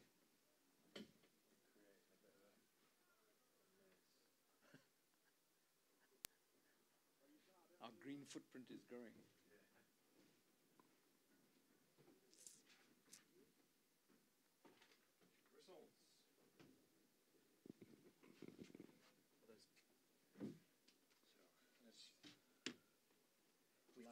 We've got these already. But these are unofficial, and there is actually a change in these, so we cannot. Okay, count. so we need to replace them. No, we go after these. These are the official results. So we start with K1 men. Let's see if we can find that first here. K1 woman, K1 woman, 60, 64. K1 men. This is the wrong one, hey? 40 to 44, we're doing 45 to 49. So just check that. This is also the, oh no, maybe, that is wrong. We do it later. Ah, yes, that's K1. So Men 40 to 44, men 50 to 54. We've got two copies of men 50 to 54. What's going on here? I think it's, where is it? K1 22, see, we don't need that page. We can take the page away. We're definitely short of results. Women 50 to 54. So we've done that. We've got that. We've got that. Women 50 to 54. Got that. That one. And we've got that. So we're missing all the other ones. Eh? We might have to go through. In fact, have a look at the ones we've just taken away, because I think that those might be official, because those are from much earlier. Uda, vi mangler nogle officielle resultater.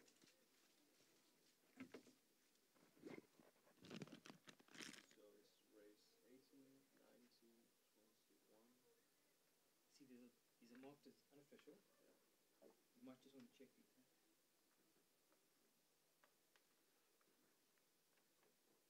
So these are the ones that we're missing. 18, 19, Uda, kan du høre mig? 21, 22. Vi mangler race 18, 19, 21, 22. Officielle resultater.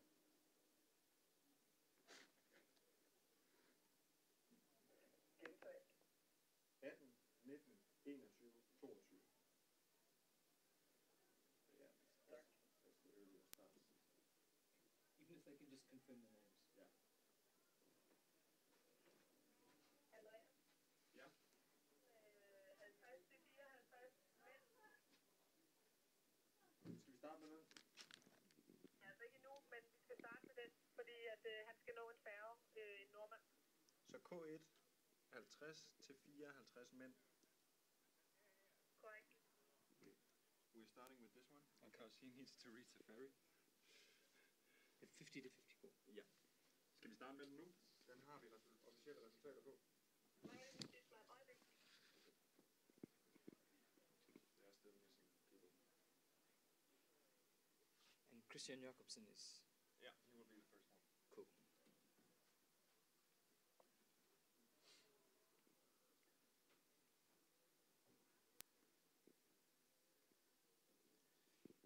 Final quick reminder to any athlete that is due to get a medal. for races 18, 19, and 21, all the way through to the completion of racing today. You should present yourselves now to the medal ceremony holding tent. Medal ceremony is just about to get underway.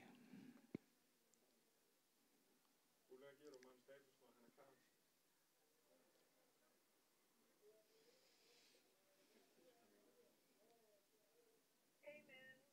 150 to 54. I'll just bring them forward. So 1 minute. 50 to 54. So shortly I can put on the short fanfare. Yeah. And you can make the introduction and then we can go. Official? Perfect. Thank you.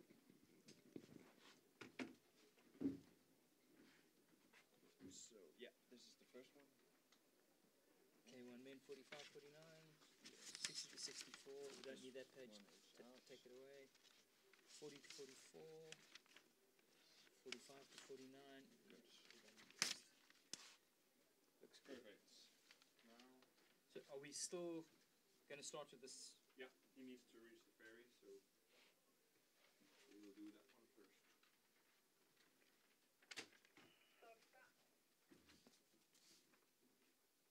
Super, jeg kører fanfaren nu, og så kommer der en introduktion. Okay, I will play the fanfare and then we will go. This one first. Yeah. Yeah. That's not Okay. just yeah. I'll hit it. Good.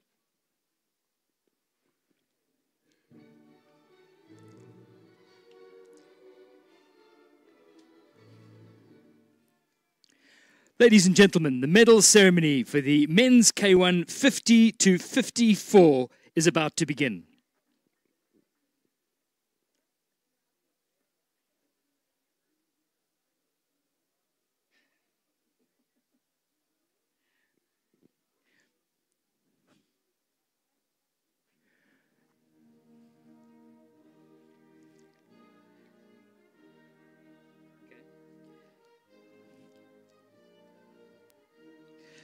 So, ladies and gentlemen, we present the medalists for the men's K1 50 to 54.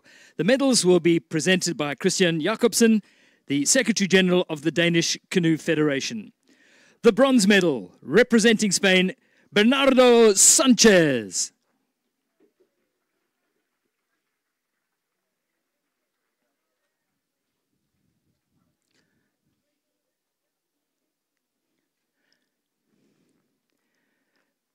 The silver medal, representing South Africa, Peter Engelbrecht.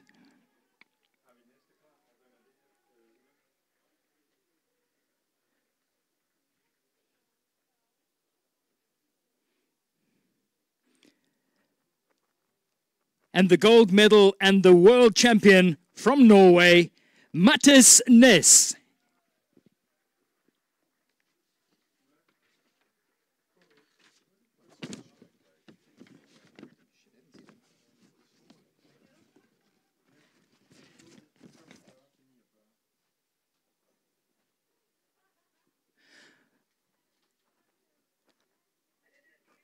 Congratulations to you.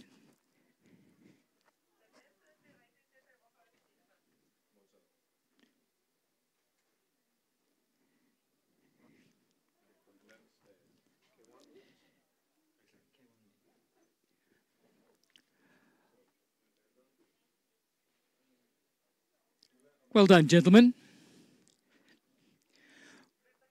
We now move on to the medal ceremony for the K1 men 45 to 49.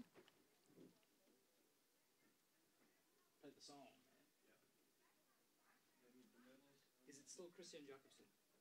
I'm getting a confirm on that. Tanya. Så det er Tanya nu. Is it Tanya? Yes. Okay. Er I klar?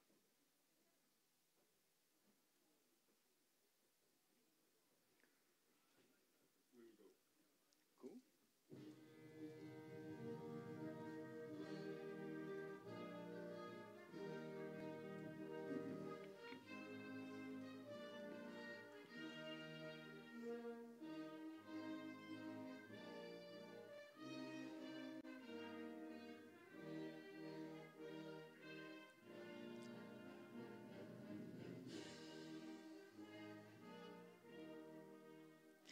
Ladies and gentlemen, we present the medalists for the men's K1 45 to 49.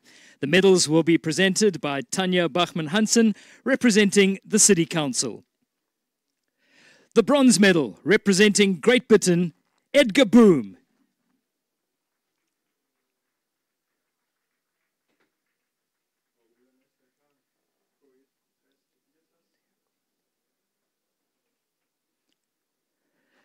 The silver medal, representing Spain, Adolfo Monteagudo.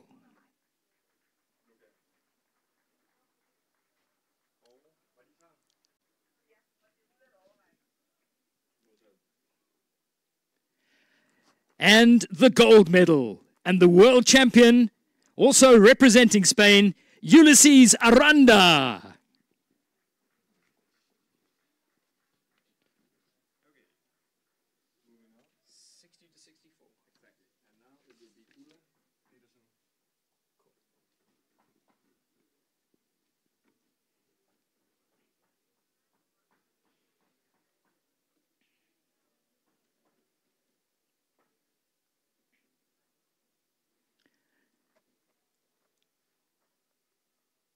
Congratulations, gentlemen. We now move on to the medal ceremony for the men's K1 60 to 64.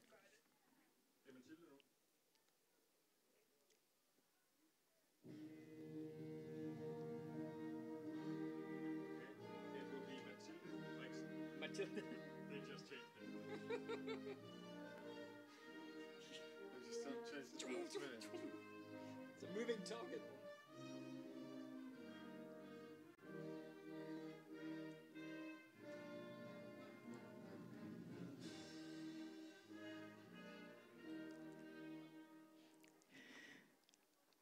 Ladies and gentlemen, we present the medalists from the men's K1 60 to 64.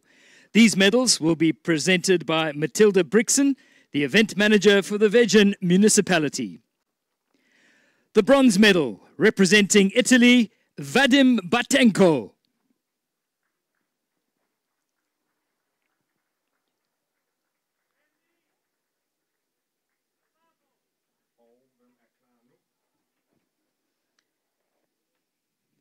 The silver medal, also representing Italy, Giuseppe Fusso.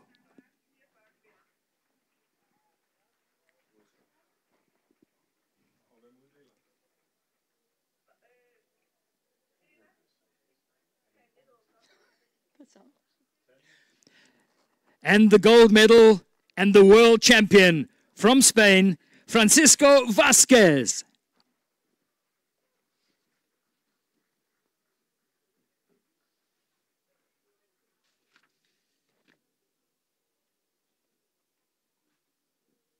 Women 40 to 44. Yes. Cool. Who? Tanya. Tanya again.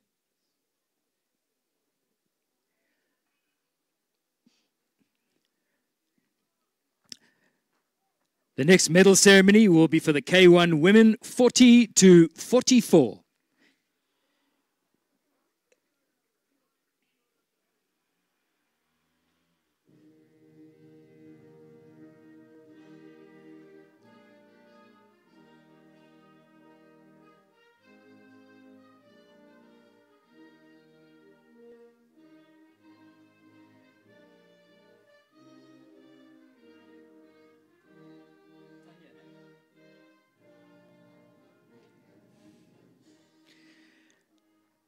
Ladies and gentlemen, we present the medalists for the women's K1 40 to 44.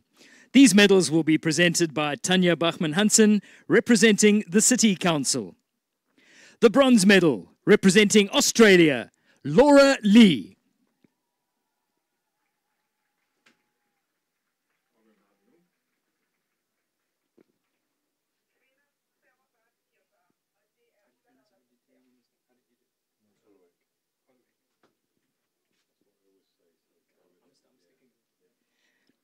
The silver medal, representing Argentina, Maria Koloek.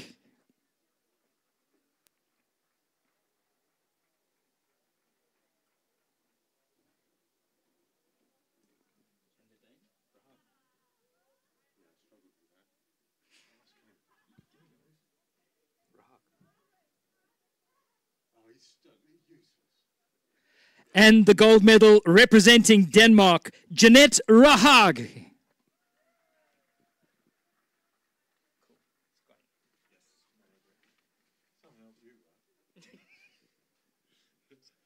Yesterday they told me I should do British speaking. I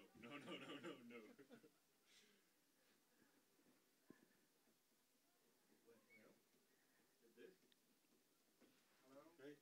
I'm the other one who's working. The other one. Don't have a name, right? Yeah, Anders. Annis. Hi, Annis. Dave. And I then. Congratulations. We now move to the medal ceremony for the women's K1 45 to 49. Who's presenting this one? I told Ulla.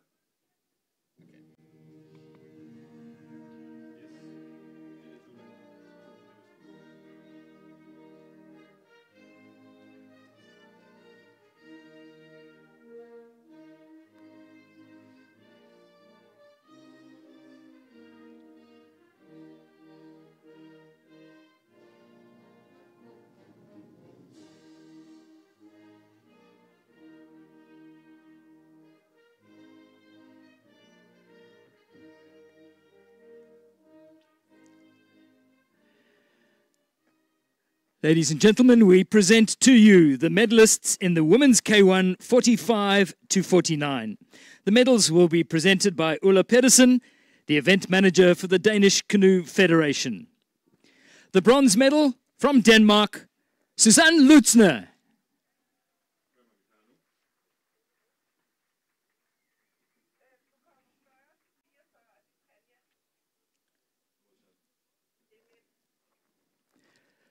The silver medal representing Switzerland, Monica Duck.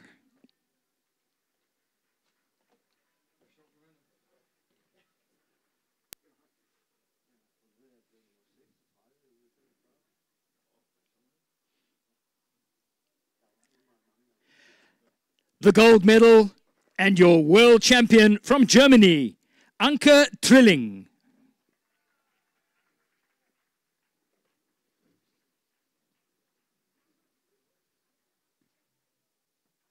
Okay, men 40 to 44. Tanya again.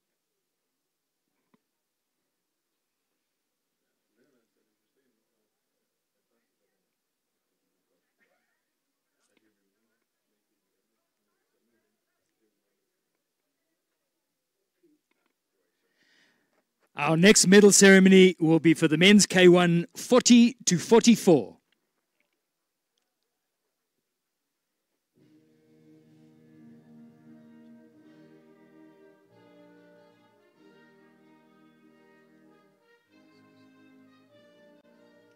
So this is Tanya.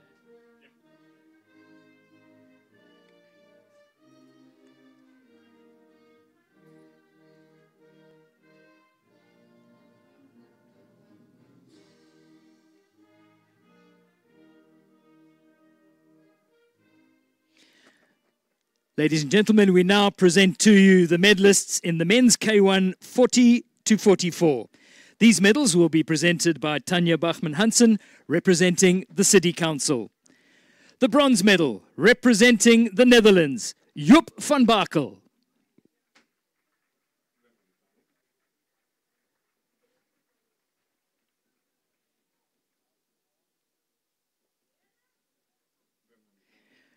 The silver medal, from Spain, Jesus Rodriguez.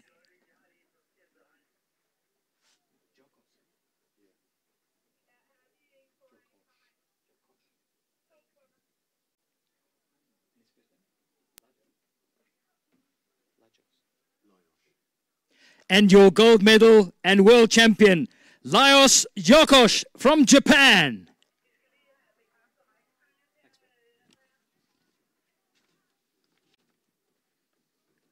Spanien. Helene vinder. Jette fra Danmark nummer 2. Og en Spanien Blanca nummer 3.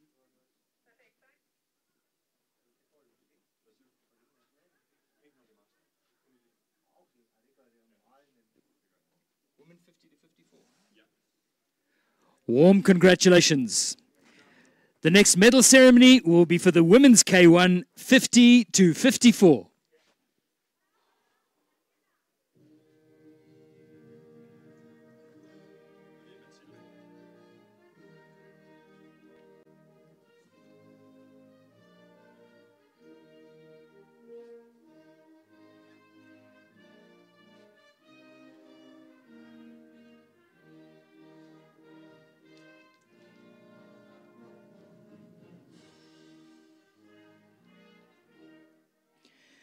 Ladies and gentlemen, we present to you the medalist for the women's K1 50 to 54.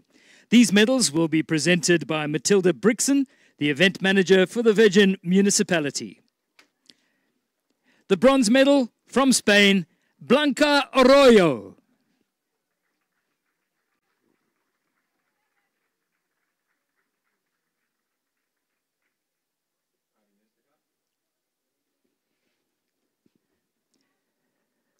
The silver medal, representing Denmark, Jette Bylum.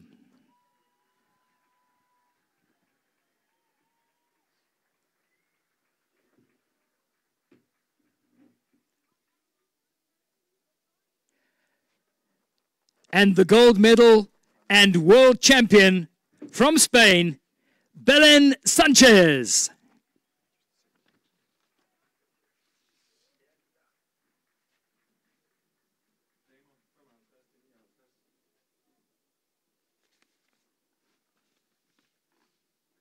What are you doing next?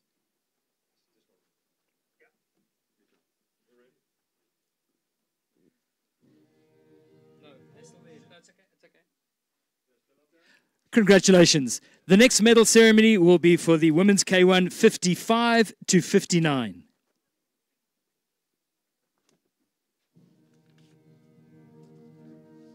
And who's the presenter? Tanya.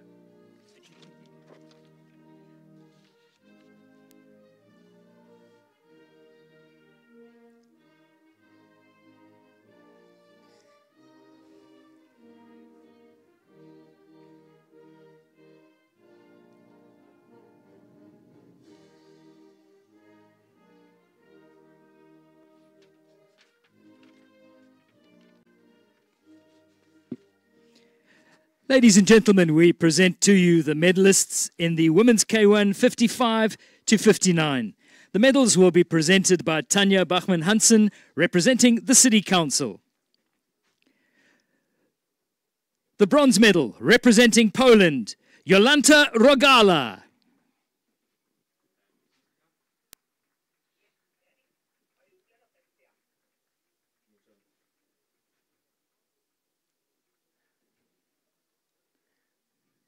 The silver medal, representing Australia, Daniela Torre.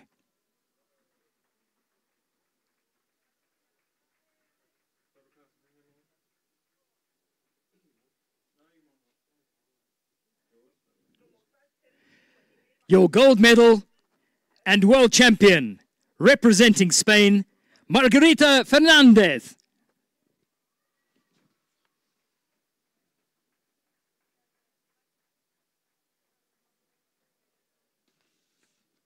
Women 60 to 64? Yes, the last one. Is that the last one? Cool. Happy. And who's presenting?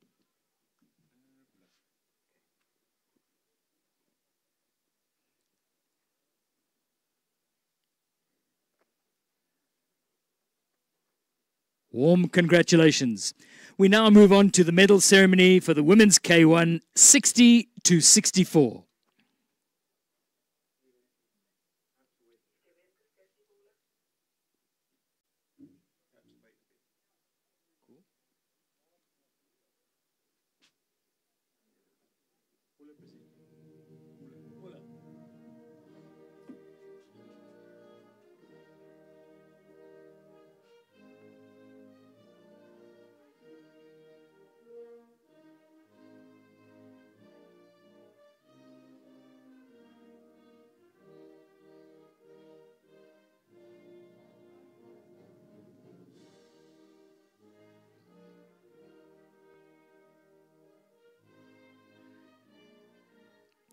Ladies and gentlemen, we present to you The medalists from the women's K1 60 to 64.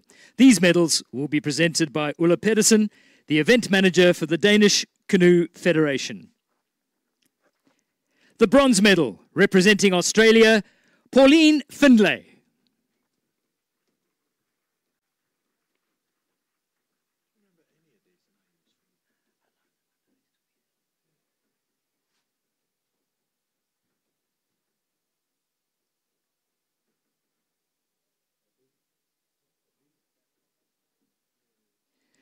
Your silver medal, representing Denmark, Jette Karlshøj.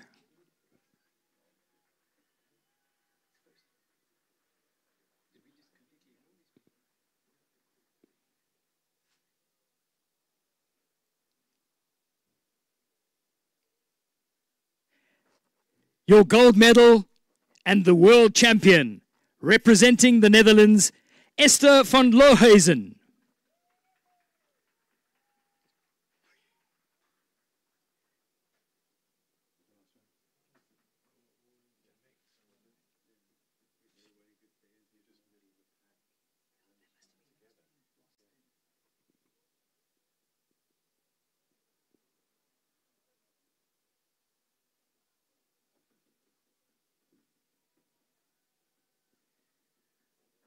Warm congratulations. That concludes the medal ceremony for the first day of the ICF Canoe Marathon World Championships. Please have a good evening. We look forward to seeing you back on course tomorrow morning.